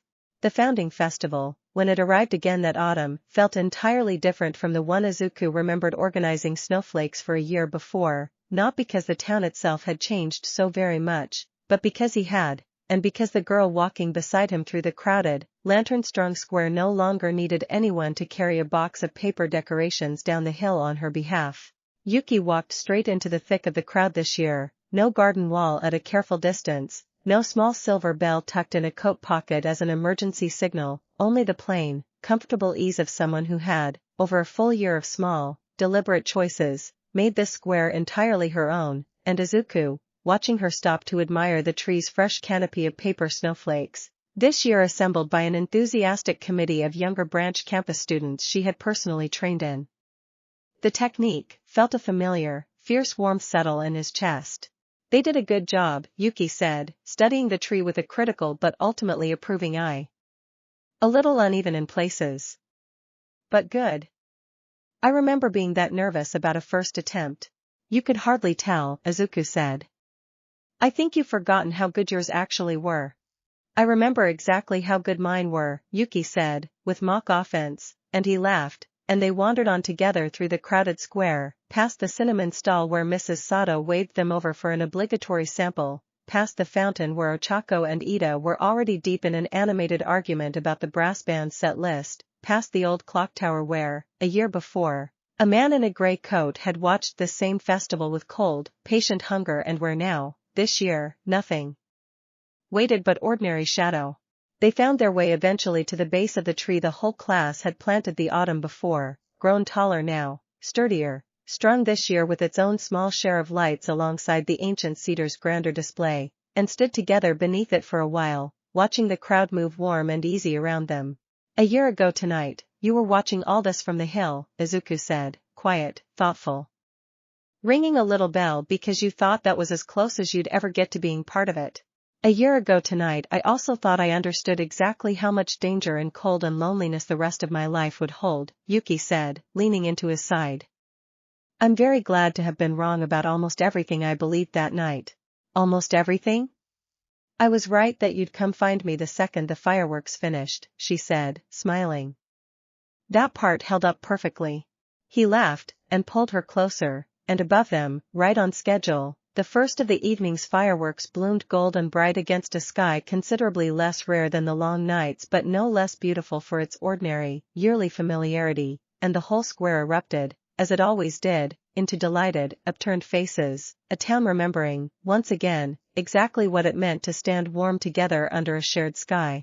Chapter 7. They walked up the hill together after the fireworks finished, exactly the way Yuki had once told him she thought might happen, hand in hand under a sky slowly clearing of festival smoke back into ordinary autumn stars, and at the crooked house's garden wall, the same spot where nearly everything important between them had first begun, Izuku stopped, something in his chest suddenly, unexpectedly nervous in a way it hadn't been in longer than he could easily remember. I want to give you something, he said, and reached, with the old familiar ceremony, into the brim of his hat, which he had, at his mother's gentle insistence, actually worn to the festival this year for old time's sake, and drew out, with careful, deliberate slowness, a small wooden box that had not, strictly speaking, existed inside the hat a moment before, conjured fresh from whatever quiet, generous part of his Quirk still lived there, waiting to be asked for exactly the right thing. Yuki went very still, watching him open it, and found inside, resting on a bed of soft cloth, two small, matching rings, each set with a tiny, carefully worked chip of frosted glass that caught the lantern light in a way that looked, unmistakably, like a single perfect snowflake. It's not a proposal, Izuku said quickly, a little flustered, watching her expression carefully. I mean, not that kind. We're still young, there's still so much ahead of us, I'm not trying to rush anything. I just wanted us to have something. A promise, maybe. That whatever comes next, whatever paths our hero work takes us down, however far apart our missions might sometimes pull us, we're choosing each other, on purpose, the same way we chose each other in that alley, and in the forest, and on that long night. I wanted it to be something we could both carry, even on the days we can't be standing right next to each other. Yuki lifted one of the rings carefully from its bed of cloth, turning it in the lantern light, and when she looked up at him again, her eyes were bright with unshed tears, though her smile, when it came, was steady and entirely certain. I'd like that very much, she said, quiet, and held out her hand, and Izuku slid the ring onto her finger with careful, reverent attention, and she did the same for him a moment later, the two small snowflake chips catching the light together, and for a long moment neither of them said anything else at all, simply standing there at the garden wall in the cool autumn evening, two promises made quietly, without fanfare, exactly the way the truest ones so often are. Whatever comes next, Yuki said finally, echoing his own words back to him, we choose this. On purpose. Every time. Every time, Izuku agreed, and kissed her, soft and warm and unhurried, under a sky finally clear again of festival smoke, full of the same ordinary, faithful stars that had watched over this hill, this garden, and this crooked, well-loved house through every single season of the long, remarkable year that had brought them both here. Chapter 8. Inko heard the news the following morning, over breakfast, delivered by a son who could not quite keep the wide, unguarded grin off his face long enough to explain properly, and though she made him tell the whole story twice through before she fully believed the shape of what he was saying, once she did, she set down her teacup, crossed the small kitchen, and pulled him into a hug fierce enough to nearly knock the both of them off balance. I'm so happy for you, she said, and there were tears in her own eyes now, quick and unashamed. Both of you. I've watched you grow into exactly the kind of person capable of choosing someone that thoughtfully, Izuku, and I could not be prouder of the man you've become.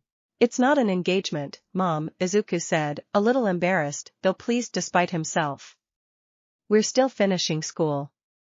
We've got years of hero work ahead of us before anything like that makes sense. It's just a promise. Something to hold on to. I know exactly what it is, Inko said, wiping her eyes and laughing at herself for the tears.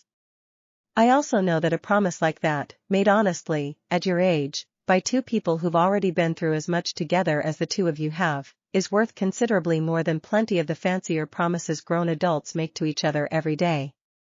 Don't undersell it just because you're being sensible about the timeline.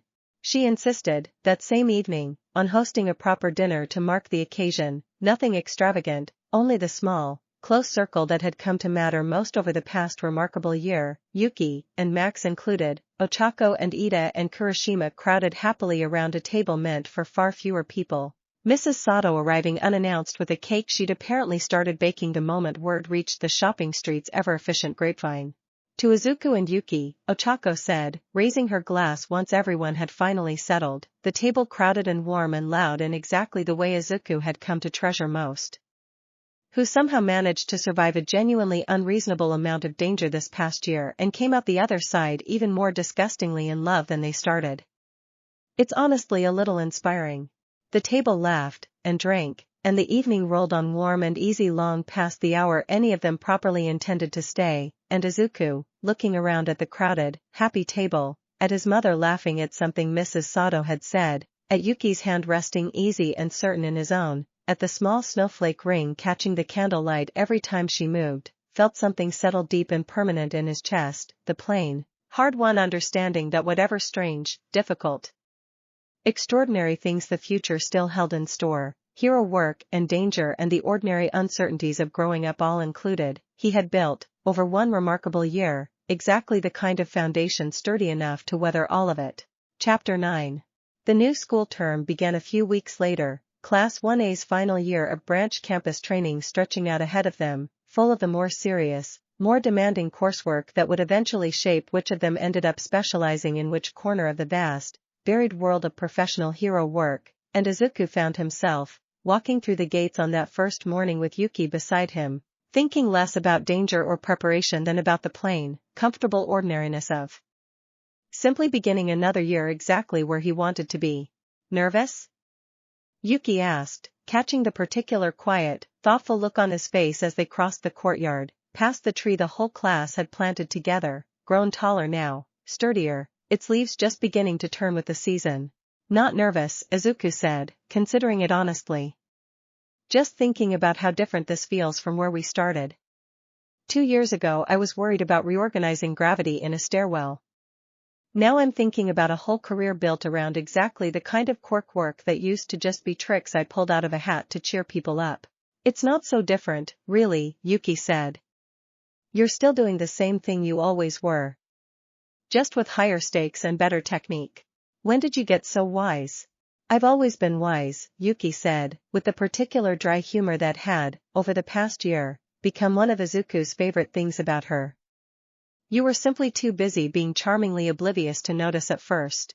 He laughed, and they made their way together toward homeroom, past Ochako and Ida already deep in conversation about the term's course schedule, past Kurashima enthusiastically recruiting volunteers for some new club he'd apparently decided to start, and settled into their seats, side by side now as a matter of course rather than happy accident. The desk beside Izuku's that had once sat empty for 2 full weeks at the start of everything now simply, permanently, hers.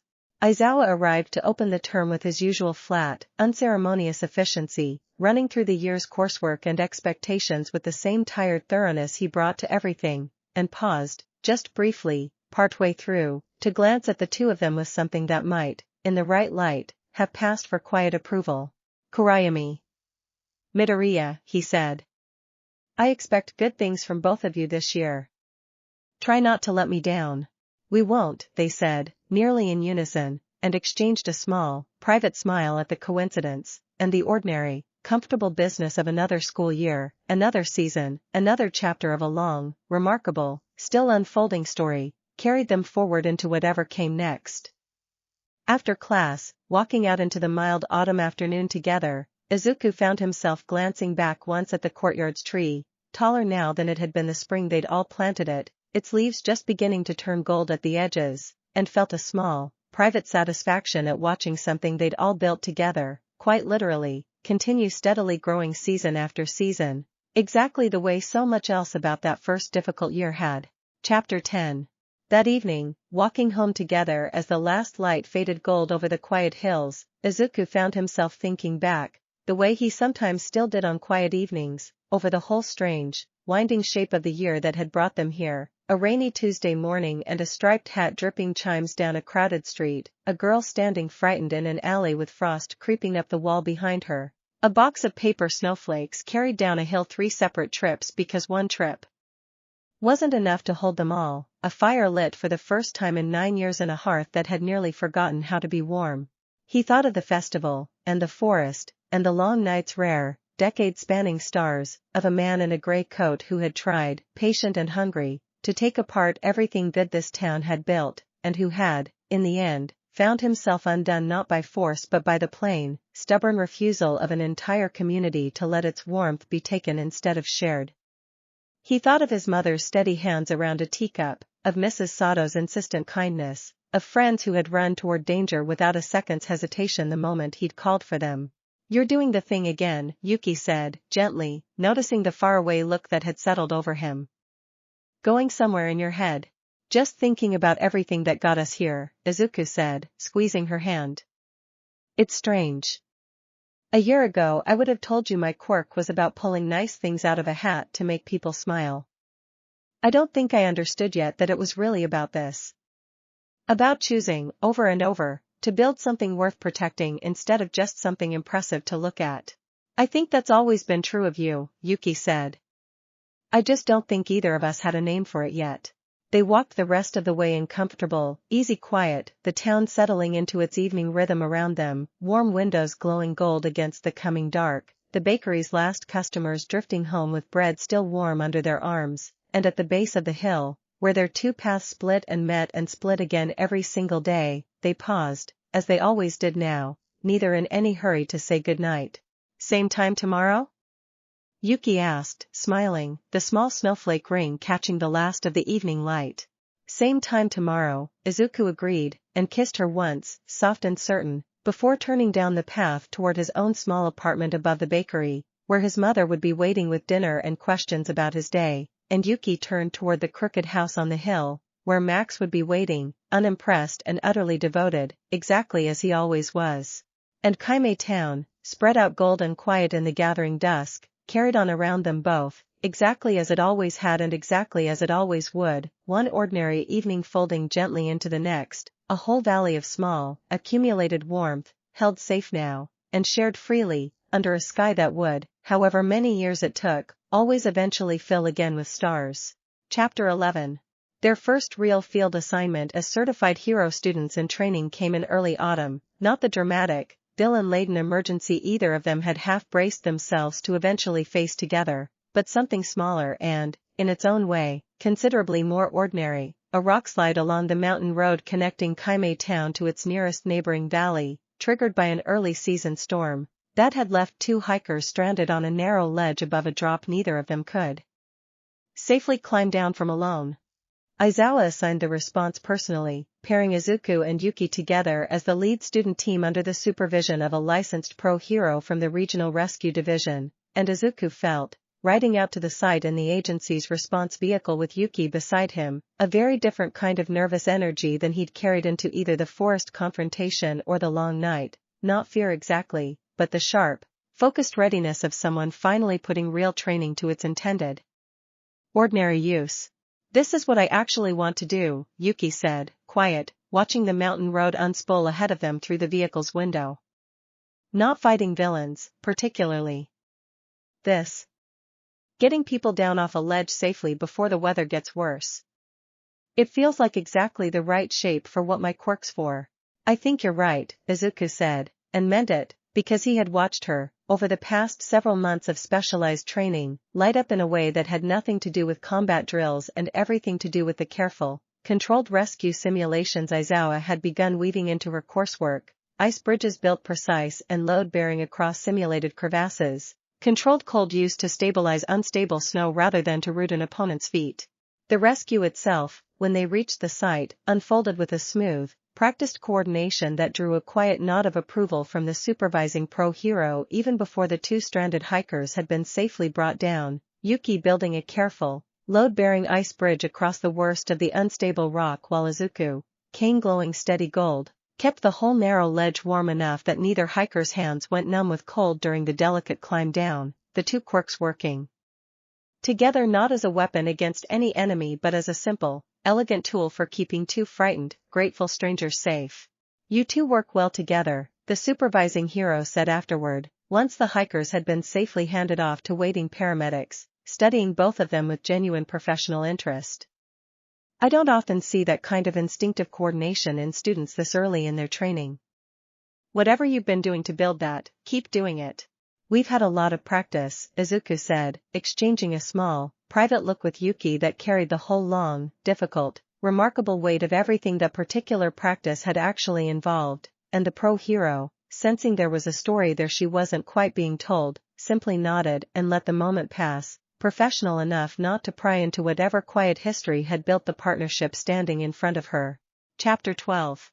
News of the rescue traveled through Kaimei town almost as quickly as news of Yuki's certification exam had, the local paper running a small article the following week under the headline "Branch Campus Students Aid Mountain Rescue," accompanied by a photograph neither of them had realized was being taken, the two of them standing together at the rescue site, Kane and Frost both still faintly glowing, looking, Izuku thought when he finally saw the printed image, considerably more composed than he remembered actually feeling in the moment.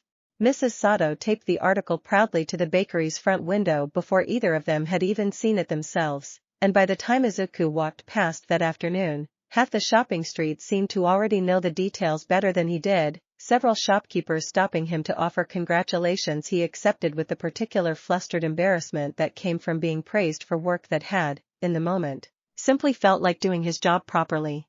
"You should have seen your face when the second hiker started crying with relief," Yuki told him later, clearly enjoying the memory more than he did.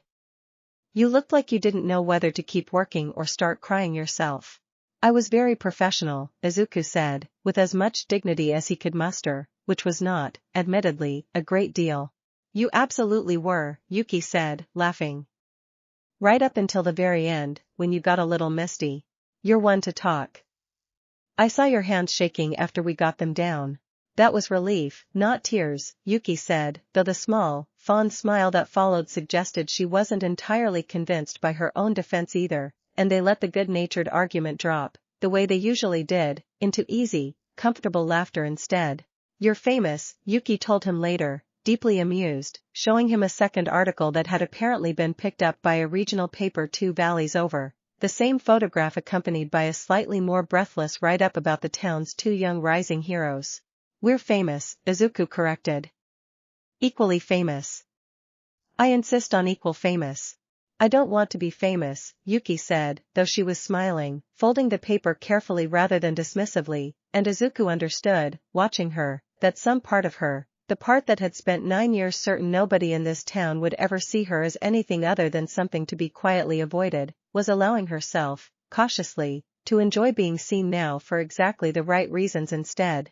Inko kept both articles, carefully clipped and pressed flat inside an old photo album that had, over the past year, slowly filled with an accumulating record of her son's whole remarkable journey, the festival, the long night, and now this, small and ordinary and entirely wonderful in its own quiet way, proof that whatever dramatic dangers the two of them had already weathered together, they were, at their core, simply becoming exactly the kind of steady, capable, good-hearted heroes she had always hoped her son might grow into, with someone equally remarkable now standing right beside him.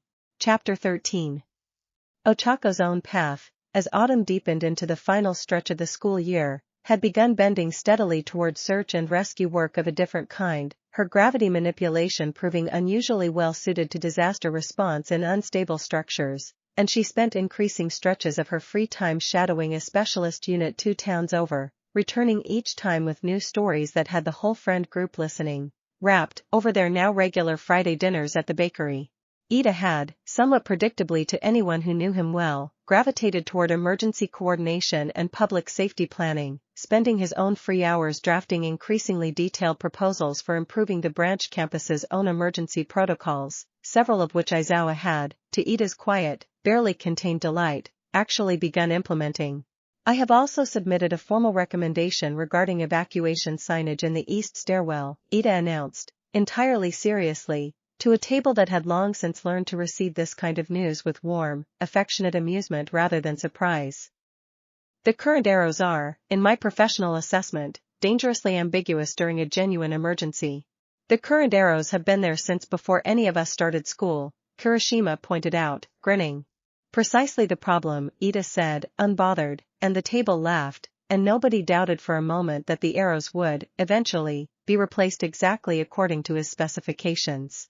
Kirishima, meanwhile, had simply continued being exactly, reliably himself, cheerful and steady and endlessly willing to throw himself bodily between danger and anyone who needed protecting, a straightforward, unglamorous kind of hero work that suited him so completely nobody who knew him could imagine him choosing any other path.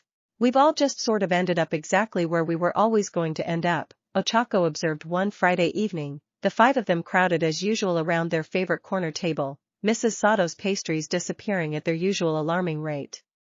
Isn't that strange? 2 years ago none of us really knew what kind of heroes we wanted to become. Now it feels obvious, looking back. Like the answer was there the whole time, just waiting for us to grow into it properly. I don't think it's strange at all, Yuki said, thoughtful. I think that's just what growing up is. You don't become someone new. You just finally get comfortable enough to be who you already were underneath everything. The table went quiet for a moment at that, the particular thoughtful quiet that settled over good friends when someone said something true enough to sit with, and then Kirishima, never one to let a quiet moment linger too long, raised his cup in another one of his enthusiastic, slightly premature toasts, and the evening rolled on, warm and easy, exactly the kind of ordinary, precious gathering that Izuku understood now, watching it unfold, to be the truest measure of everything this whole remarkable year had actually built. Chapter 14. A second letter arrived from Tetsuya Kurigane in early winter, shorter than the first, and different in tone, less careful confession and more, Izuku thought reading it, the plain, ordinary update of a man slowly, steadily rebuilding something worth reporting on. He had, the letter explained, begun assisting the facility's counseling staff in working with other residents whose quirks had similarly warped, over years of untreated grief, into something destructive, finding, to his own evident surprise, that he had a talent for recognizing in others exactly the kind of cold, patient calculation he had once mistaken for the only sensible way to survive loss. I do not expect this to undo anything, the letter read, in the same careful, upright hand. But I find I am glad, for the first time in longer than I can properly measure, to be doing something that adds rather than takes. I thought you should know that the conversation we had that night continues to matter, even now, even here. Izuku read it aloud to Yuki that evening, and watched her consider it carefully, the same thoughtful stillness she'd worn reading the first letter months before. I think that's good, she said finally. Genuinely good, not just good because it lets either of us feel better about what happened. I think a person finding a way to turn what hurt them into something that helps someone else instead is about as close to a real second chance as anyone actually gets. Do you think we'll ever actually see him again? Izuku asked. In person, I mean. Not just letters. Maybe, someday, Yuki said. I'm not in a hurry for it. I don't think I need to see him face to face to know that what happened between us that night mattered. But I don't think I'd be afraid of it either, if it happened. I think I've gotten better, this year, at not being afraid of things just because they're complicated. Izuku folded the letter carefully and set it with the first, in a small drawer in his desk that had become, without either of them quite planning it, a modest, private record of the strangest, most unexpected thread of the whole long story that had brought them together, a villain's slow, uncertain path toward becoming something else, running quietly alongside their own. Chapter 15. Winter arrived again in its proper season, the quiet hills dusting white once more, the shopping streets' lights strung early against the lengthening dark, and Izuku found himself, walking up the familiar hill path one clear December evening almost exactly a year after he had first climbed it to talk a frightened girl through her fear of a town's founding festival, struck by how comfortably ordinary that same walk had become. He found Yuki in the garden, tending the last of the season's blue frost roses before the true deep cold set in properly, Max curled nearby in his usual patch of sheltered warmth, and she looked up at his approach with the easy, unguarded smile that had, over the past year, become as natural to her as breathing. A year, she said, without needing him to say anything first, following some quiet internal calendar of her own. It's been almost exactly a year since that gravity fold in the clock tower square. Since you chased me into that alley. Followed, Izuku corrected, settling onto the familiar garden wall beside her. Politely. Followed, she allowed, smiling. It's strange to think about. How much fit into one single year? A festival. A villain. A long night full of stars. An entire life rebuilt out of 9 years of careful, lonely hiding. Are you glad? Izuku asked, quiet, genuinely curious despite already knowing, mostly, what the answer would be. Looking back on all of it. Even the hard parts. Yuki considered the question properly, the way she considered most things that mattered, turning it over with the same careful attention she'd once turned only on books and, later, on the dangerous, complicated shape of a villain's quirk. I'm glad, she said finally. Not because the hard parts were good, exactly. The frozen tree was terrifying. The forest was terrifying. Watching him stand near your mother in that market was one of the worst moments of my life. But I'm glad because none of it broke what we built. If anything, it just proved how strong it actually was underneath. I don't think I'd trade a single piece of this year, even the frightening parts, because I don't think I'd be exactly this version of myself without having gone through all of it. I feel the same way, Izuku said, and reached for her hand, the small snowflake ring catching the last of the December light, and together they sat there in the quiet, cold garden a while longer, watching the valley below them settle slowly into evening, warm windows glowing one by one against the coming dark, a whole town carrying on exactly as it always had, safe now, and known, and thoroughly, permanently theirs. Do you ever wonder what would have happened if Aizawa hadn't taken your worries seriously that first week? Yuki asked, after a while, the question arriving with the particular idle curiosity of someone turning over a familiar thought from a slightly new angle. If the whole thing with Hollow had gone differently from the very start? Sometimes, Izuku admitted. But I try not to dwell on it too long. I think if I spent too much time imagining all the ways it could have gone worse, I'd forget to actually appreciate how well, in the end, it went right. We're both still here. Nobody we love got seriously hurt. Even he ended up somewhere better than where he started. That's not nothing, Yuki. That's actually everything. You're right, she said, settling more comfortably against his side. I think I ask because some part of me still finds it strange, sometimes, that the story actually ended up this gentle. 9 years of expecting the worst does that to a person, I think. Makes you keep double-checking the good ending is actually real. It's real, Izuku said, quiet and certain, pressing a kiss to the top of her head. I promise you, Yuki. It's entirely, completely real. Chapter 16. That evening, at Inko's insistence, they gathered once more around the small, crowded kitchen table that had, over the course of one remarkable year, become the quiet, steady center of so much of their shared story, the same table where Izuku had first mentioned a strange man in a gray coat, where Aizawa had once laid out careful plans for a dangerous trap in the woods, where a mother had listened, all the way through, to every frightening thing her son ever needed to tell her. Mrs. Sato joined them, as she often did now, along with Ochako and Ida and Kurashima, the whole small, hard-won circle of people who had chosen, again and again, over danger and doubt and every difficult turn the year had offered, to show up for each other without hesitation, and the meal that followed was simple and warm and entirely unremarkable in exactly the way the best evenings so often are, full of easy laughter and old stories retold for the pleasure of retelling them rather than any real need to hear them again. To the year behind us, Inko said eventually, raising her glass once the meal had wound down into comfortable, lingering conversation, and to whatever comes next. I don't think any of us could have predicted, this time last year, exactly how much would change, or exactly how much stronger all of you would become for having weathered it together. To the year behind us, the table echoed, warm and full, and Izuku, looking around at every face gathered there, his mother's, Yuki's, the small, fierce circle of friends who had run toward danger for him without a second's hesitation, felt the whole long, remarkable shape of everything that had brought them all to this exact table, this exact evening, settle into something that felt, at last, entirely and permanently like home. Later, once the table had finally emptied and the dishes had been cleared, Izuku walked Yuki back up the hill one final time that year, the cold, clear December night settling comfortable and familiar around them, and at the garden wall, the same spot where so much of their story had first taken shape, they paused, as they always did, neither in any hurry for the evening to end. Same time tomorrow, Yuki said, smiling, the old, familiar words that had become, over the course of one whole remarkable year, less a question than a promise.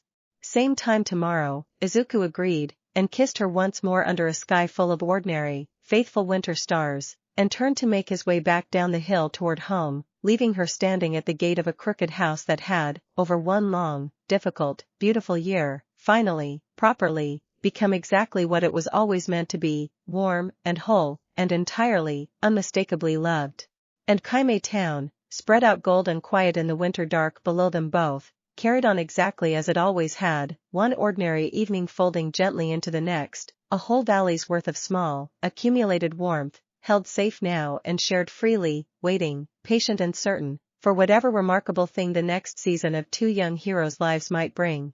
It was, in the end, exactly the kind of ordinary miracle Mrs. Sato's grandmother had once promised the long night could offer, not a single dramatic transformation but a whole quiet accumulation of small, deliberate choices, made steadily, faithfully, one season at a time, until an entire town, and two remarkable young people within it, had grown, together, into something considerably warmer and stronger than either had ever quite managed alone. Chapter 17. Years later, though neither of them could ever quite agree afterward on exactly how many, Izuku would still sometimes find himself telling the story of that first year to younger students at whatever agency he eventually came to call his professional home, the striped hat retired to a place of honor on a shelf rather than daily wear by then, though the cane, updated and refined through long practice, remained as much a part of him as it had been the day a delivery truck first hung suspended and spinning above a frightened child in the clock tower square. He would tell them about a rainy Tuesday morning and a mother who worried over stairwells turned briefly into slides.